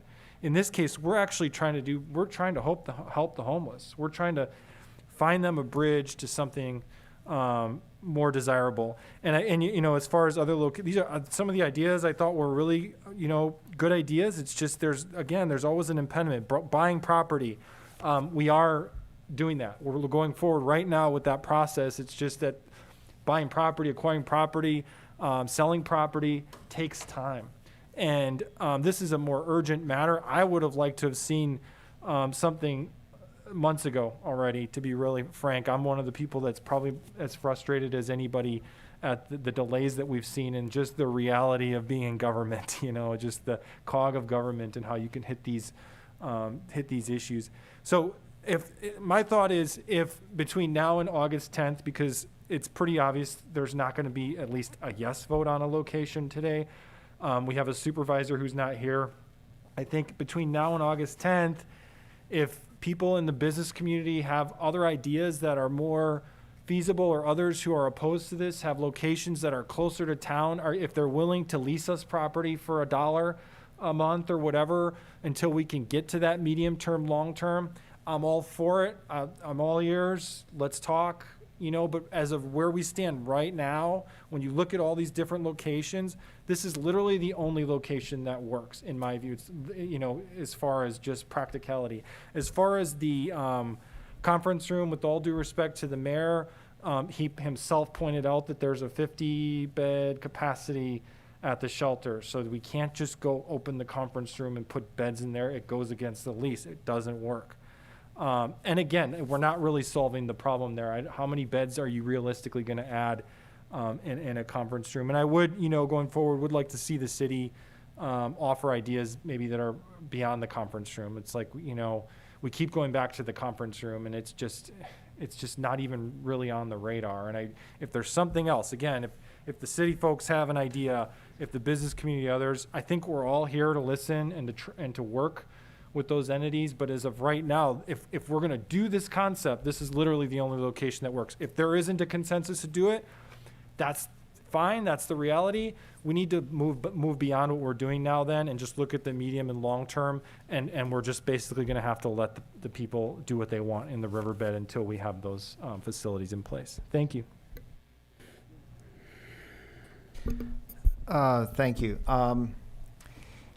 Yeah, I would love to see this homeless situation solved, but I just don't think we solve it by choosing this location. It's unfortunate that Supervisor Hernandez is not here today.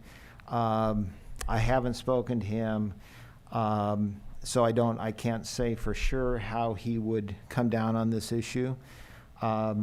He is a business person, though. I know he's been a very strong supporter of the business community, and I'd like to think that he would agree with me that this isn't the right site. But I, for one, feel strongly. I've already stated my reasons, and we've heard from Ken Lindsay and Jim Gillio and many others from the business community. And I don't think we try to solve one problem and then create another problem. So.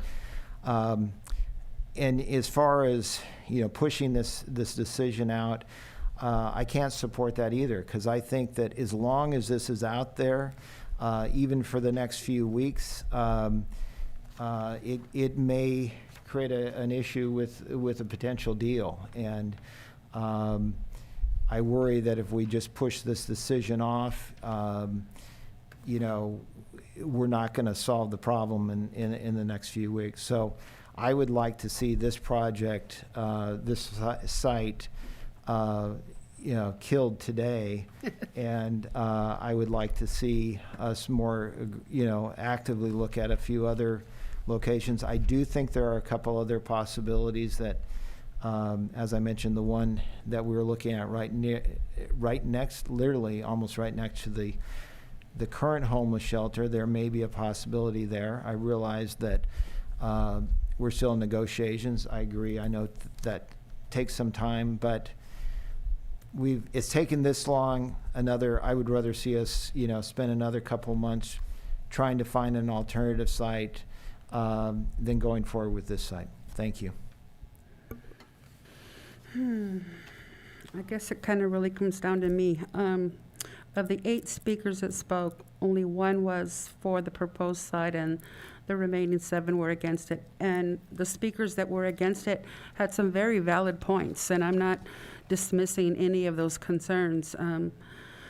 I've been hollering all along since January 4th that if you've got a business that is going to make a positive net effect to Samuel County, come talk to me.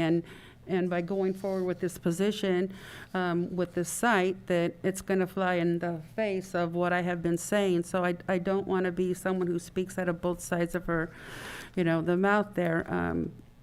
I have a passion for the homeless in terms of trying to help those that can't help themselves. That's not a secret to anyone who's been listening to me for the last 6 months. I really am torn. I'm frustrated with the process, seriously. Each alternative site that we would come up with, just to have it, blown off the drawing board was just so frustrating. But I'm not ready to upset the business community either. So we have 4 items on this agenda, and already from the conversations, Ray and Barbara, we're not going to have a consensus. Can you give us some direction on items 1, 2, 3, and 4 for the record, so that we could then take a vote and see where it's going? If you would like, you could make a motion to continue items 1, 2, 3 to the future meeting, perhaps the 8:10 meeting at 9 a.m. And then the board could decide, discuss item number 4. Okay, so would number 4 entertain the idea of killing this as Tiffany had suggested, or is that No, that's one the of the other ordinance. bullets? Okay, so Tiffany, I'm going to defer to you at the moment.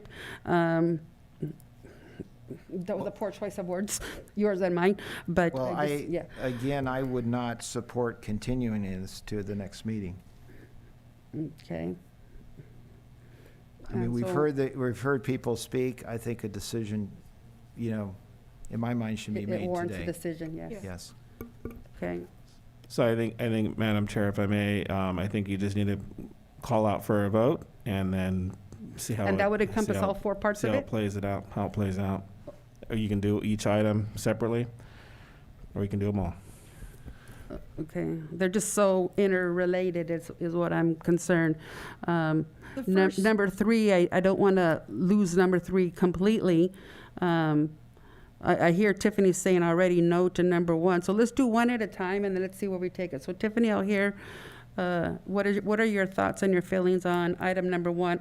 Item 42, subpart number 1, adopt a resolution finding the use of Flynn Road site as a temporary shelter of homeless persons that's exempt from CEQA. 1 and 2 could be done together, yeah. Okay, if desired, discuss alternate sites, which we kind of have, possible temporary camping facility for homeless persons. Okay, so let's look 1 and 2. So what are your thoughts there, Mr. Tiffany? Well, I would make a motion that we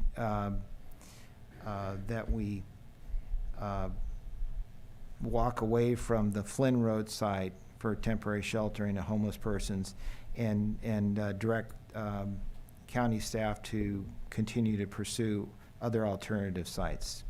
Okay, so I'll take that as your motion. I will second it for the sake of the motion being on the table.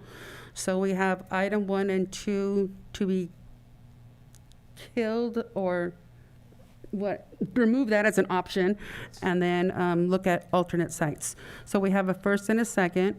Can I ask, is it? Yes, I was gonna say any protocol-wise, are we still open for discussion at all? Yes, and that's where I was going to go if you want. Yeah, I would suggest if we're going to make that motion that we suggest, again, I don't really know what other site we're really, what's realistic. I guess the one that I'm in particular, I'd like to explore the 4,000 San Felipe. I had a conversation with the person that you met with last Friday, and I'd like to at least look at whether tents out there are possible. I don't know whether that was thrown out to me as a suggestion.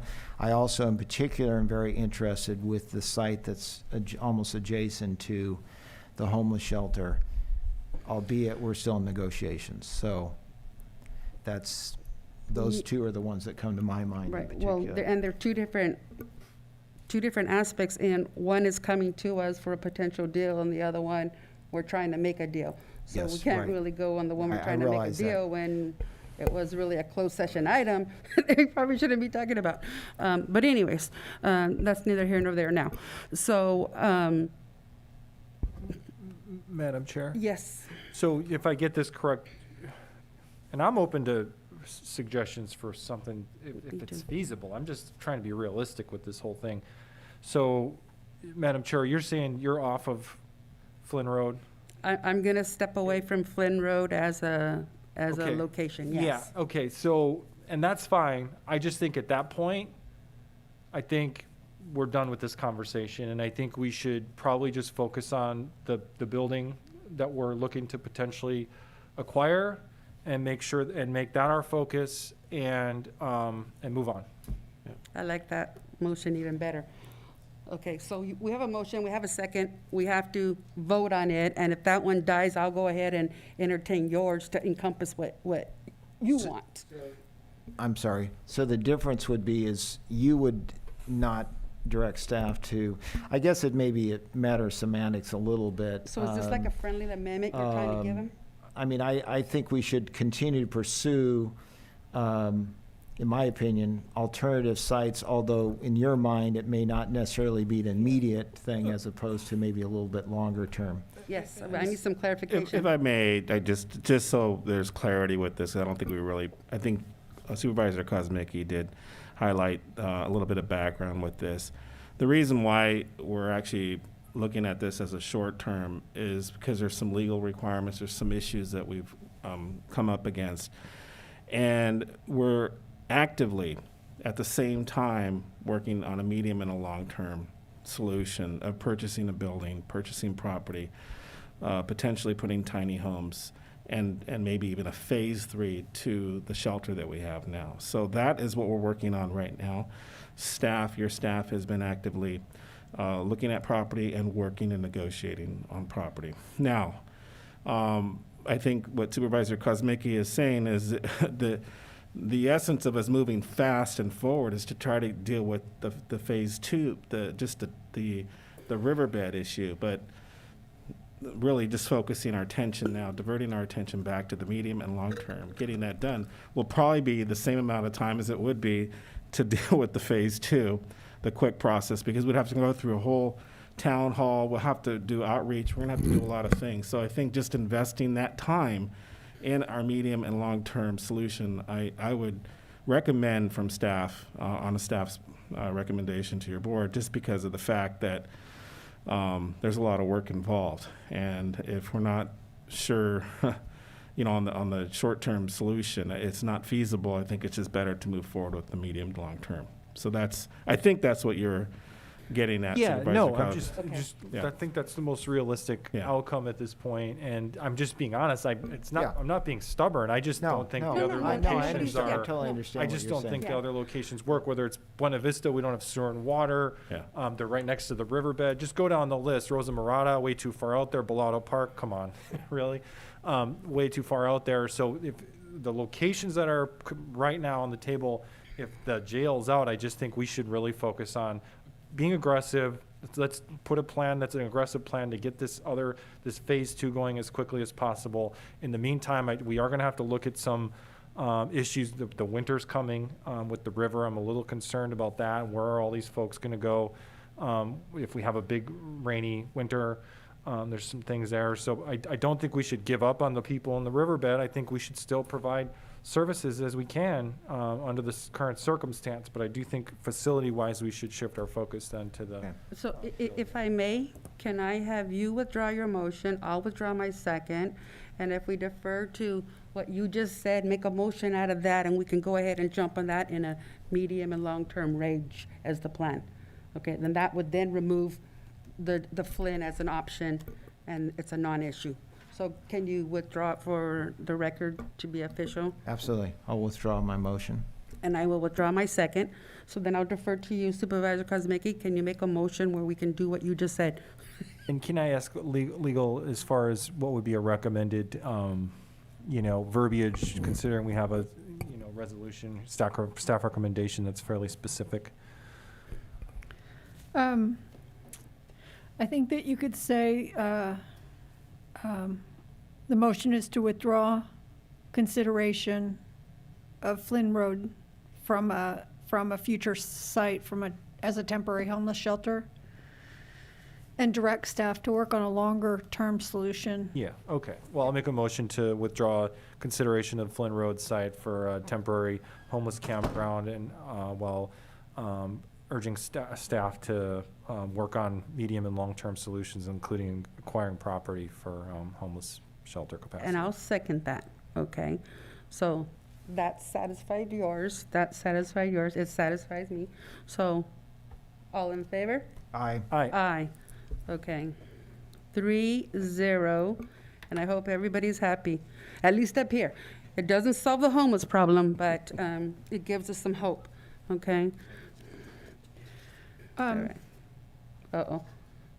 No. When there's there's always there's something you forgot or missed. What did we forget or miss? Number 4. Okay, so number 4, then provide direction to staff as desired. So Supervisor Kosmicki had mentioned about looking at the medium to long term. So, No, I was referring to the ordinance, the recommended action number 4. Okay, so that's number 3 then, right? That's part of number 3? Oh, yes, because we didn't do in number 3. Okay, so number 3, accept the presentation on draft countywide ordinance and waive reading and accept introduction. Here it's entitled, an ordinance adding chapter 9.5 to the title 9 of the San Diego County Code, camping regulations, restrictions to public and private property. I move that we accept the introduction of what I just read. Second? I have a question for clarification. Yes. So if we're not going forward with a campground, I think we have to pull this other piece. Yeah, my recommendation would be to allow staff to bring it back at an appropriate date, if that would be acceptable to the Then board. I'm going to withdraw my motion. Okay, sorry, clerk. Withdraw my motion. And Pursuant to direction provided by the ad hoc committee in the future. Okay, thank you. Perfectly phrased. Okay, so 3's been taken care of. How about 4 now? Because That's was it. 4 already addressed in? That we just did. Yes? I know, but I'm trying to make sure. Okay. So there's no reason to go through reading of a yes or a no Okay, on 4. so then we're good with 1, 2, 3, and 4. We've addressed them. 1, 2, 3, and 4, right? Okay, good. So finished with item number 43. So we go back to 40. Ray, did you have that body language tells me there's something wrong. Just a lot going on there. Oh, Just wanted to okay. Make sure it was. Well, that's why I keep going back and, yeah, getting it all. direct. Sorry, Jennifer. Okay, so we're back at 40. Sorry, Tracy and Health and Human Services for having you wait so long. 40, 41, 42, 44, in the process until we get to 48, or time expires and it's midnight and time to go home.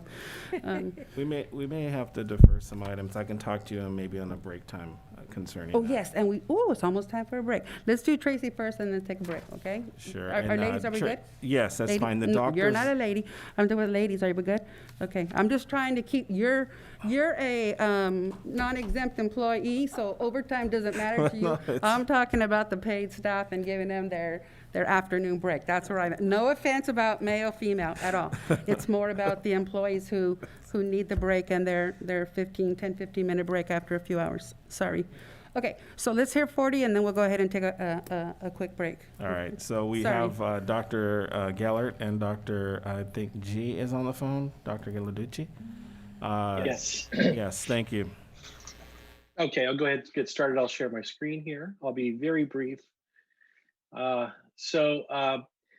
you for having us on this afternoon. I wanted to briefly go over case rates, vaccination, a little bit about the Delta variant. And so let's start with case rates. This is our historic case rate since the beginning, or at least since last summer. And you can see that we're still at a relatively low rate, although we do see signs of a fourth wave coming. We've seen this elsewhere in the United States, elsewhere in California, and we fully expect that it will occur here in San Benito County. Looking at the age groups, these are cumulative numbers. They're not per capita numbers, but you can see the bulk of our cases are in the 49 and younger. That continues to be the case today as we go through. Many of you are very concerned about the Delta variant, as I am concerned. You can see this is our history of variants that we've detected to date in San Benito County. But I will note what this chart doesn't show is that the most recent ones are almost exclusively Delta, and we expect that 100% of our cases will be Delta going forward. This is a very successful, very transmissible, perhaps even more virulent, meaning that it can make you sicker than what we're used to in the past. And we're seeing evidence of this across the world, really, and certainly here in the United States. A little bit about this, and I don't know, if Dr. Gellert, are you on? Would you like to go over this slide? And we may have lost him. I'll just go ahead. And just to remind people that, we are seeing breakthrough infections. Those are infections amongst people that are vaccinated, but I will say that almost all of these, in fact, nearly all of these are all mild infections, and it's not an indication that the vaccines do not work anymore. The vaccines still are really extraordinarily protective against serious illness and death. And 99.5% of the hospitalizations across the country are amongst the unvaccinated. So this is really a pandemic amongst this subgroup within our population. And did I hear Dr. Gellert come on? Yes, I'm on. Oh, okay, go ahead and take the rest of this. Well, I think the point just is you touched upon, Dr. Ghilarducci, where Delta variant is now going to be our variant until the next new variant comes down the wire from an area of the world where the outbreak is not being well controlled. As we've seen over time, each of these variants is far more infectious or contagious than the one preceding it. Previously, with the UK variant, that was more infectious than the indigenous strain that we had in the U.S. at the beginning of the outbreak. In LA County, they've seen a rise correlating with Delta in breakthrough infections from 5% to 20%. It's important to understand in this context that we always expected some breakthrough because the vaccines are at most 94% effective. So we're always going to expect some 6% of people would have some breakthrough infection. Obviously, we're seeing higher rates than that. But the key walkaway here is that while this is occurring, people who are vaccinated have a much, much less severe course of illness, if they have illness at all, when they're vaccinated and they're infected with the Delta variant. In the UK, for example, they're seeing about a drop to 79% against symptomatic infection. So people are getting infected who were vaccinated, but they're having a mild course, something similar to a cold or mild influenza. And it's been 96%, though, that it's maintained its effectiveness, preventing hospitalization from Delta. So we never thought that the vaccines would protect us from infection. We're not even clear still today epidemiologically. Does it possibly colonize vaccinated people's noses and throats, that they can continue to be carriers and to shed the virus? And that's the rationale, of course, for remasking indoors, as we've seen a number of jurisdictions across both the northern and southern parts of the state have re-engaged this. So that's partially to protect those who are vaccinated from even getting a mild infection, but it's primarily to protect the unvaccinated from getting infection, not just from other unvaccinated people, but from those who are vaccinated who may be carrying the virus. And that should all declare itself out over the next months of observation. But if an individual who's vaccinated starts to feel symptomatic, they should definitely be tested. And if they're positive, they need to follow the usual precautions of isolating for 10 days after a positive test. But I think the walkaway for our leaders and the community is that, unfortunately, while almost half, 40% of the population or better remains unvaccinated, we're going to continue to see recurrent surges of infection amongst those individuals. And that's going to, as we see, have implications for those who are vaccinated in terms of not wanting to harm the unvaccinated by possibly shedding virus to them. Thank you. I'll just continue on, and then, of course, we'll take any questions at the end. This is our current vaccination rate in San Benito County. At least 64% have had one shot. Full vaccination is 56%. So that leaves a significant proportion of our population still very vulnerable, which concerns Dr. Gellert and I tremendously. These vaccination rates are not unlike what we've seen elsewhere in other countries that have had significant outbreaks. So I think it's only reasonable to expect that this can happen here as well. As you can see, our youngest, those 34 and below are the least vaccinated amongst the eligible population. This also happens to be where we're seeing most of our cases. And the correlation between those two facts, I think, can't be ignored. Young people often tell us that they haven't gotten vaccinated for many different reasons. Some say, well, I've gotten COVID before, so I'm no longer vulnerable, but we are seeing evidence that prior infection with earlier versions of the COVID virus are probably not fully protective of Delta. So that protection no longer applies. And then secondly, because it may actually cause more severe disease, we're seeing that those hospitalized and those dying across the United States are getting younger and younger. And so I don't want our youngest people who feel that they have robust immune systems and therefore can fight off anything are somehow exempt from the serious nature of this disease. This slide shows our vaccination progress across time. And as you can note, San Benito County, I think, did 57 vaccinations recently, or a 7-day rolling average of 57 a day. I'm happy to report that has bumped up to 85 recently, and we hope that I think as more awareness comes about, that people realize, hey, now is the time to get the shot, that number will continue to go up.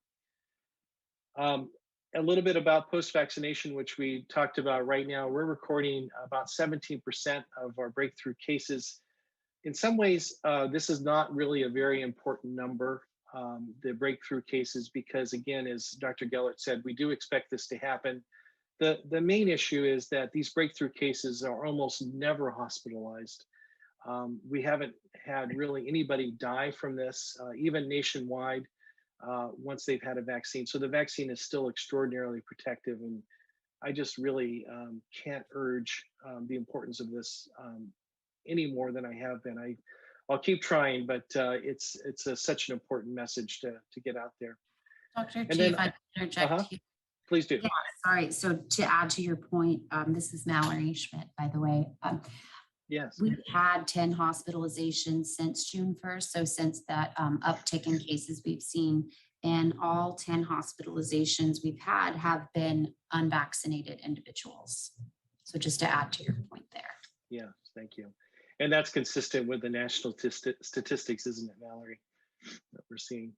Nationally, 99.5% of COVID deaths have been among the unvaccinated. That says it all, really. And so we're, really mobilizing to even enhance our efforts insofar as we can to continue to get the message out and make the vaccine available. Yeah. Thank you, folks. I'll just move on to my final slide on state updates. Many of you might be aware of the governor's press conference yesterday, which is requiring all state employees to either show proof of vaccination or to undergo weekly testing. This also applies to healthcare and congregate living facilities right now. So there's going to be 2 standards in these workplaces, and I think we'll probably see this occur elsewhere as well. But the 2 standards are: if you're vaccinated, life is going to be easier for you. If you're unvaccinated, you're going to have additional burden on you. Of course, there's bars in the San Francisco Bay Area that won't let you in unless you're vaccinated. There's talk of music venues doing the same. I think we'll probably see more of that. Our intention here in San Benito County is to follow state health officer orders with respect to these things. We don't see a need to differ from the state. Right now, only LA County is actually requiring masks, for example. Right now, we recommend masks, but we'll just have to keep a close eye on this and see how it goes. So I think I'll leave it there, and I think any of us are open for any questions you may have. Thank you. Any questions from the board? Madam Chair? Oh, go ahead, Supervisor Tiffany. Whoever's ready. Oh, okay. Well, I have some comments. Question-wise, Questions or comments? Yes, go ahead. Yeah, so. Yes. Okay, so I serve on the COVID ad hoc with Supervisor Tiffany, and I think it's safe to say there's been a level of alarm at the relapse that we've seen locally throughout the state and nation, with hospitalizations in particular and case numbers. And frankly, and we've talked about this, at this point, vaccines really are the only way out of this. And I know we wrote this op-ed for the local news outlets. We're not sitting here trying to tell people who are, against vaccines for philosophical reasons, whether it's religious reasons, personal, whatever it may be. I'm not going to sit here and be naive enough to think that we should continue to bark out that you should get vaccinated. That is your business. That is your business. I disagree personally, but that's your business if you don't want to get vaccinated. But that said, that comes with potential consequences personally for people that choose not to get vaccinated. One of those consequences, it's a fact, is that you're at a higher risk of infection, hospitalization, serious illness, ultimately of death. And that's a fact. That's not arguable. And there are potential repercussions, as this is a fluid situation, as it has been for a year and a half, and we don't have all the perfect answers, but we do know there are things that we can do to help our situation as a community. And so here we are, we're wearing masks. I wouldn't doubt it if we have, more statewide restrictions at some point. Like, how long do we realistically want to keep doing this, going in this vicious circle? And so what I'll say is I have no more sympathy for the people. If you just don't want to get vaccinated, again, that's your business. But I have no sympathy for people who are out there spreading misinformation about that's what really upsets me, are the people who not only don't want to get vaccinated. That's fine. You take the risk. You take the risk of serious illness and death. But to spread misinformation to others who may be on the fence or who might be can go either way on it, that is morally wrong to do that. That, to me, that group of people are the ones that really are the biggest problem. And they happen to be, by the way, the same people that were refusing to wear masks for a year and a half. So at some point, a certain segment of the community and the nation really has to decide and to look themselves in the mirror and maybe realize that they're the biggest problem at this point. They're the ones that are getting in the way of getting over this. And I don't know, weirdly, do they enjoy being in a pandemic? I just don't get it. I just personally don't get it. But that said, we just have to continue being aggressive with our advocacy of getting the word out there on the effectiveness of the vaccines, the safety of them, the science of the vaccines, to the people who are maybe still on the fence. We're not going to bother with the people that are just outright against it. And I will say, just lastly, I'm just, again, tired of the misguided rhetoric from this minority of residents in our community and other communities who just purposely put out misinformation. And the one thing that you keep hearing is, well, I know so-and-so, or I know of this person who was vaccinated and they still got COVID. And it's like, well, okay, we understand that's been a known fact since the vaccines came out. Nobody ever said there was going to be 100% effectiveness from obtaining COVID, but we do know scientifically and factually that if you get the vaccine, if you happen to get COVID and the stats and the facts bear it out, that you're much less likely to end up in the hospital or dead. And I think just the fact that of the 10 residents who have been hospitalized in our community since June, we're all unvaccinated, says everything to me. Thank you very much. Go ahead. Thank you, Madam Chair. Yeah, I will just reiterate everything Supervisor Kuzmicki just said. He and I are on the ad hoc committee together.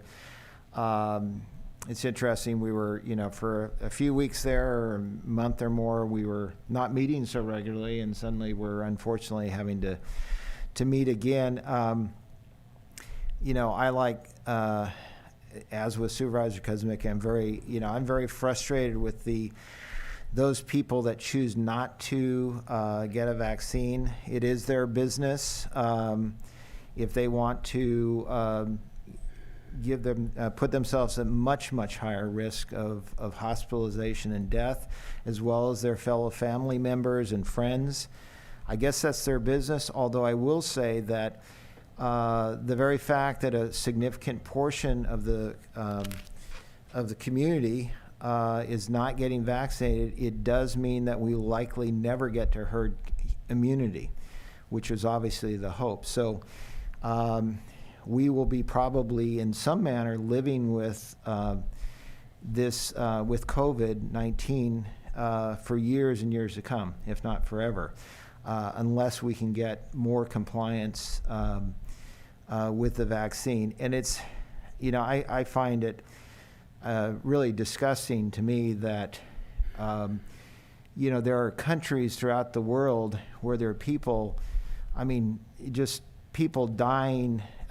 morgues with, coffin after coffin because they don't have vaccines. And, they would be desperate to get a vaccine, and we have all of these vaccines available, and we have people that are refusing to get them. I don't get it. But there's still, of the, 40+% of the people that are not getting vaccines, about half of them, if not a little bit more, are people that are on the fence. And they may be on the fence for any number of reasons. Maybe they've gotten misinformation, they're not sure, or they are, it's a convenience issue, or it may be that it's a work issue. They're concerned that they can't take the time off for work, or that it could be any number of reasons. So as was already said earlier, and I know that there's going to be further presentation on this, outreach is really critical, maybe even more critical now. We have plenty of vaccines available for our residents, and we need to somehow reach those people that are on the fence, so we can go from, just under 60% to maybe we can get up toward, 80% if we really do a great job. So I think that's got to be our focus. The other comment I would make is that, we need to, I think we as a county need to set a good example for the entire community. I would personally like to see the county, we're one of the major employers. I would personally like to see us as a county require that all of our employees are vaccinated, or as is being proposed by the state, that at the minimum, if they're not vaccinated, that they have to be tested on a very regular basis. But frankly, I would like to see them all vaccinated. I think that how can we tell other people that they should be vaccinated and encourage vaccinations if our own employees are not? Some of them are not. So that would be something that I would like to see us consider. And I would also like to encourage other employers in the community to strongly look at requiring vaccinations for their employees. We need to do everything possible to try to push that percentage vaccination up. It's critical for everyone. So anyway, those are my comments. Thank you. The two doctors, Ann or Tracy, are you still on the line? Yes, still here. Yes, Dr. Gellert's still on too. I just got a, Tracy's not available. Is that at this Ben? time. This is, yeah, this is Okay, good. Mel. Okay, I just got a ping from Newsweek that the CDC this afternoon, this is 3:30, hold on. This is 3:32 Pacific time. But did you hear anything about new from the CDC and new mask mandate guidelines? Yes, they want them worn in the schools. The schools, and then I'm reading too that they're highly suggesting that masks are worn indoors where the areas are, hold on, where's that? Substantial risk or high risk of transmission, right? Right, where people congregate. It's Our basically numbers we're taking a step backwards. Our numbers have gone up significantly in the last couple of weeks, correct? Yes, yes, ma'am. Open before 4th of July, we were at less than 1%. What are we at now? I believe our case rate is 4.2. Okay. Someone gave me a number of 5 point something yesterday, but I like 4.2 better. I don't have the answer. I'm not in the ad hoc, so I don't have the privy and the ability to engage in conversations like Supervisor Kosmicki and Tiffany do. But I'm a realist, and it concerns me what's happening with the Delta variant, but it also concerns me of any kind of forced vaccination. I want to make sure that before the county even entertains that, whether it's a suggestion that Supervisor Tiffany just, suggested about maybe employers requiring that, I want to have an open dialogue with the community so that they can give their input. I am coming from a position where my mom and I are both fully vaccinated, and we have been since early this year. However, I have 2 grown children, and all my grandchildren are not vaccinated. And there's nothing I can say that's going to convince them. So I hear what you two are saying, but I also have to respect the right that my children, adults, have the right to make up their mind. Now, it limits my ability to interact with them and to have them around my mother, but that's my issue. And so we have to find a tipping point that's going to get these individuals that are on the fence. Some are going to say no regardless. Some might be able to be motivated with those incentives that you guys had mentioned. So you were before your time, and I know we're going back a little bit, a few months, but maybe that's something we need to entertain again. Again, I'm not on the ad hoc committee, so I can't really speak to it. But I did, I'm working with a nonprofit here, well, actually in Santa Clara County, and the medical institution, Gardner Health, had said that it was the tipping point was a $200 incentive per person. Now, I'm not saying that we as a county can afford that, but they tried $10, $15, $20, $30, $50, $100. And they found as they increased it, the $200 was the tipping point that made people move one way or another to get the vaccine. And so, again, that's not my suggestion. I'm just giving an analogy and an example that we need to find that point that's going to take those people off the fence and have them get the vaccine. So I'm hoping you guys continue your conversations about incentives and so forth. But I thank you for your presentation. It's just, I just don't understand either. Madam Chair, I'm wondering, is there additional slides, because I know there were some. Oh, there were? I'm I sorry. think there was might be some outreach I slides. don't think there was anything else. Or is that it? Well, there was nothing We attached did to our not. packet, so. Yeah, nothing else, sorry. Okay, yeah, well then, yeah, I'll just quickly speak. We have been speaking, talking quite a bit, and I know the county staff has been working really aggressively to do more outreach. It's amazing to me the job that they have done. There's been, door to door, reaching out to employers. We are starting to talk about and looking at incentives that we may be able to put together. And and I know that Supervisor Kosmicki would like to speak on this as well. But I agree with what you're saying, Supervisor Gonzalez. There is a tipping point. What it is, I'm not exactly sure, but it's probably at least $100. I know that's what you threw out, Colin. But I think we should we should pursue the idea of incentives. We need to do everything possible. We need to try everything and to try to get people vaccinated. And Madam Chair, we're still doing the ARA prioritization? We don't know yet.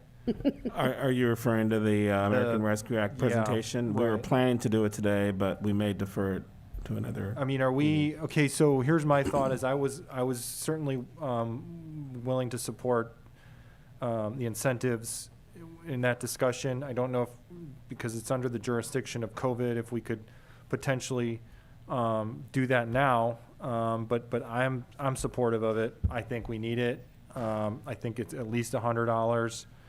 I've also thrown out, maybe we do a lottery for another $50,000, something along those lines. And then I'd also be willing to discuss supporting, putting some American Rescue Act funds toward testing if we're having a willingness to have a conversation about a vaccination or weekly testing option for our employees. And I So- do also want to say, I just want to thank our staff for they have done an incredible job of outreach, and I have full faith that they're going to keep doing that. Thank you. Okay, so rather than jump into the American Rescue, because that's item, further down the road, and we'll figure out when we're gonna get to that, so save that conversation for that. So we're just receiving an updated report. Is there anything else? Have we gone to the public for comment? Okay, so let's go to the public for any kind of comment regarding the presentation. And please understand, nobody up here is forcing vaccines, so please, let's not go there. And any kind of comment you might have on Zoom and/or in person. If you'd like to make a comment on Zoom, please press star 9 on your phone or the raise your hand icon on your screen. No comments on Zoom. Anyone in the chambers? Okay, so no comment, that was just a report. So let's go ahead and take a quickie break, so to give staff that ability to step away from their computers and so forth. Yes? Okay. And then at break, because I know that there was a suggestion to do something with the calendar. Were you gonna do anything about face Okay. So how much time? I mean, it sounded like it. So there was an item on there regarding face coverings. If you want to talk about, you guys already talked about face coverings, so I mean, I wasn't sure. Just continue the status quo. Status quo. Mm-hmm. I mean, if we're not adjourned yet, I'm fine. I think to send another message how serious we are about this. We did discuss putting in, to me, it's not an additional mandate. It's actually offering another option, is if you basically want to come to the board chambers, you have to wear a mask, which we've already done. Your other option would be to potentially to show a vaccination card that you've been vaccinated. So we're not forcing you to get vaccinated. If you're not vaccinated, you can wear the mask. I don't know if that's still something that we want to. Well, that was supposed to be part and parcel of item 49 that was going to be discussed and so That's forth. part of this item. It's This one? yeah. Okay, well then let's discuss it, because I don't want it to be unfinished business.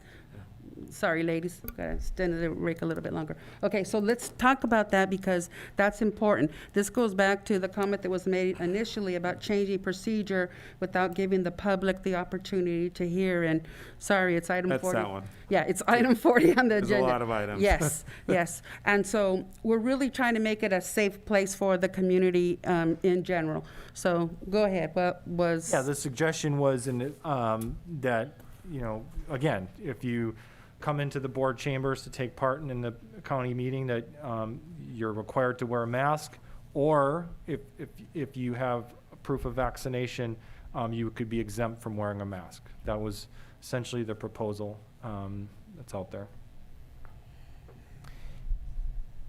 Madam Chair, yeah, and I would be in support of that. I think some people that are vaccinated may choose to still wear a mask, but then obviously that's their call. But if they are vaccinated and they feel comfortable, not wearing a mask, and they show us proof with the vaccination card, then I would be in support of that. And of course, if they're either not vaccinated or they choose not to, show proof of vaccination, that's their business, but then they would have to wear a mask. Okay, so upon entry into the board chambers, then they will have to show proof of vaccination in order to enter, right? And if not, then wear a mask. Okay. Face covering. Yeah, is that okay? Okay. Or a face shield that we could Or a provide. face shield. And we will have the facials here and mask here in the event. Okay, I saw a woman raise her hand, and it's well beyond the comment area, but I do know it was probably the call of nature for her too. And so I'm gonna extend this nicety to her, because I only know she's been sitting there, and I knew you, when you walked in, you would probably want to say something regarding this. So if you want to quickly do your, what do you call it, the public comment so that you can speak. I can't really take hands from the audience like that, but I was aware of you when you entered. But I'm just gonna ask you, keep it kind, okay? Last time you scared me. It gets the best of all of us.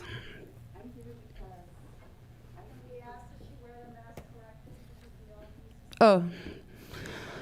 Okay, you must cover. Yeah, and then speak it closer into the microphone. Okay, we restarted your 3 minutes, okay?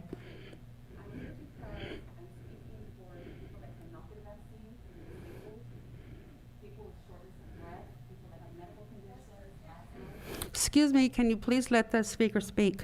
I'm speaking for people that cannot get the vaccine for medical reasons, for medical and emotional reasons. Not everybody is going to take the vaccine. They're just not.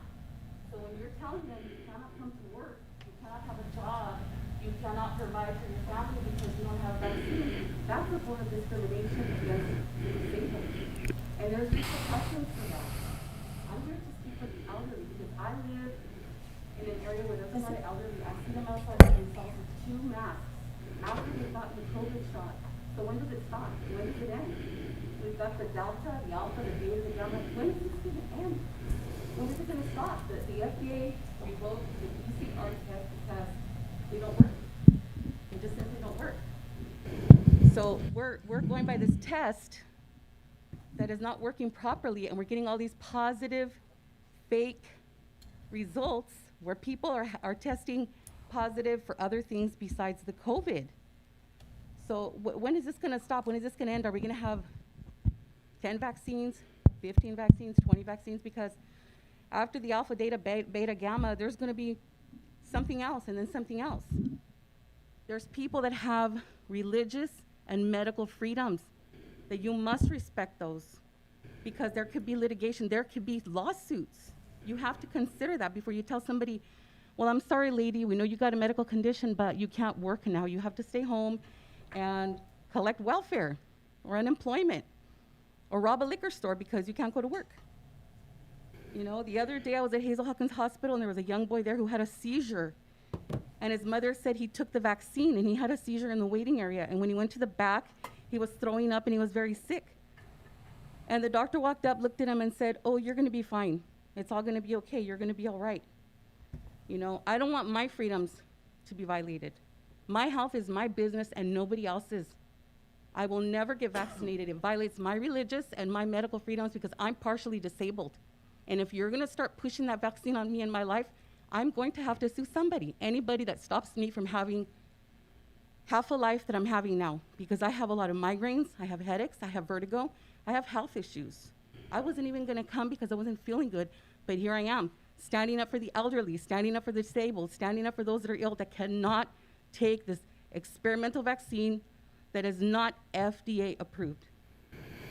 So now we know that the PCR test was revoked by the Federal Drug Administration. So all those results that you're getting, Tracy, Dr. Ghilarducci, they're not right. And you need to do your job because you're not doing your job when you're coming here and telling us all these people are dying and they're not. Thank you. Thank you. I believe I started the comment, you weren't in the room, but at this moment, we are not forcing vaccines, but we do have a legal obligation to protect the employees here at the county who come to work who haven't been vaccinated. And so it's a fine line that we're walking. I understand that there's some concerns, but we are trying to do our best. We're also trying to protect the community from the variant that has just now reared its ugly head, you know, recently, and our numbers are progressing. One thing that I didn't mention previously is I went ahead and I purchased 65 white flags. The city of Morgan Hill did a presentation for all of the poor souls that they lost, the community had lost, I want to say sometime in May or June. And so I went ahead and contacted the city of Morgan Hill and found out who the vendor was, and I went ahead and purchased 63 flags for the poor lost souls that we lost. And I'm hoping that maybe sometime in the near future we can go ahead and have a similar presentation here at the county. This was before, of course, the Delta variant, you know, became very prevalent in hospitalizations. I'll give you the invoice so you can buy additional flags. I'm hoping to God we don't need any additional flags, but I have 2 extras in the case that we need that, but 65 flags, and so I would like to talk about that. I mentioned to Edgar a while back, but they hadn't arrived when we did that, but I just would like to have a community acknowledgement, you know, just a gathering for anyone whose family member passed away due to COVID. And there were so many issues going on at the time in the community when people couldn't even have that celebration of life and that, you know, that service. And if you have a loved one that passed due to COVID, I would love for you to reach out to us and, you know, put your family's name on the flag and, you know, identify. We personally, as county supervisors, we do not know your name if you had a loved one that passed from COVID. That is strictly confidential information, and it can remain confidential. But if you want to acknowledge your loved one who has passed due to COVID, then reach out to us so that we can go ahead and acknowledge them at a date to be determined, right? Yes. I have a question. Yes. And just to try to be consistent, I know that, is that direction from the board to proceed with that? Is there kind of like a direction from the 3 board members to direct that to staff, is to have that happen? Can we have some sort of memorial? Or do you want it to come back, to the board, or? Well, I is it just purchased the flags anyway, so it just doesn't matter. Yeah, or, Yeah. I mean, should it be kind of like? Well, let's stay consistent, because we did say at least 2 supervisors. So I'm looking for one of you on the board here on the dais with me to direct staff to possibly have a future presentation to memorial for all of the lost souls that lost their life here in San Diego County to the COVID vaccine. Again, they're anonymous at this point, but I'm hoping that maybe the loved ones of the family who, the person who passed, that they're able to come forward. Nobody has to, but I know that Morgan Hill really enjoyed having that ceremony and that acknowledgement. I would definitely support that. Okay. Yeah, I would support it. I think a memorial, I think it's worth bringing back for a discussion.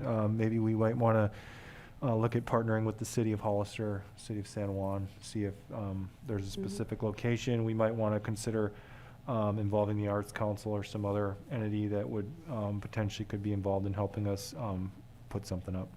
Yeah, like I already, purchased the flags out of my own money. I didn't use my supervisor funds or anything like that. I just thought it was such a moving presentation that I saw on Facebook. Robert Rivas had shared it, and it was just an opportunity for the community to get together and acknowledge the sacrifices that have been made by their loved ones. So we're well beyond the period to take a break. Are we okay to go ahead, take a break then? Okay, so 5, 7, 6 minutes? Did we take a? No, did we take still a vote? need to finish up the mask, providing proof. Do we have to vote on that? Well, you need to give us direction. Is that I direction? thought you gave them direction. I would suggest that we take a vote on that. Okay. Yeah.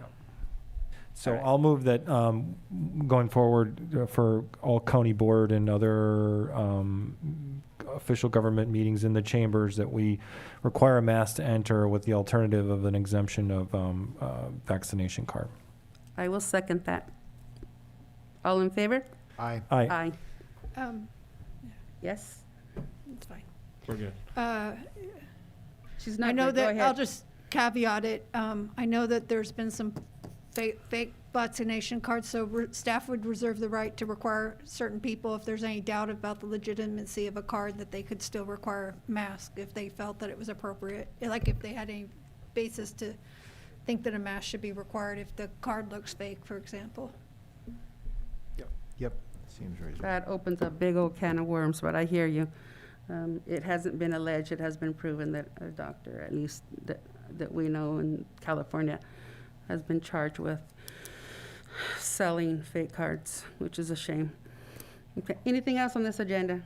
7 minutes. 7 minutes, okay, so Ray said 7 minutes, that puts us to 4:16 on that clock, okay?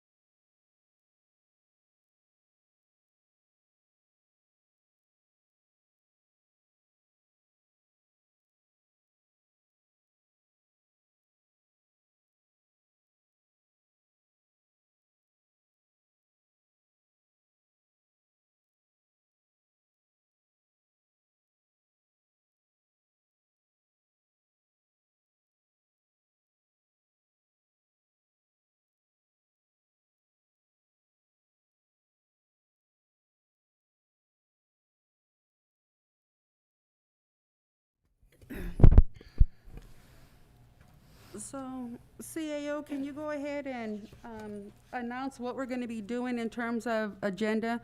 So, today, we're going to listen to item 42, 47, and 48. And then we're going to resume the meeting on Thursday at 1 p.m., correct? That is correct. And So we'll- then, on Thursday at 1 p.m., we will hear item 41, 44, 45, 46, and if Supervisor Hernandez can join us on that day, then item 49. If not, 49 will stay postponed until such a time as he can attend, because that's a 4/5 vote and it requires his input, Mhm. okay? And So the remaining closed session? And the remaining. closed yes, session. and the remaining closed session, you're right, okay?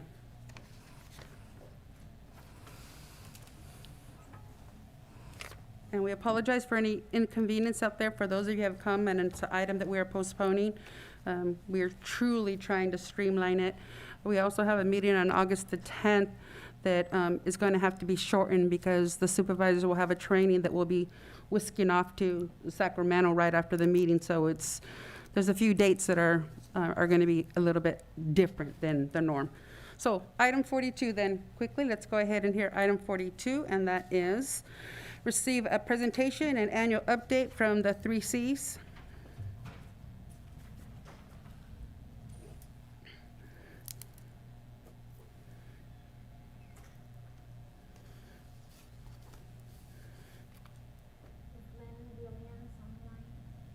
Gracie, do you want to introduce the item? Oh, yes. So this presentation is going to be from 3CE, also known as, one second, Central Coast Community the Central Coast Community. Energy.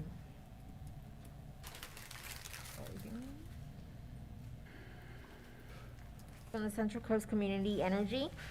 They do a presentation for the board supervisors annually. Today's presentation will be given by Lynn Williams. Is Lynn available?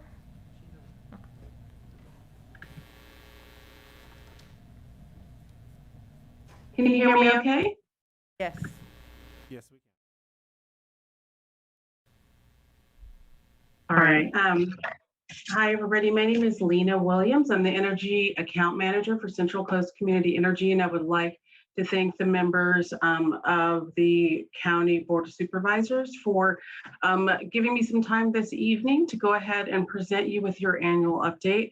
In the essence of time, I may not cover everything that is in my deck, but all of the details are in your agenda packet. Can you move to the next slide, please? Thank you. So just to give a really quick overview, Central Coast Community Energy is a joint powers authority that works in collaboration with PG&E to provide you with cleaner and renewable energy sources for your energy and at your home. We reinvest, of course, the funds into the communities that we serve, and you will see here that we have now grown to include 33 member agencies by the end of 2022, when our last community of Buellton enrolls with us. Next slide, please. Our board of directors priorities, of course, in an effort to reduce greenhouse gas emissions on the Central Coast are helping to support with that acceleration of the deployment of renewable energy resources and help with providing advice and feedback on resource acquisitions or energy purchases that we're bringing online to help support the Central Coast. We also make efforts to maintain a rate stabilization fund to allow us to actually set rates within our service territory so that the communities that we serve have more competitive rates and cleaner energy.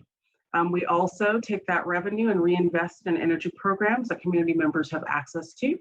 You'll see here how our board is actually laid out with a policy board and an operations board. And you can see that the County of San Benito actually has 2 representatives from your County Board of Supervisors that are representing us, one on the policy board and one on the operations board.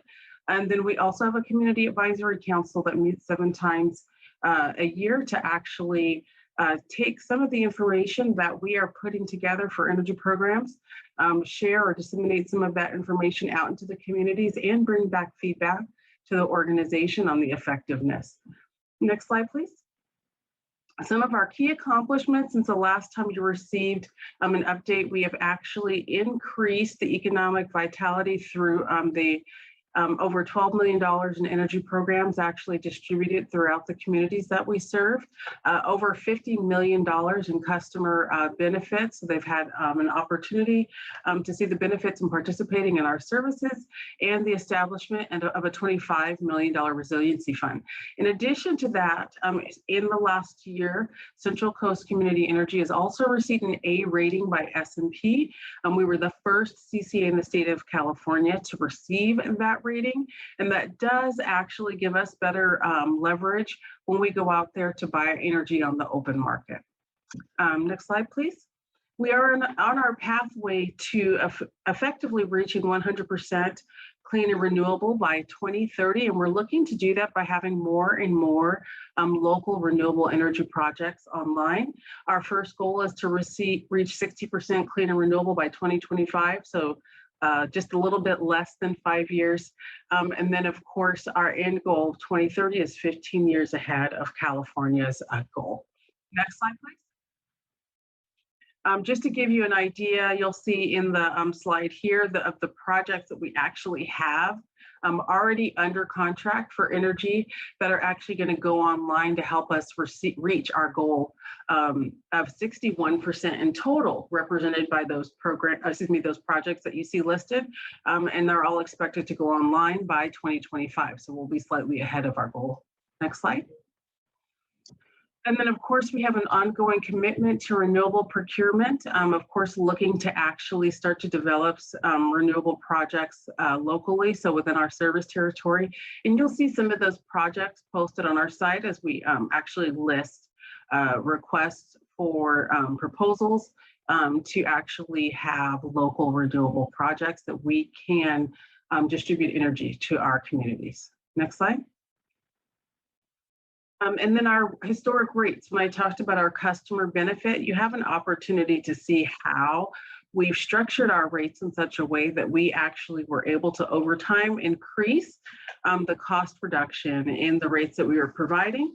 And in 2020, we also, in the months of May and June, in our response to COVID-19, 100% of our customers received a 50% reduction in their energy charges that they had with Central Coast Community Energy. So for those customers that were enrolled, they would have seen that decrease on their bill in May and June of 2020, and that was across all customer classes, residential, commercial, and agricultural. Next slide, please. We are in the process of making some changes to the way that we design our rates to make them even more predictable and more stable.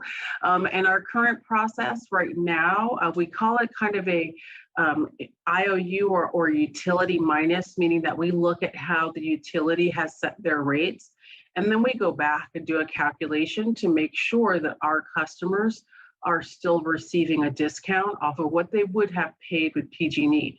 But in that model, that means that every time PG&E makes a rate adjustment or change, we have to go back and do that evaluation again, which affects the ability for us to have stable rates. So we're looking to, in 2022, utilize a new rate design that would allow us to actually be implementing rates in place for up to 3 years.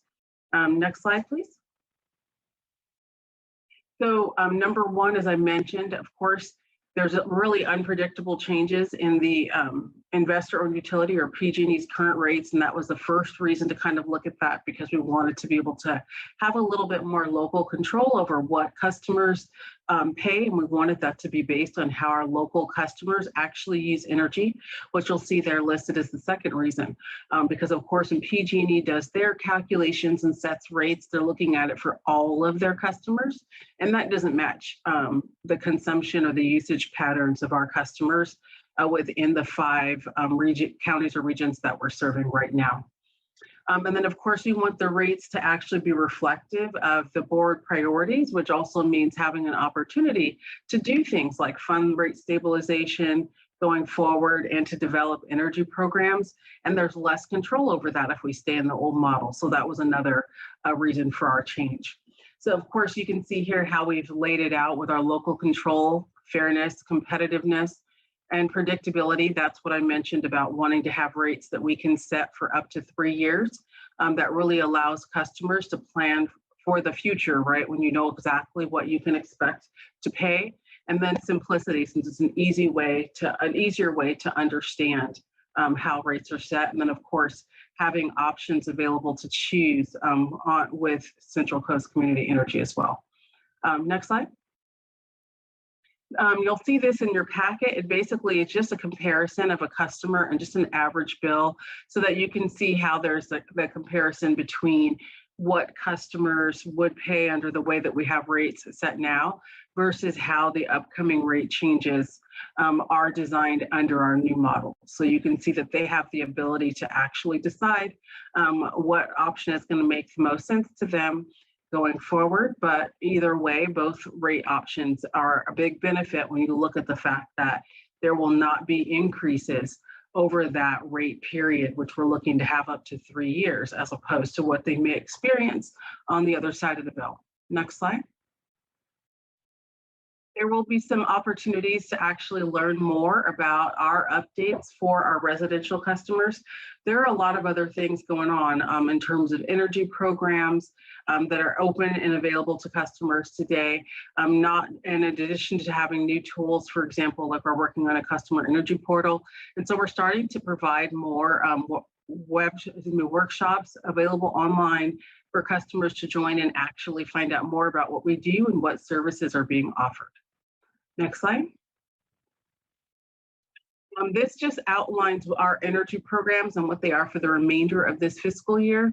There is actually program design and development that will be released later in September that outlines what the energy programs will look like for next year. So some of these programs will be continued, but I can say that one of our most successful programs this year that will be ongoing is our ag electrification program. We currently have live right now another round of the school bus electrification program that actually went live today. And then we also have an electric vehicle program for both residential and commercial customers that's available right now. So you can actually go and take a look on our site for energy programs and see more details about those. Next slide. I mentioned the ag electrification program. This is just more detail. The awarded applicants will actually be announced shortly, and those funds are going to be for projects that will be happening this year. Next slide. And then the electric vehicle program, it was going to end in June. We've actually extended that through September. So you can actually go online and submit an application. So anyone who's purchased a vehicle either starting in February of this year or plans on buying one before the end of September, please visit our site to see what rebates you may qualify for. Next slide.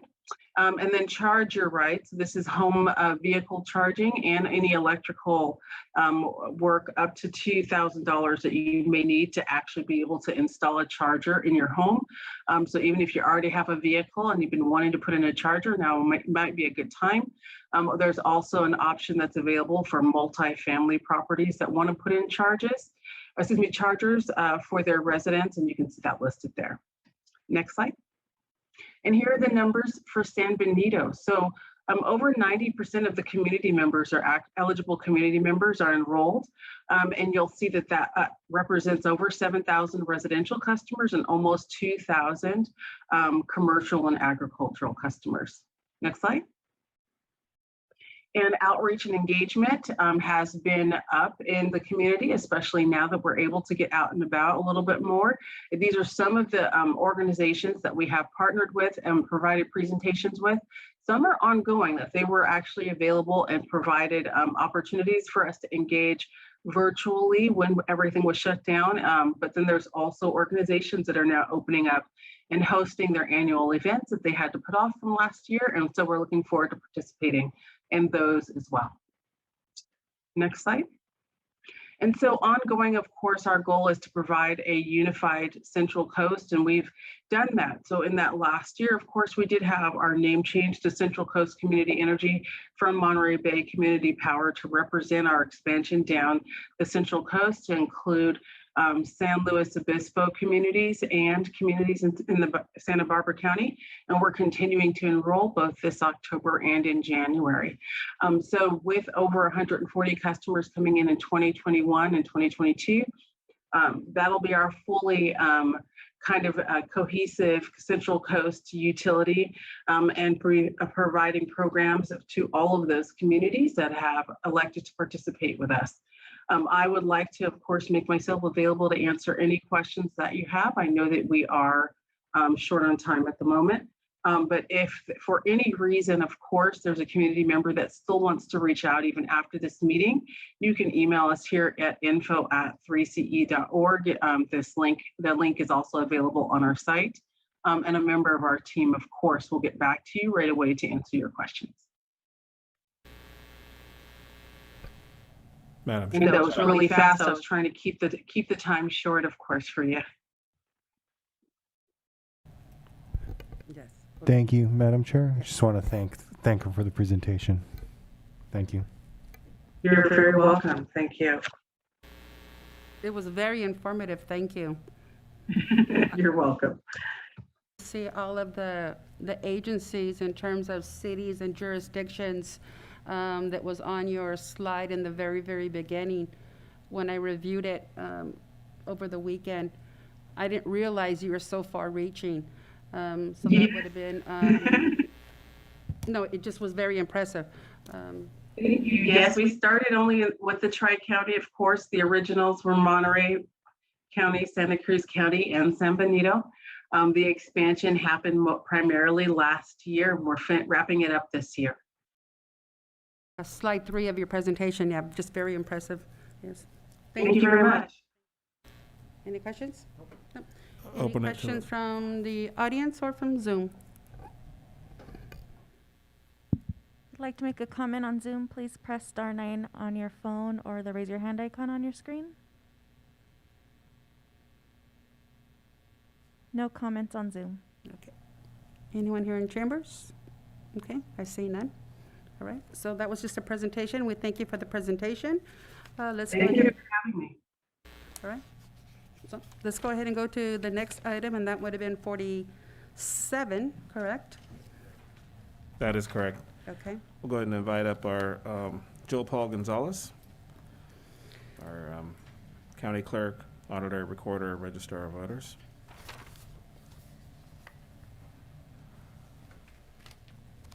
Good afternoon, Madam Chair, Board of Supervisors. The item before you is a request to consider the reorganization of the Office of the County Clerk, Auditor, and Recorder. Across the state, in counties, there has been a trend to reconsolidating compatible county offices for various reasons. And as of late, most of the changes have been because they have wanted to restructure how elections are administered. So ordinance 3.01.003 of the San Benito County Code consolidates the Office of Clerk, Auditor, Recorder. And this has been unchanged since the incorporation of the county in 1874. The county clerk, auditor, recorder also serves as the ex officio controller, which is the larger part of the auditor's office, and the ex officio register of voters, with a much larger role than the county clerk. The elections code requires candidates of the offices of county clerk and recorder that they need only file nomination documents, pay a filing fee, and be a registered voter of the county.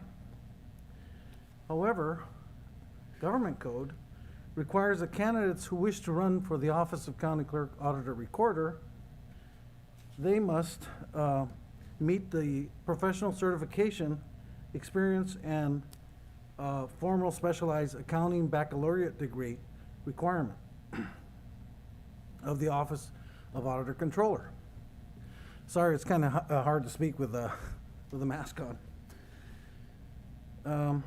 This means that candidates that may be eminently prepared and qualified to run for Auditor Controller, they may wish not to run for the office because they know that with the knowledge of that they'll also have to run the offices of county clerk, recorder, and register of voters.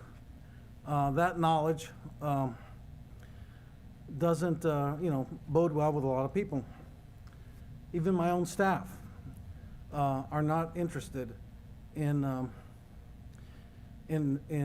running for the office anytime in the future because of those requirements.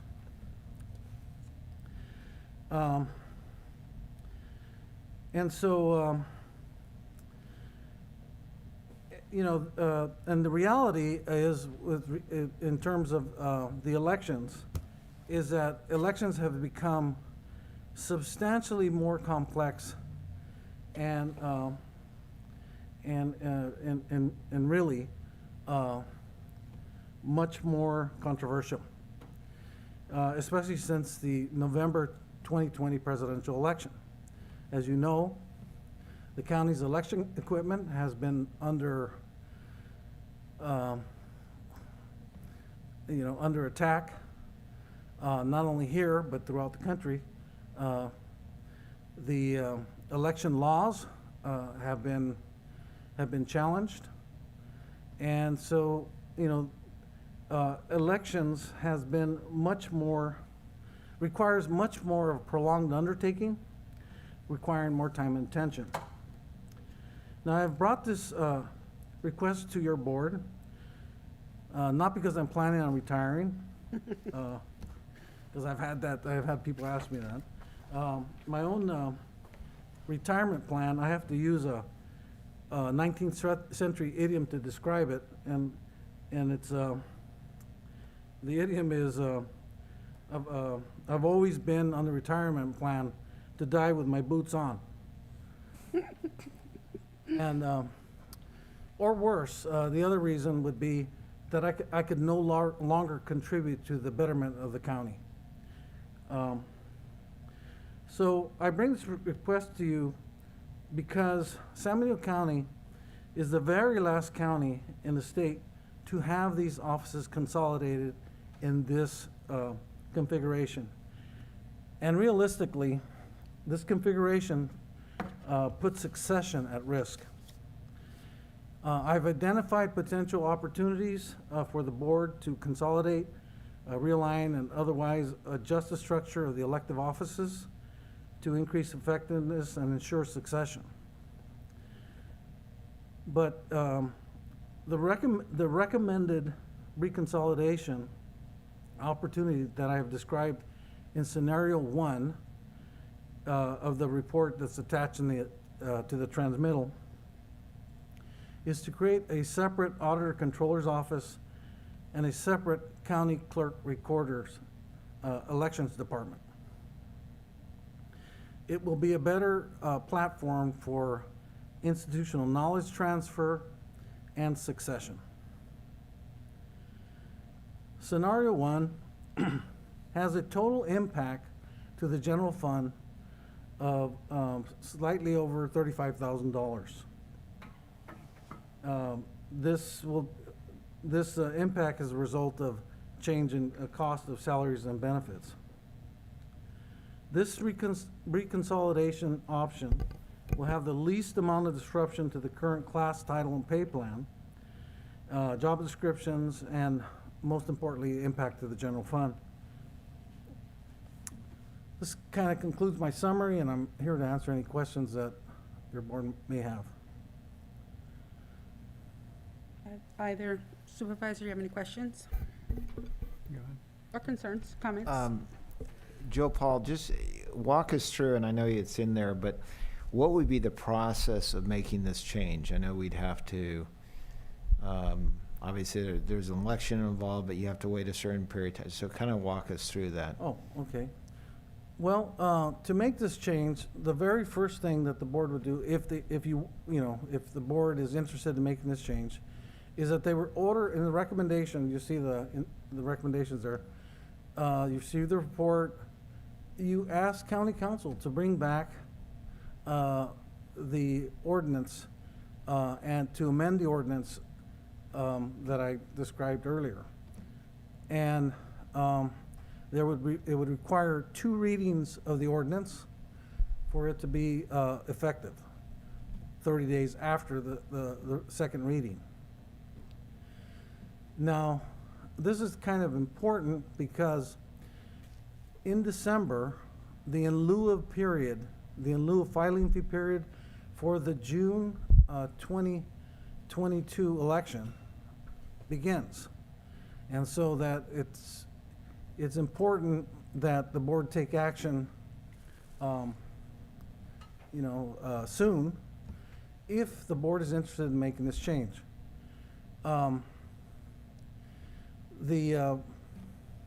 If this change is made, the ordinance is changed, there will be 2 elective offices instead of 1 out of this office.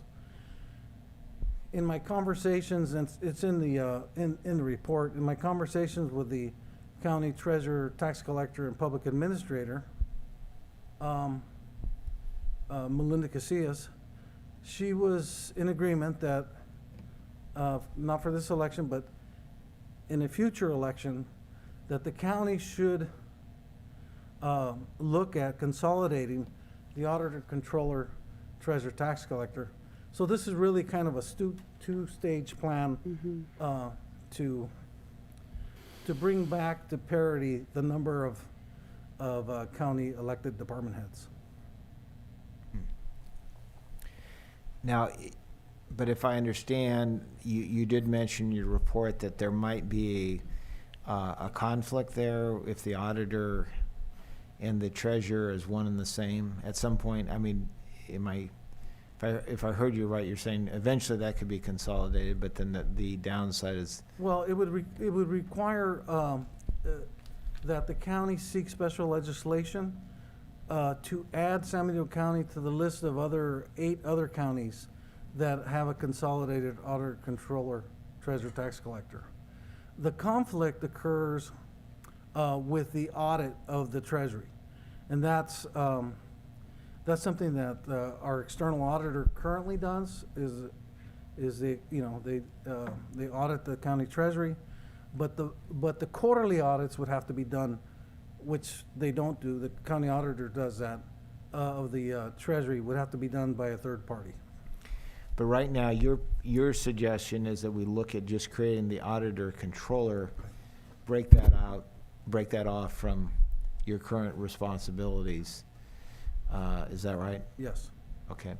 And maybe you could speak just a little bit more to the why you see putting together the different jobs you do talk about. In other words, there's some synergies between those roles, whereas I gather there aren't between some of the other roles that you currently have. Right. For example, the auditor controller, there is basically no synergies whatsoever with the clerk, recorder, register of voters. It's a completely different, area of government code, election code, R&T code, water code that we deal with in those offices. Whereas the auditor, controller, treasurer, tax collector, these are all fiscal related offices that make sense from a standpoint of managing the fiscal function of the county. And one of the other things I was going to point out is that modern enterprise resource planning systems make it feasible to to combine these kind of two departments that, one is supposed to be a check and balance on the other. With an ERP system, the securities that are, part of defining the system and defining the roles of employees is such that checks and balance can be maintained. Last comment, just confirm, the reason why the additional cost of this is not as great as an entire new director position or role is because you would save the position of the assistant. That's right. That you currently are paying for. That's correct. Right. So this year, we have filled the position of the Chief Deputy Clerk Recorder. It is anticipated that the Chief Deputy would play the role that the assistant currently plays in managing the operations of the Clerk Recorder, Register of Voters offices. Okay, thank you. Madam Chair. Thank you, Joe Paul. I have a couple questions. First of all, does it have to be an elected role? The county clerk, county recorder, county auditor, they are all government code 24,000 officers, county officers. So they must be elected. Now, can the county in the future decide, okay, we don't want to have an elective auditor, controller, treasurer, tax collector? County code, the government code allows for those offices to be consolidated by your board and by ordinance as a director of finance. You can do that. But the ordinance has to go before the electorate to pass by a majority vote. And as I kind of outlined in my report, the city of Hollister has tried unsuccessfully twice to get rid of their elected city treasurer. It turns out that the city residents are really not interested in getting rid of their electeds. And there also, if I recall from, I don't mean to interrupt, but I also just don't feel like there was necessarily a campaign. I mean, they almost just threw it on the ballot, Right. throwing darts at the wall, if I remember I think so. correctly. That's correct. Just a thought. But the reason I ask that is just, in an ideal world, and I think what you're bringing to us, and if you take all the complicated stuff out of it, seems to make sense. I just worry about a couple things, creating another elected position. I don't, and this is out of our hands, but I don't quite understand why some of these are skilled professional positions that to me should require, certain educational backgrounds and years of experience. I don't understand why some of these roles, frankly, are elected. That's just my personal view. That's an aside. But, in an ideal world, and I'm not against this necessarily, it's just creating another elected role. I wonder about the option you threw out as far as auditor, treasurer combination, and correct me if I'm wrong, that wouldn't really create a new an right. additional elected position. We'd be moving auditor into treasurer, but then if that was under consideration, I certainly would want to hear from Melinda Casillas and get her thoughts on that, along with also any potential talk about going to the ballot for, these are way out there at this point, but going to the Right. ballot, I certainly would want to hear from Ms. Casillas. I value her, and I value her, role in the county. I wouldn't want to see that put at stake. So those are just a couple questions I had, and I think you answered. And the reason why that wasn't brought up for this next term is because the legislative process at the state level, you really have to be ready, have all your ducks in a row by February. would have had to have been by February of this year. So for one of our legislators to carry that legislation, to add San Benito to the list of counties who can consolidate in that way. The other possibility is that the board can introduce an ordinance to consolidate in that way, but you also have to go to the electorate and get a majority vote to confirm the ordinance. But most counties have opted not to do that. They've opted to go the way of having the state legislature vote on the issue because it's not really controversial. Yeah. Yeah, so with the looking at the structure, I get it. The things that are certain when you're balancing the pluses and the negatives, for me, I would like to probably see a more substantive financial. I know you put some numbers in there, but not necessarily breaking down. No, it's true. It's and even the sort of the long-term algorithms and I can't think of the word. It's late in the day here, but projections. The science. What's the fiscal industry? Projections or Matrix. estimates? Matrix. Sorry, I'm messing. No, that's okay. I would just actuarials. Sorry, There we that's what I go. was thinking of. The actuarials and the long-term impact that we might see because you're talking about $20-something thousand in the first year, but then that's assuming they start at step A, and I assume Right. there's some other factors correct. there that would play into. But recall, this is really the study proposes a staged approach. Yes, we create another elected for 4 years, but if everything works out to plan, we go back to having the number of electeds we have now if we consolidate the offices of auditor, controller, treasurer, tax collector.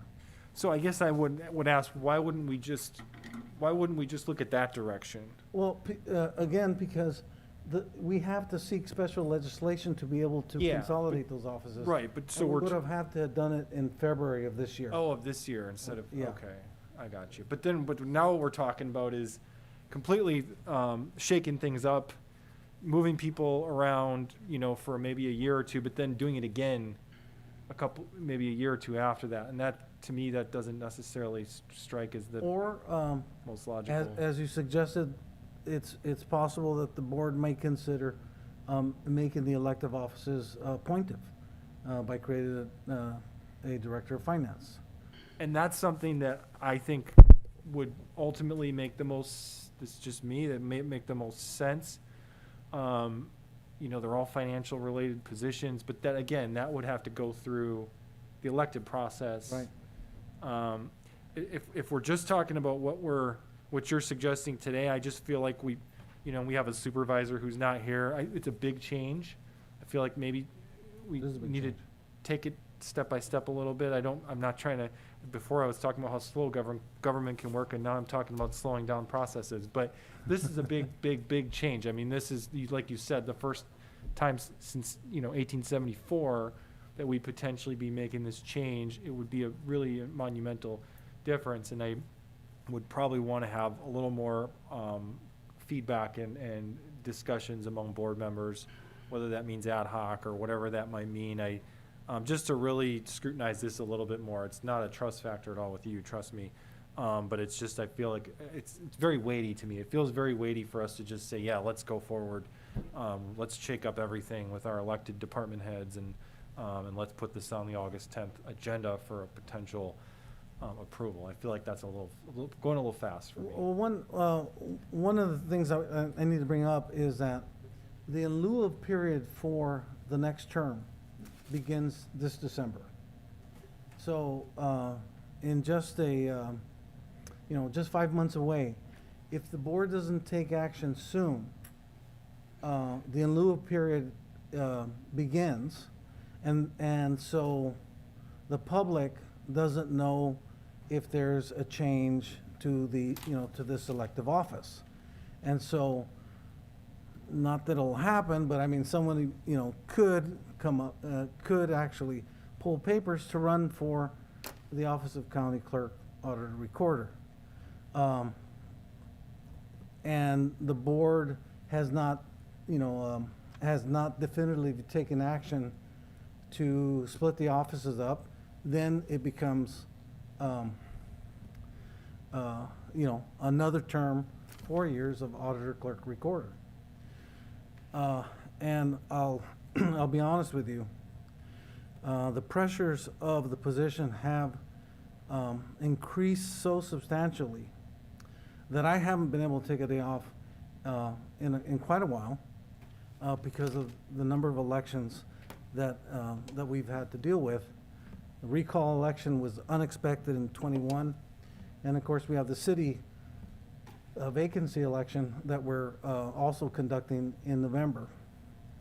And the weight of elections has been substantial, and if I am, seriously considering not running for another term, for a term as auditor, controller, treasurer, clerk, auditor, recorder, because it's just too much, honestly. And that's why splitting the office makes the most sense to me. If the board were to split the office, my intent is to run for another term, but for auditor controller. Well, I appreciate that, you're being upfront about that. So yeah, I guess, like I said, for me, I'm just one supervisor. It's not that I just think we need to maybe scrutinize this a little bit. Sure. Because of the magnitude of it. I did work with administration in coming up with the estimate. We would be, by, the estimate of the cost for 22, 23. Given that, I worked with our HR person, Edgar Nolasco. We worked on it a little bit, and so we came up with that number together. My plan was to work with Gabe to, make sure that, the numbers are reliable. As you say, that's year one. As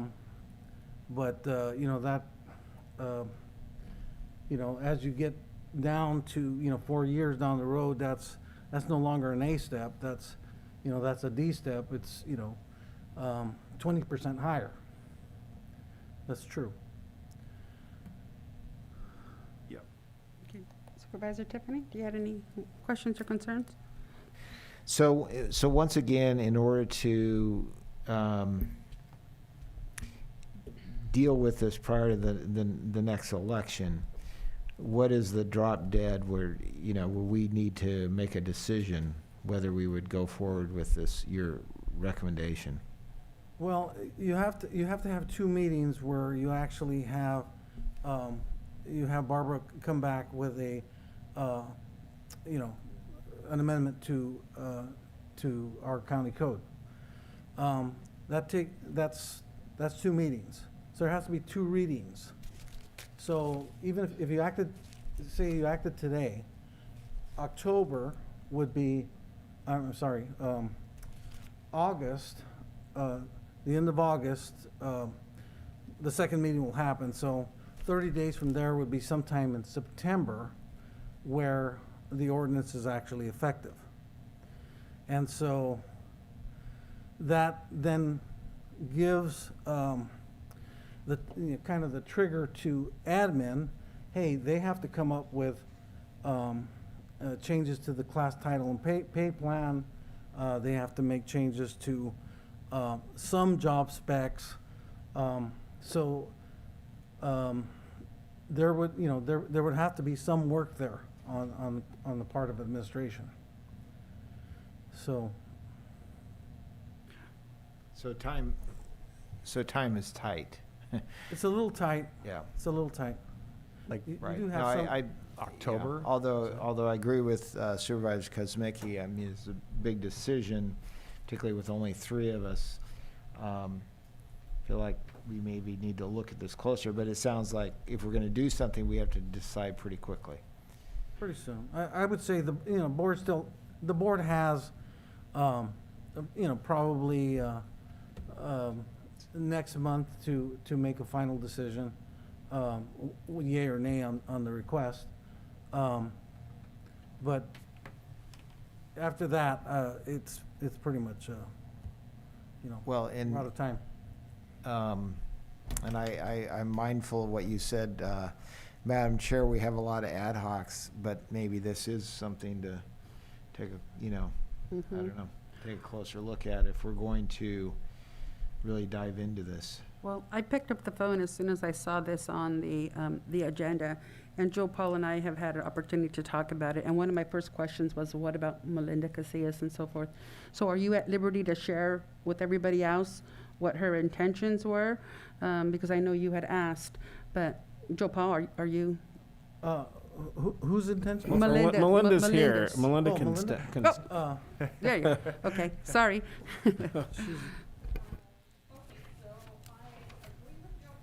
I think the microphone is off. So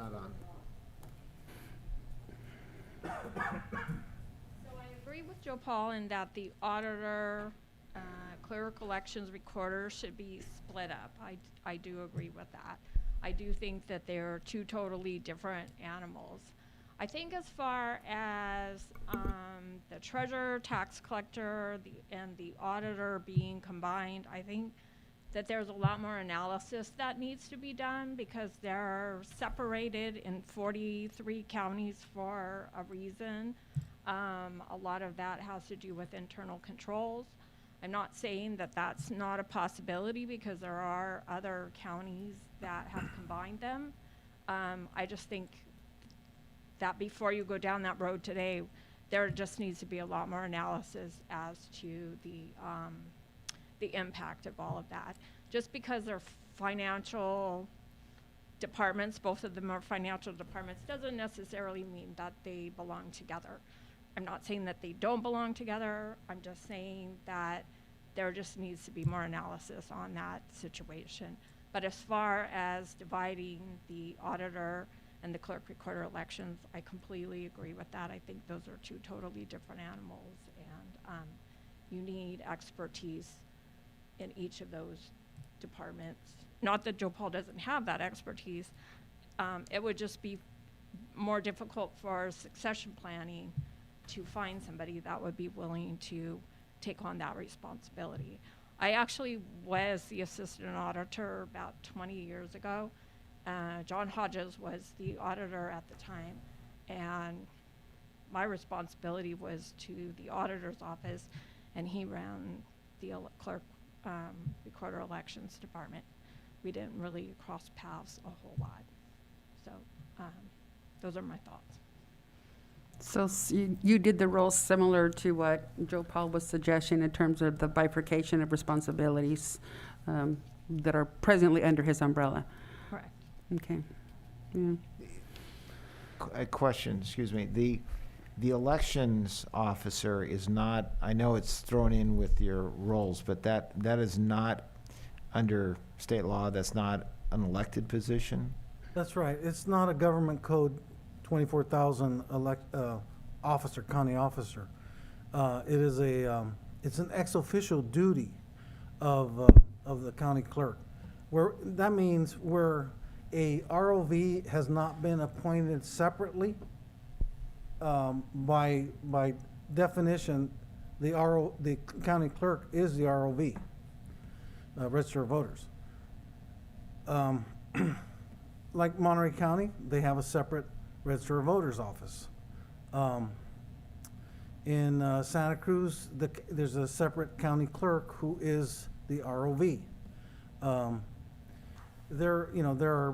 Orange County has a separate Register of Voters office. It can be a separate office, but as I kind of outlined in the report, it takes a lot of people to run an election. And the reason why my belief is, the reason why it was incorporated the way it was is because you needed every hands on deck, all hands on deck during election time. We don't care if you're recording documents. When an election's happening, we need the help. And I include my auditor staff to help out during an election. So, in fact, we impose upon the county assessor staff, and they provide a lot of support to county elections. So it's a big undertaking to put together an election, and that's why it's it really deserves the focus of some individual who is really only looking at the county clerk recorder election duties. But in other counties, they separate it out completely and say, you know what, elections is so important, we need to focus only on elections, and that's a separate department head. But in your mind, having the clerk, it kind of it allows the ebbs and flows of when the elections are, you have those extra people to move over, and then when you don't have an election, they can focus on their clerk role, kind of. Right. So you see it working that way. Okay. Yeah, Thank you. So I see this as streamlining the entire process, to where the finance aspect is put with the finance and the voter, register of voter position is put with the voter registration. So listening to what my fellow supervisors are saying, Melinda suggested analysis. The two of you are suggesting more time, but yet we're also hearing time is of the essence. So can we table this? Can we bring this back for the August the 10th meeting? And I know I'm the one who was complaining about not piling up the agenda. August 10th is going to be a 10-hour meeting. No, I'm just joking. Maybe the one after. Well, I'm just trying to look at his date, because he says we need 2 meetings, and August But December, I mean, we could get it done in September and still have enough time, it sounds like. Is that true? We can get it done in September and you still have enough time? Well, if the meetings are in September. Say, for example, if we had 30 days. the last August meeting, which is the 24th, August 24th, and then the first September meeting, you have your 2 meetings back to back? Because I want to give you your 2 meetings I so that we think do, we do what I- we need to do. But I also don't want anyone to feel like we're shoving something down their throat that Right, and haven't had a chance to digest. And that's why it was very important that I felt that the board should hear this. Yes. Because I want to give you the time to digest it. It is a big pill to swallow. I'm not disputing that. I think you should look at it. So, the last August meeting, the first September meeting, would that still give you the time frame? Should we all be on board and support this? You get 3, 4 votes, I don't know, whatever you're looking for as a minimum, but should you get the votes that you need, would the first September meeting give you ample time to do what you need to do within the time limits? I think if the board takes an action at that time, I think we'd be okay. Okay. It's pushing it because, But we can't give you the 2 August because we're already pushing the August 10th schedule. But the second meeting in August would be.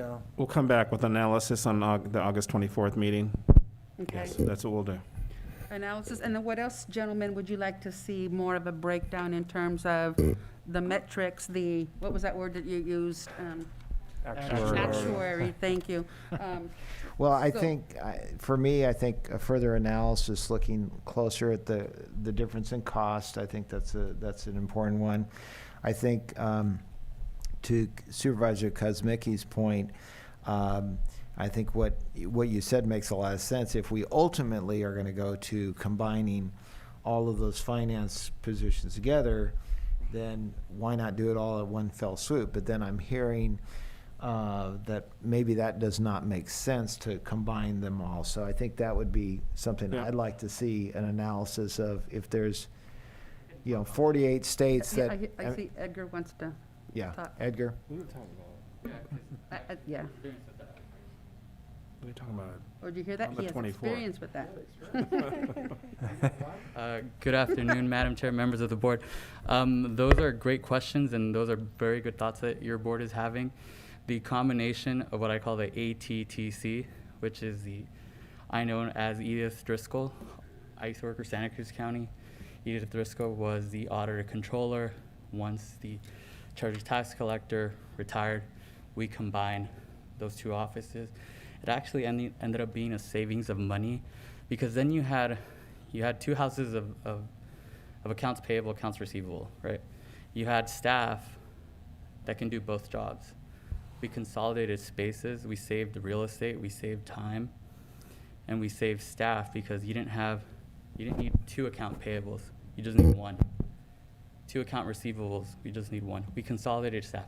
I believe it was Assembly Member Stone that helped us with that. We pushed it forward, and Edith Driscoll became the Auditor, Controller, Treasurer, Tax Collector, ATTC. So it did end up saving money in the long run. I know if you guys want to know more analysis about that, we can provide that. I still have a relationship with that office, and I frequently reach out when we have questions because Joe Paul, as the Auditor Controller, brings up a lot of questions with payroll. We work closely together. I've always been huge admiration for Joe Paul because it takes a lot to know a lot about everything. And I always joke that with people that he needs to know everything that's going on. And it's not physically feasible anymore. I've seen what he does with the elections, how closely admin works with them. In our last election, it was a huge endeavor, and him still running payroll and doing everything that he does, I don't think is physically feasible, nor is it prudent for the county for succession planning. As you know, we don't attract the best qualified individuals here. The knowledge needed and required to be a successful auditor, controller, register of voters, clerk, and recorder, it's 2 separate houses. You won't find someone with those requirements. I think Joe Paul will be the only one in the state that knows both sides of the house, and to replace him, it would almost be impossible. I mean, we could probably Madam clone Chair, him. I have a suggestion. We have a resolution that Joe Paul can't retire. He's got those boots on, right? He's already got those boots on. But in all seriousness, I think that'd be part of the analysis, although I understand what Joe Paul said earlier, is if we were to go that route, then we've already kind of missed the opportunity to get it done. So that's part of the analysis too, And in time. they're in stages. This is the first stage, and then your board can make a decision for the next stage with more analysis and more time and taking more input. But I think this is the first step forward for putting the county in success for the future for succession planning, which is part of our strategic plan that your board Yes. adopted. It just falls in line for succession planning, especially with elections being such a huge political item everywhere in the nation. We need to be ready and have the right people in those positions. Working with Angela in the past, as she's here, our previous, ex officio, what she does is amazing. What elections does is amazing, and setting up the county for success this would be the first part going forward to getting it ready. So we'll make sure that we come back in August and put a plan together. I think that's really important, and we'll have Edgar and our elected official work on this together. Okay. Could I clarify that staff would be directed in the meantime to bring back an ordinance in case the board wants to make that change? Should we have it ready on the 24th, or would you like to hear the item first and then us bring back the ordinance at a subsequent date, or should we just go ahead and draft it? Would your office be able to prepare it for the August meeting? We'd say the 10th or the 20-something? 24th, and yes, we could. Okay. Can you, just to have it ready? Yes, we can. Okay. And Madam Chair, do we want to have multiple options? Because we've talked about different pathways. We were suggested to look at scenario 1, but I guess we could look at all the different scenarios on his. Because if staff we're report. going toward the treasurer auditor consolidation, it would be different than we can take different pathways, I guess is what I'm saying. But then again, if we can always, maybe we can deal with that as it comes. If you want to just bring the one ordinance, I'd be fine with that too. Yeah. Okay. And the second part, would you want any additional information presented about the different options for appointed office in case there are additional ones besides the Director of Finance? Or just let that be? I like the idea of appointed office. Would that be at the recommendation of the Board of Supervisors, or who would be making that appointment? It's at the direction of the Board of Supervisors. It would require an election, but do you want to have that as part of the discussion, the memo? I would say yes as an option there to look at it and see. Yeah. Again, I don't know what we're looking at and thinking of yet and what, you know, what's gonna come back to us. Okay. Yeah, I mean, we're basically talking like Tom's position. Are we talking about like the assessor making that up? What are we talking about? I believe the ones that you cannot make an or appointed would be the sheriff, the district attorney, and the assessor.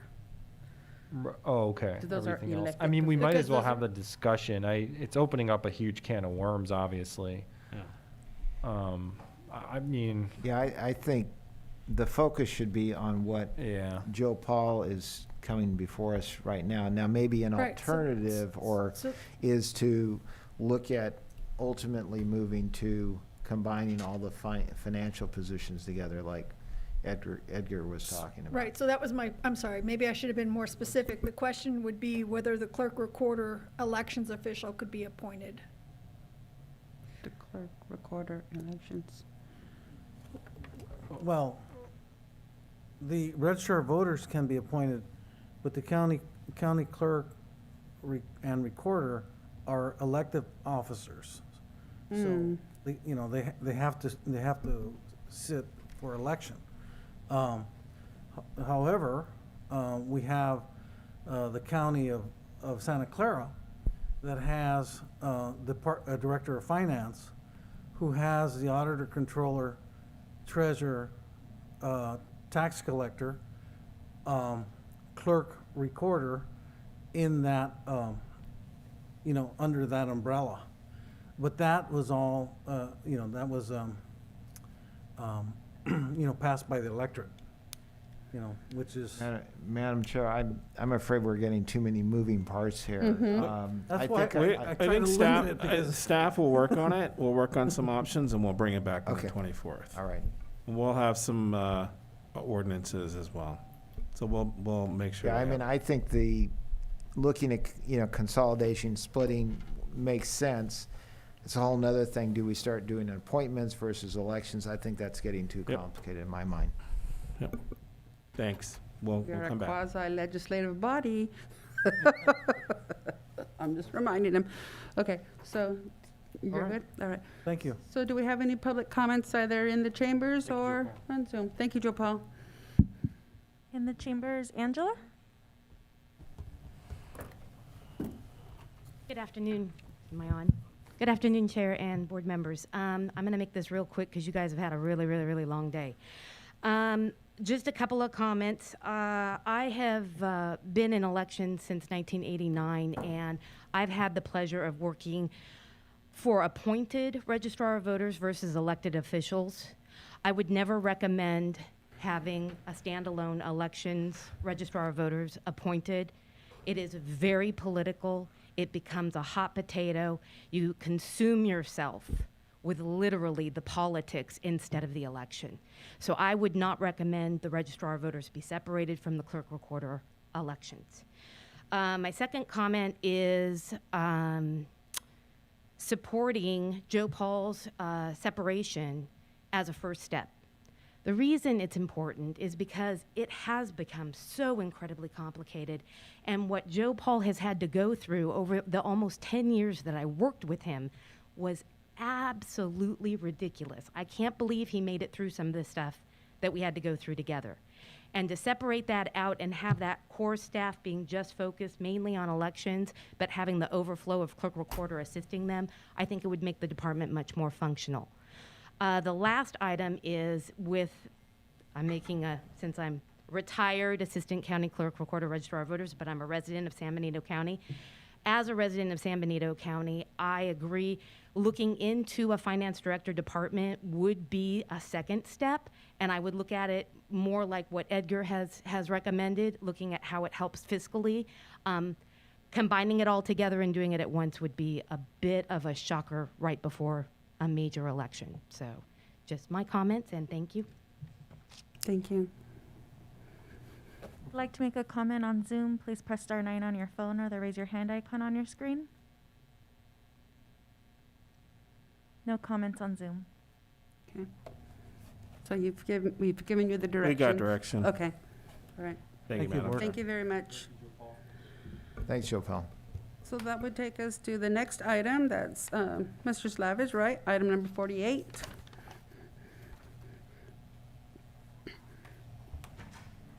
Reading this item was interesting. I want to hear some details.